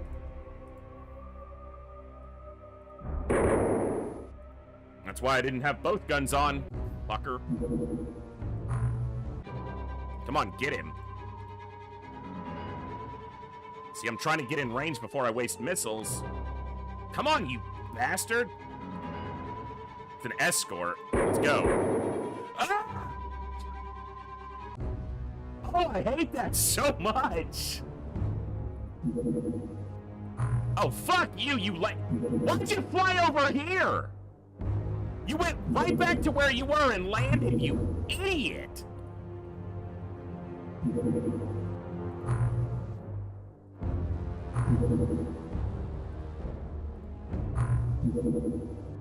Fuck, he didn't refuel at all. Ugh!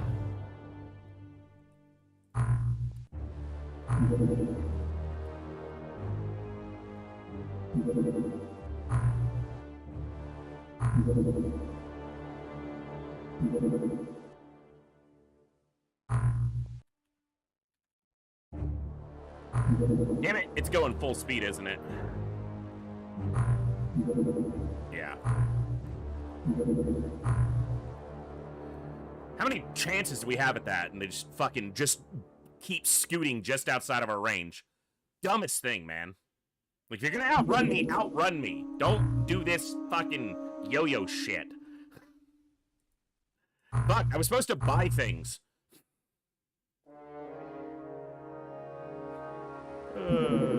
Okay, fine. Yeah, that's fine.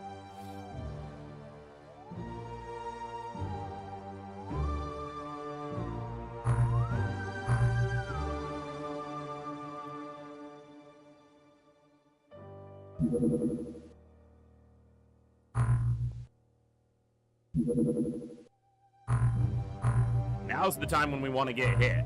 The best chance we're gonna have before score becomes a bigger issue is if we get hit right now.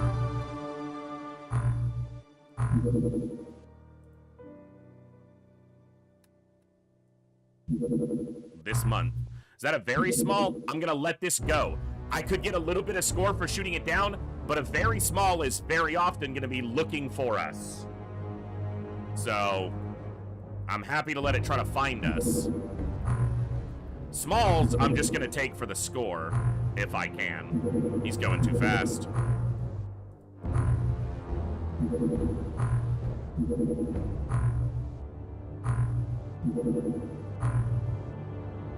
Alright.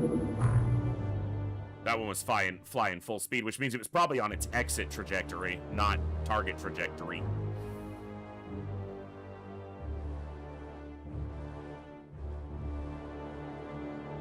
It's quiet. Too quiet. Running out of things to research!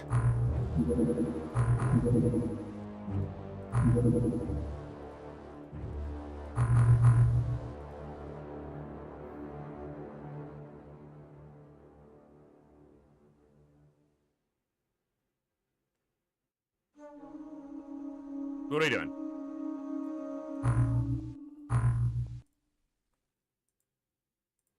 Oh, they built a base somewhere. Australasia.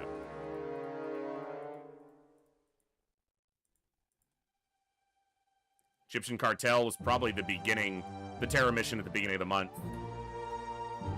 So over here. So 2 terror missions this month puts this month all the way down on score, but it's better than last month and this month. Did I send a Barracuda to that? I did. Totally did. Whatever. There's a deep one. If I had tasers, run out, stun him, grab him, leave, it'd still be impossible. But only 10, it's not 12. Something. Wait a second. 2 terror missions failed and they got really pissed. Yikes!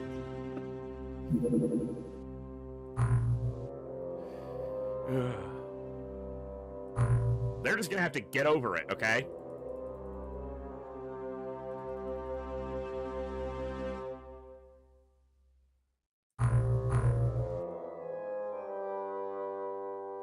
I don't think this score was low enough to be counted, but I have 50 scientists I'm paying for who can't do shit right now. If we don't get attacked by April, we will lose on score. Like, even if, I don't even know if this will roll over, if this will keep us going. If it does, we have to get attacked next month, and we just lose on score. There's no mitigating that. So this is why some of the restarts just have a whole lot of nothing happen. We might lose right here. Nope, not yet. But if we don't have a good score this month, that's it. So we will not have a good score this month unless they attack our base, because we're starting with a shipping lane attack. For fuck's sake, you couldn't do this, like, 13 hours ago and just fuck up the 1 month really badly?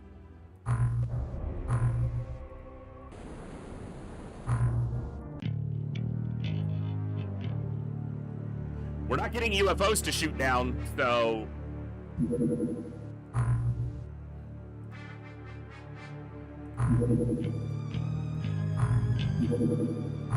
They're building a base. Yep, they're building a... Or no, that's an abduction one. Or what would be the equivalent of an abduction mission in UFO defense, because it's 3 mediums. Are you going full speed? Yes, you are. Try for one of the other ones.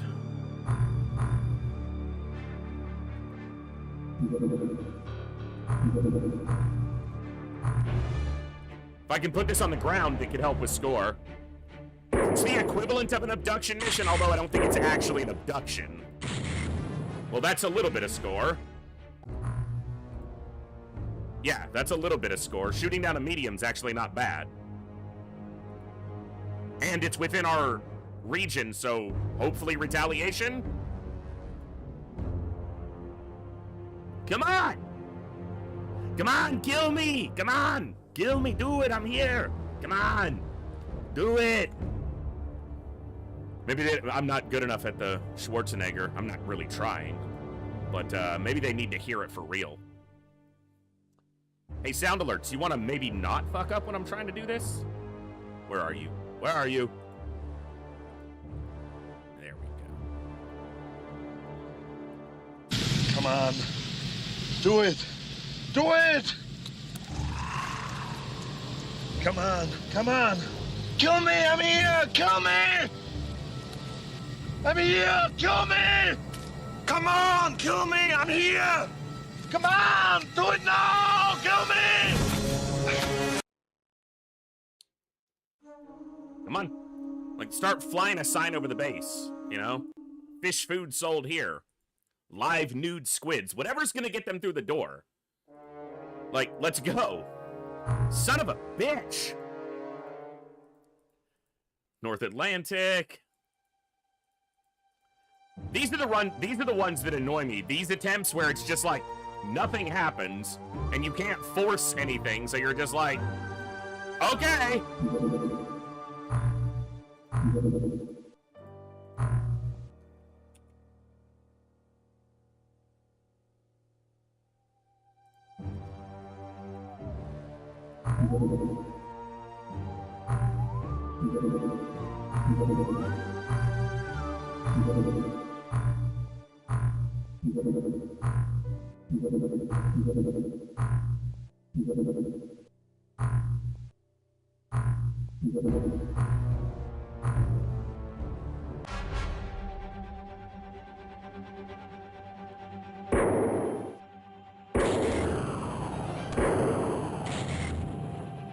You're right, kid. Come kill me! I've attacked you! Oh, defend yourselves! Fuck! Yeah, it's guaranteed loss if we don't get attacked and defend the base right now. So, we'll be restarting again. I don't know if I've got another restart in me tonight. So... yeah, sometimes this is how it goes.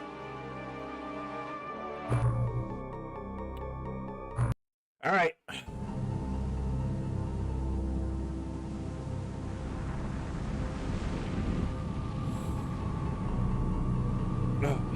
Unfortunate that I lost the unicorn run on a fucking tank kill, which doesn't even technically go on the kill count, but...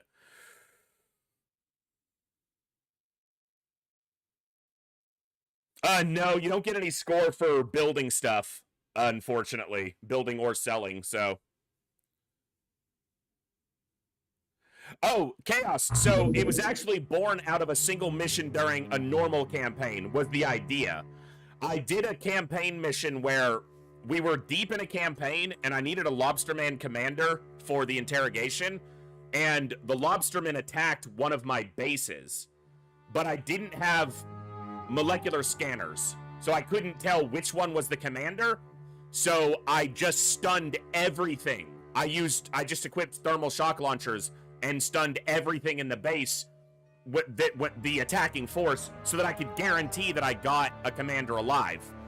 And after that mission, the idea was in my head, could I do an entire campaign without ever killing anything? So when I first did the Pacifist Challenge run, it was from the start the goal to do it for the whole campaign. So, but it was born out of that single mission. The desire to attempt it was, so yeah, and the ads just started. What a fantastic timing on that. So all right, let me see. Well, unfortunately, it's bad timing, but with the ads just starting, but that is going to be where I wrap up. So anybody who's still seeing my ugly mug, thank you guys for hanging out tonight. It takes a lot. I know it doesn't seem like a lot, but mentally it's very draining to keep doing these attempts. So I've only got about 4 or 5 in me a day if we don't get a run going right away. We'll hit it again tomorrow. We'll still be trying. And, yeah. Well, that's true, DD, but if you type xclam pacifist and you go to the document that I put together, since it's my challenge run, I put in there SWSs cannot get kills. So, and that's what happened, and that's not allowed. So, we'll hit it again tomorrow for some more attempts and maybe even get a run going. So, thank you all for hanging out tonight. I had a blast. I'm enjoying, you know, fooling around with some classic XCOM again. I'll keep you guys updated on the schedule. For now, it's going to be the TFTD challenge run for a while. At least for our main block, but like Friday we might do some WoW, we might do some FTL since I didn't get FTL in yesterday because of my head. I don't know, but I'll keep you guys updated. If you're not in the Discord, type xfam Discord, join our Discord. It's an awesome place to hang out. And you guys have been amazing. I'm going to throw it over to our boy Yugian. Ian is playing some Battle Brothers, I think, and show him some hype and some love. And I will see you all next time, right here in the Echo, where each and every one of us has a voice. Good night, God bless, be good people. I'll see you next time.